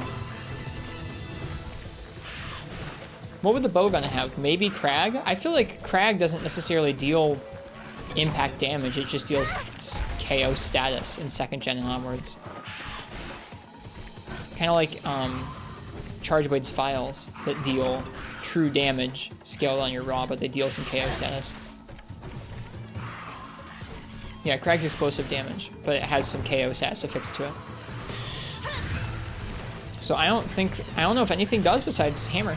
That's kind of neat. It's its own weapon class, which is with its own damage mod. Yeah, 2nd gen is what lets you use items with the sword and shield out knocks. We were just talking about that a day ago. Yeah, in 1st gen, obviously there's no KO affixed to it because KO doesn't exist.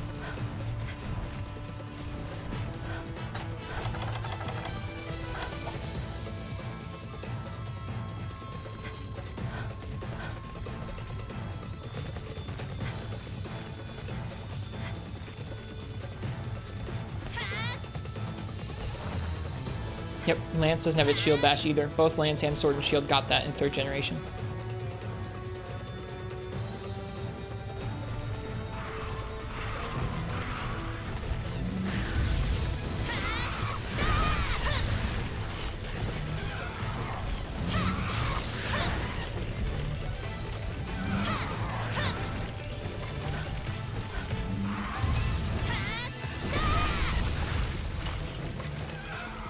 Kick? Kick doesn't deal impact damage. Kick does true damage, if I remember correctly, like a rock.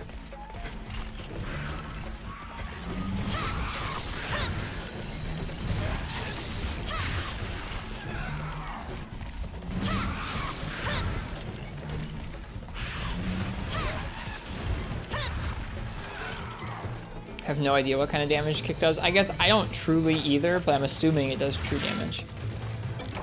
Most things that are that minuscule are.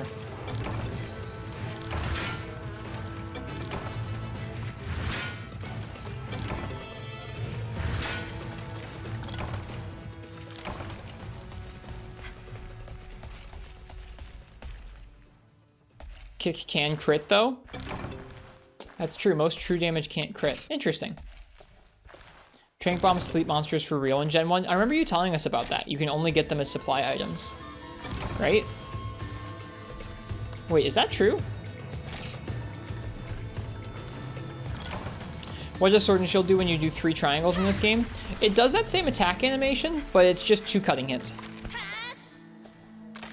So can you not capture monsters in this game? I guess I didn't realize that.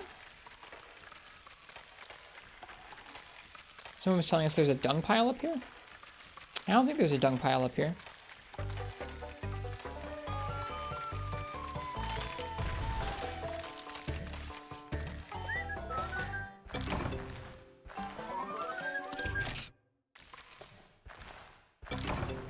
Looks like just a bone pile up here.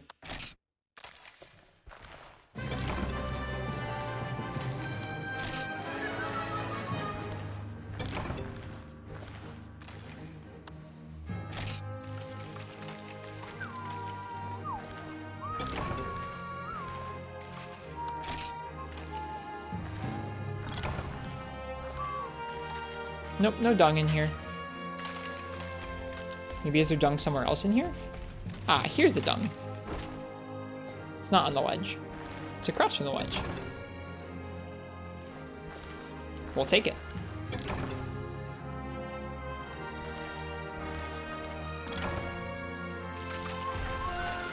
Interesting. Interesting, Zelda. I guess I didn't realize that you couldn't capture monsters outside of capture quests. You don't have the agency to do that. No, you're good, Nox. It's all good. Probably moves around between games.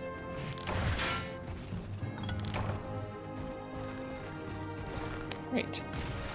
Let us go take out a Yankutku.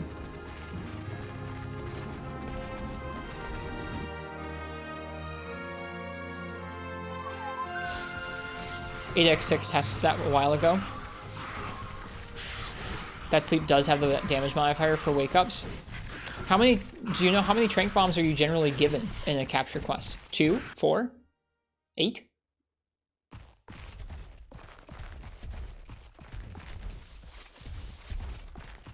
Because if so, you could mess around with that. You could get a couple sleeps prior to your actual trank, or to your actual capture. On capture quests, you can just waste the tranks to get wake-up hits. It sounds like it. I mean, you'd have to save enough for you to be able to do a capture at the end, or else you'd soft lock yourself on the quest. But sounds like that. That's neat. It's the Royal Ludroth theme.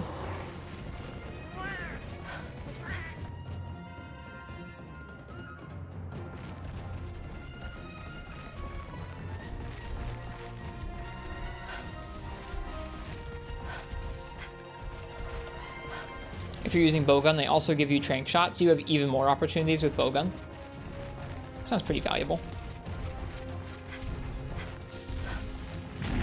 Oh, I ran right into him. Hi. Ah, charging cut through wind pressure. I forgot.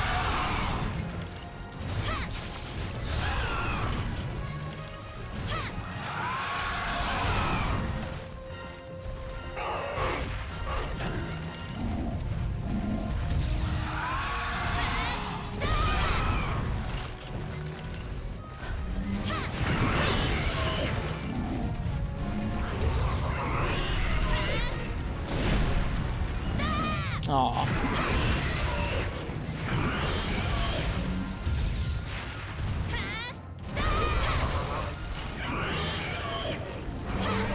Yep, that was unwise. Interesting music for Kutku. It's the Royal Redraw theme.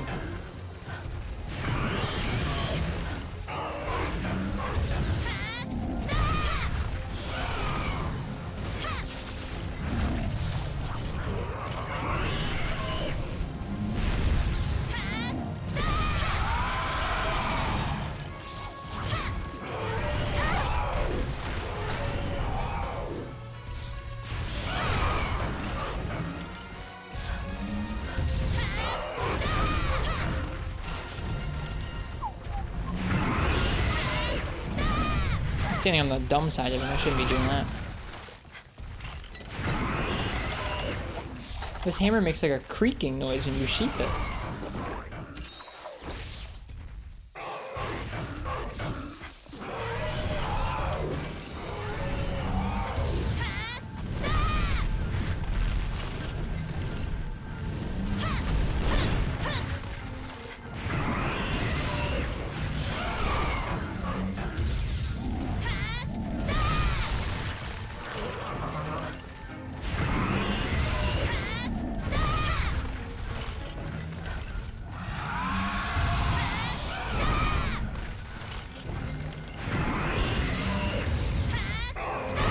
Whoops.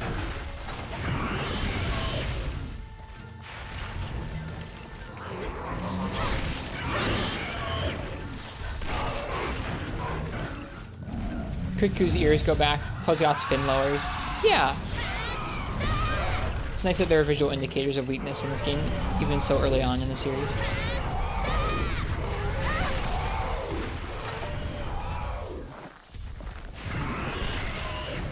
You meant the kick. I figured that's what you were talking about, Black Dog.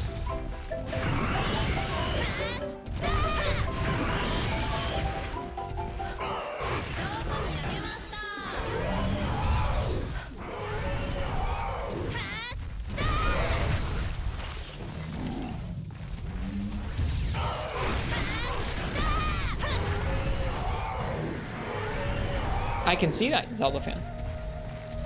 The ears are just rare drops.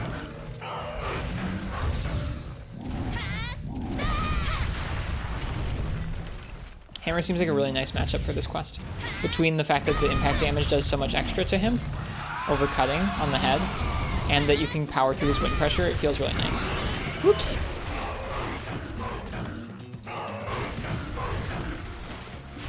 This is more appropriate for a Kutku, isn't it?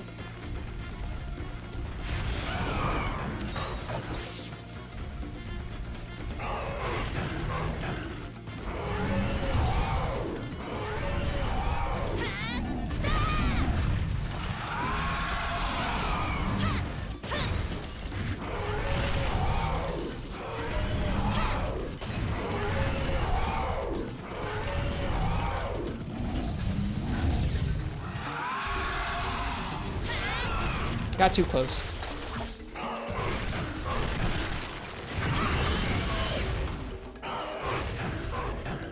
Bowguns seem pretty good too. Yeah, when we made that bowgun damage set and we upgraded that bowgun, it did feel pretty nice. I'm excited to see what heavy bowgun feels like once we upgrade it. Right now we only have a base heavy bowgun. I think it will hopefully feel pretty strong. That'll feel really refreshing after Rise.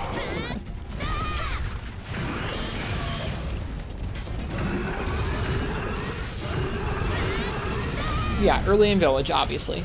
Hopefully it will continue to scale as we get stronger bowguns, but it might not.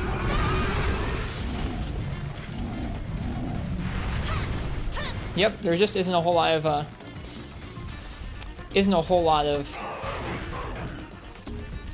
resources out there for Gen 1 Black Dock. A lot of what used to exist was on an old forum called Mindguard that doesn't exist anymore. Doesn't exist in the Internet Archive either, unfortunately. But that's where a lot of that early stuff for Gen 1 and Gen 2 took place, was on Mindguard forums.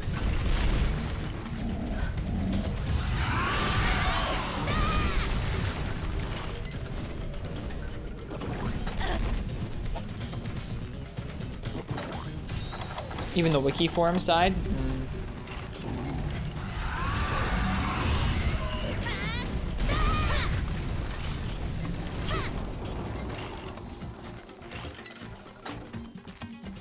A perfectly normal rock, and it's asking you to hunt a perfectly normal rock. Is it a Bizarrios? Probably is. Sounds like a Bizarrios thing they do.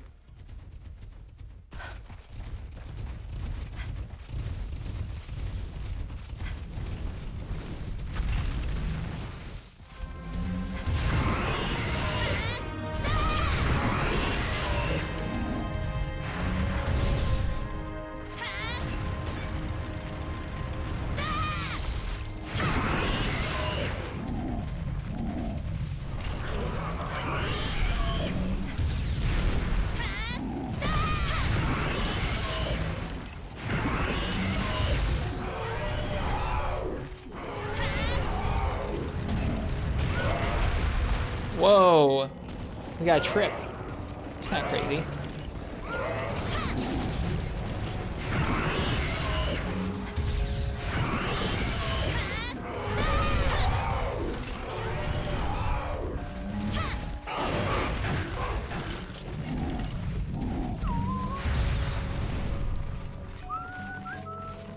It's exclusive to Expeditions, I think, outside of maybe one story quest in 4 Ultimate, if we're talking about that. Yeah, yeah.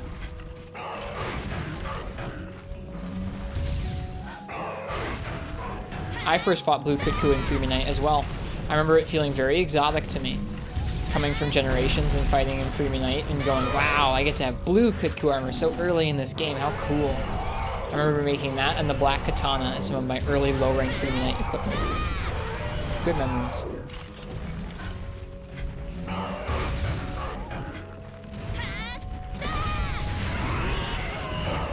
I guess so, Game God. I just have the... I think this is just the Mocha Village theme.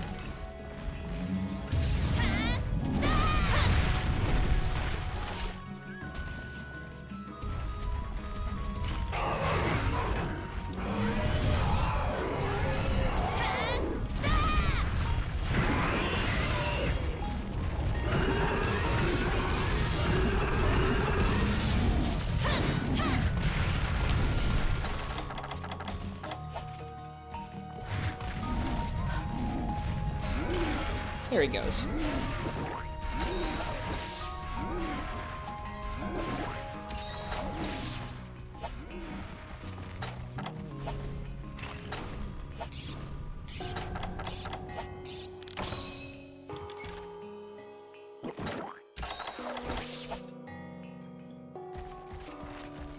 I said this so far, but one of my favorite things so far about this game is that each time we come out on a quest like this, it's not just, oh, I need Kutku, or oh, I need Zenny. It's, oh, I need Kutku and Zenny and Dung and Ore. It's like there's always so many things for you to think about. You don't just go in and hunt the monster unless you really just need one drop to do the next thing you're looking to do. There's always different things you can be gathering and thinking about. It's fun. Very different experience to the last game we played.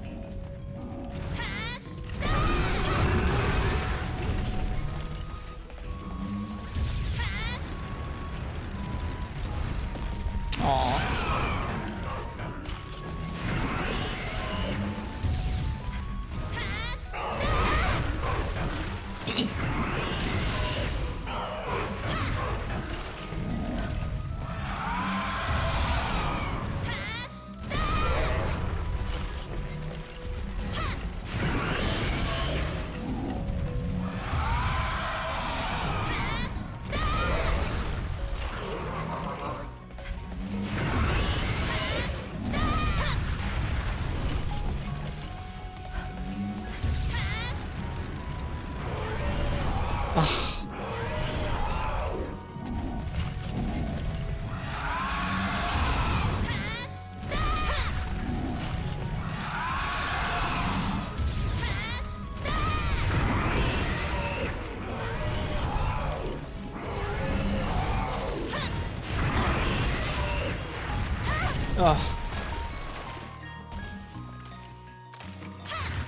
Keep forgetting you're doing this on a Vita.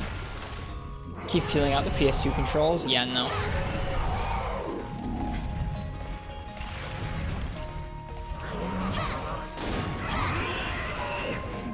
Hunta! Hunta! I really like that alpha.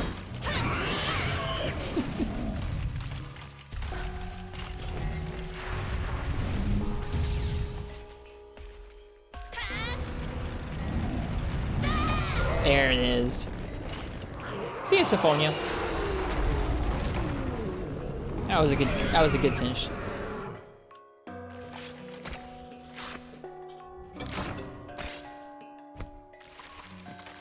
We're gonna be going to bed here soon. Nice snipe, thank you. Or something like that. Something like that. 2 scales. Pog. I like this game. I'm having fun so far.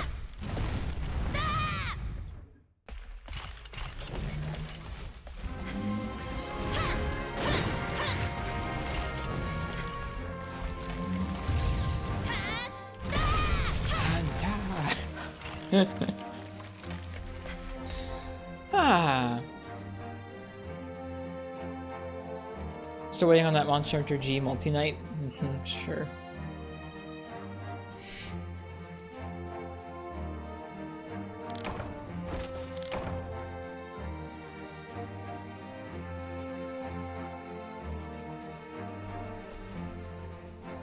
Nope, I think I probably closed the door on that Zelda when I chose to play this game instead of Monster Hunter G.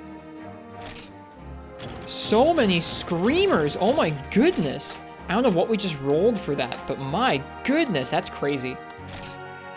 Holy crap.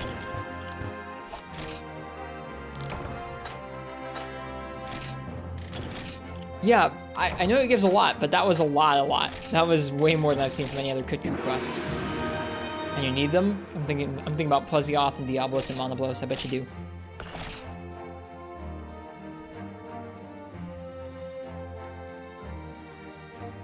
Alright. Nice. Sonic bombs. Screamers make sonic bombs.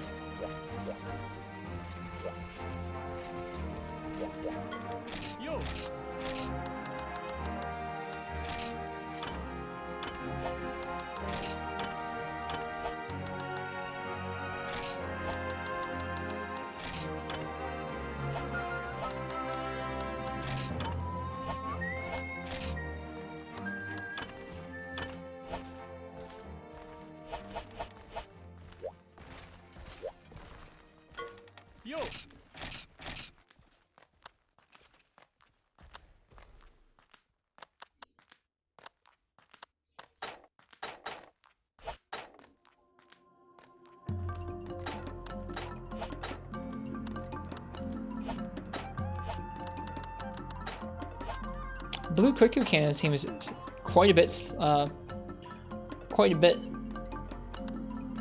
more damaging. It can also fire normal 3.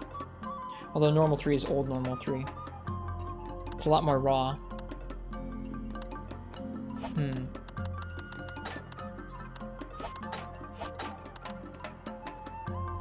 I think Arbalest Plus might be the way to go for now. We already have Arbalest Plus. That's nice. Well, then we're gonna go ahead and level it up.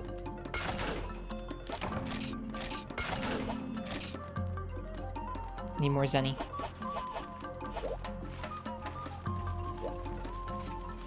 The Blue Cuckoo Cannon would be better in terms of raw, and it can still fire normal too, but it fired a bunch of level 2 shots for others.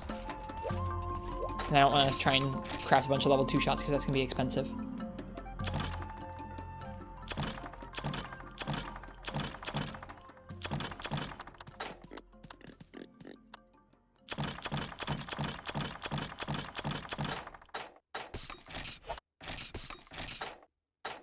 Look at this box. We're filling it up. All these blue mushrooms and herbs and honey. We're doing good. The reload speed something to consider. On the Arbalest or on the blue cuckoo? Yeah, blue cuckoo I saw it said quite slow. Slow reload speed. That's heavy bowgun though. Herbs are really unnecessary. You can just buy them. I guess I should stop farming them then. Now that Zenny's getting a little bit less strapped. That too. Zenny is a bit less strapped, but we're also always broke still. So I'd rather farm them for now, I guess.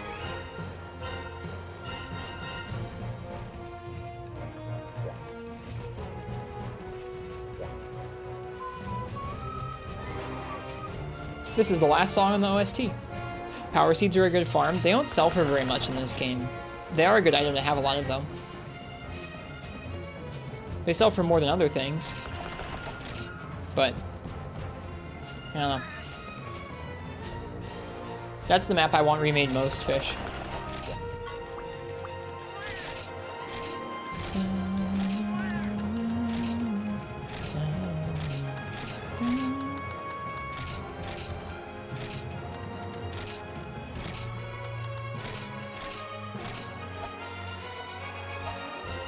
I don't really use demon drugs anyway, so that wasn't going to be an issue, but that's good to know.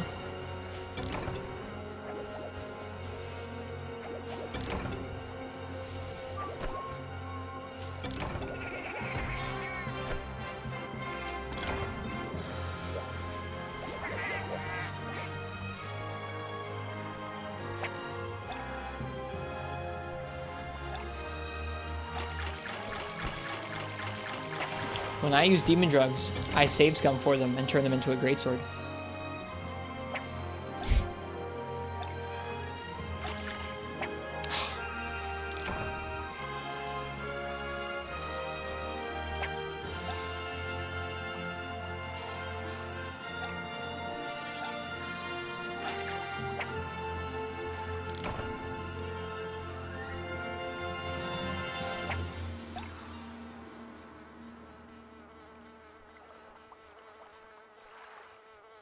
That was a fun OST to listen through today. Thank you, Try OST.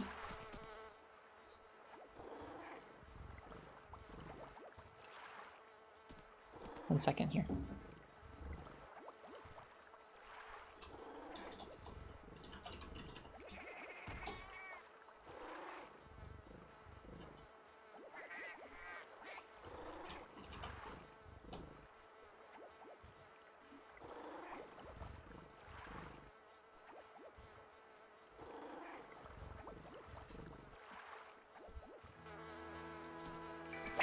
On a related note, you might want an alchemy set. We'll look into it. We'll look at what the alchemy commands are.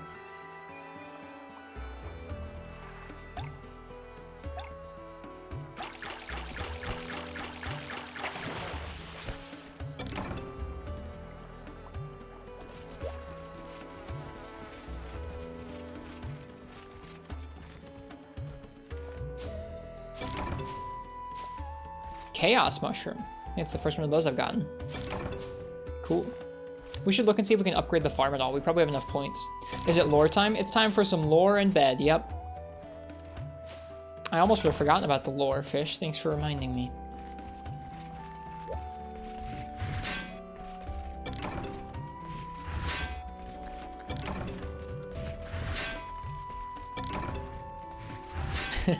Sorry, Alpha.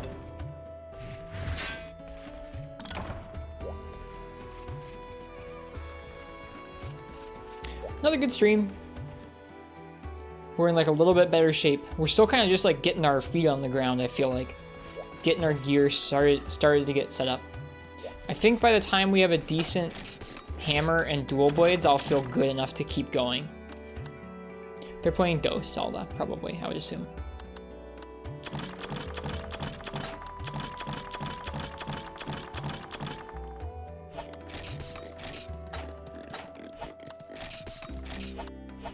Okay.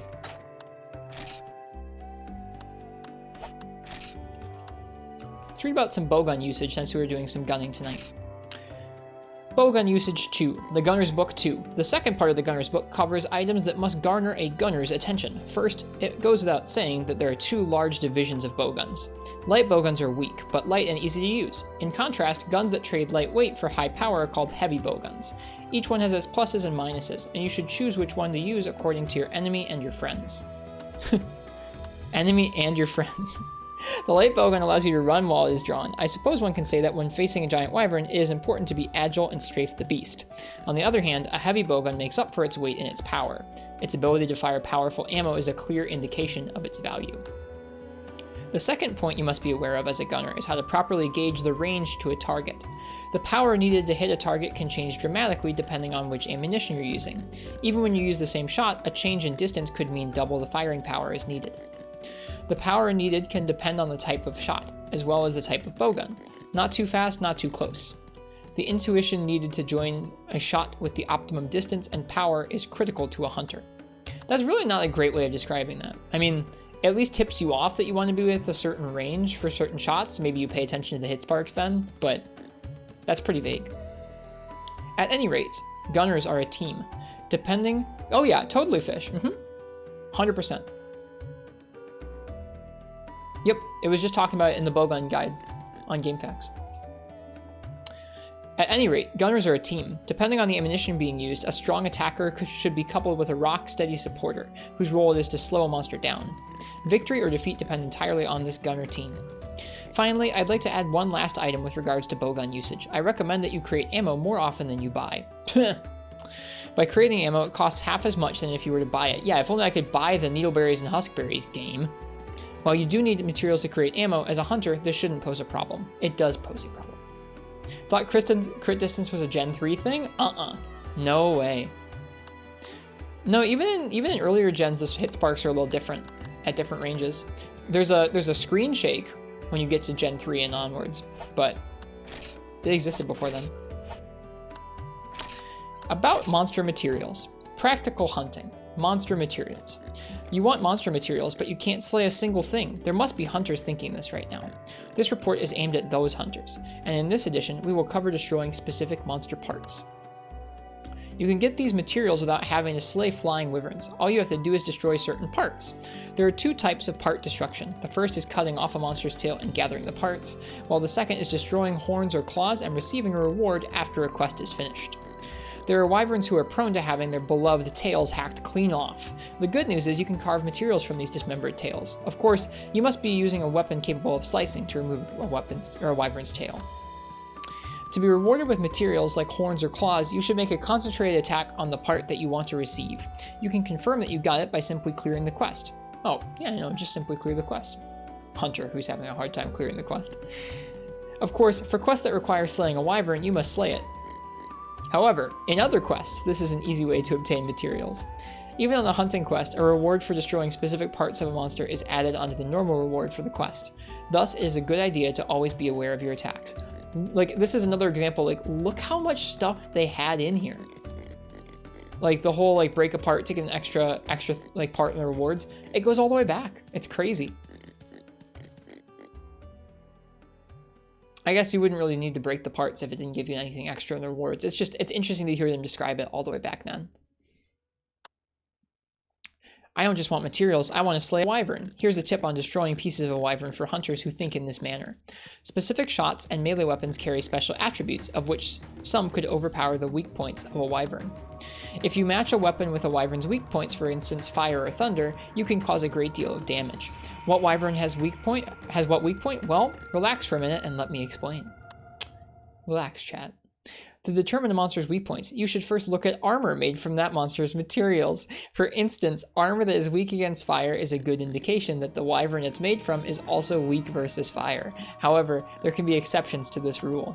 You do not necessarily have to create armor. Weak points can also be determined even if you only have key items. You can confirm things by taking these key items to the crafting shop. Just to recap, obtaining key materials from a wyvern without slaying it is called part destruction. It's funny to hear them call out that strat of like, look at the armor. All right, that's that. I think that's where I'm gonna call it for the night. It's late, a little after 3 in the morning for me. I have work in the morning, so I'm gonna go ahead and get some rest. hope you guys enjoyed the 3 Ultimate and the Monster Hunter Freedom that we played tonight.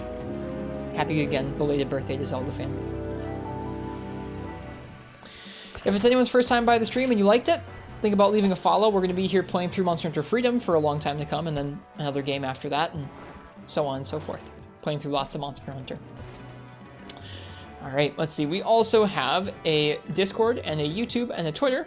The YouTube and the Twitter are just kind of updates where you can follow us there to see when we're live or look at some highlights and VODs if you want to watch things on YouTube. The Discord's actually a really cozy spot. People are always in there talking about old Monster Hunter and new Monster Hunter, and there's generally some cozy discussion going on. So if you need a spot like that, check it out.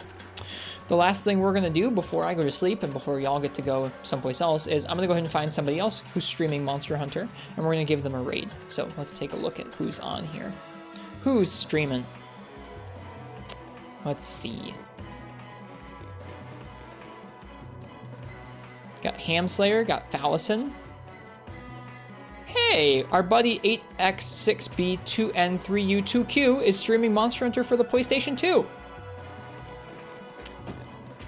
We're gonna raid them. 8x6b2n.